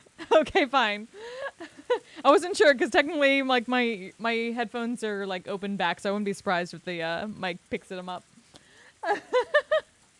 So I don't know how many more chapters there are, but it looks like there's 3 more achievements. Okay. Left for 3 more like story achievements left in this thing. So probably 3 more chapters then, most probably. Alright, Yeah. alright, we're getting there. Nice. We're almost to the end of the first arc. The very first Oh, arc. God. Ooh, life, yes. Yes, Soul, I know. Weird things happen. And yeah, those are... I don't know if people know, but yeah, anyone who is sub to me gets free access to those audio commands. Because, you know, I like doing terrible things to myself. I have to figure out more of those too. I'm also going to try to work on things that can pop up with channel points. Since I know I don't have too many of those that people use. Yes, Tommy uses all of the sound commands. I know of a way to be able to like make stuff pop up in the overlay and do sounds and stuff like that with Nice. Ah yes, we love the haiku. Had to. Yep. But I know there's a way to like make stuff go up on the overlay with channel points. I'm going to learn how to do that. I need time. I need the time to be able to teach myself shit, but I also want to like put stuff on my avatars and VR chat and there's so much going on. I'll figure it out eventually. Oh yeah? Oh yeah. But yes, that was super fun. We'll find another time to do it. I will be back, I guess, tomorrow night for Bardcore. David and I will be. Oh yeah, That's a thing that's happening. So figuring it out. sure is. You're right. Hey, Von Explaino, how you doing? Thanks for stopping by. Yeah. So David and I will be back tomorrow night for D&D Bardcore, the Bard Hell yeah. party. And then I think after that, hopefully, I know there's timing involved. I'm going to probably have to jump right quickly out of it. But I know that Celine in my VR chat guild wanted to take the guild out to McDonald's. So that's happening. Oh my God. Another McDonald's excursion in actual, like, canon. It's going to be great. Canon excursion. So I'll try to, like, I don't know if I can stream it because I'm going to have to, like, switch things out so fast to be able to not get left behind that I might not have time to. I'll try my best. Either way, I'll try to, like, save it. Yes, we all want a Happy Meal. I want that Happy Meal. But yeah, so until next time, this has been super amazing. I appreciate you all joining us on this ride through this and now this long command. Oh shit. Oh, so much woos. So let me find somebody to send some love to in Raid.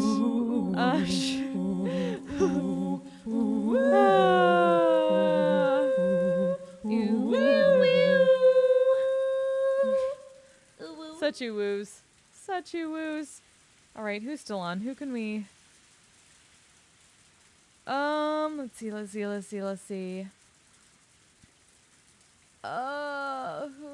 it been? It's been a while. Let's see. Shit. What do I do?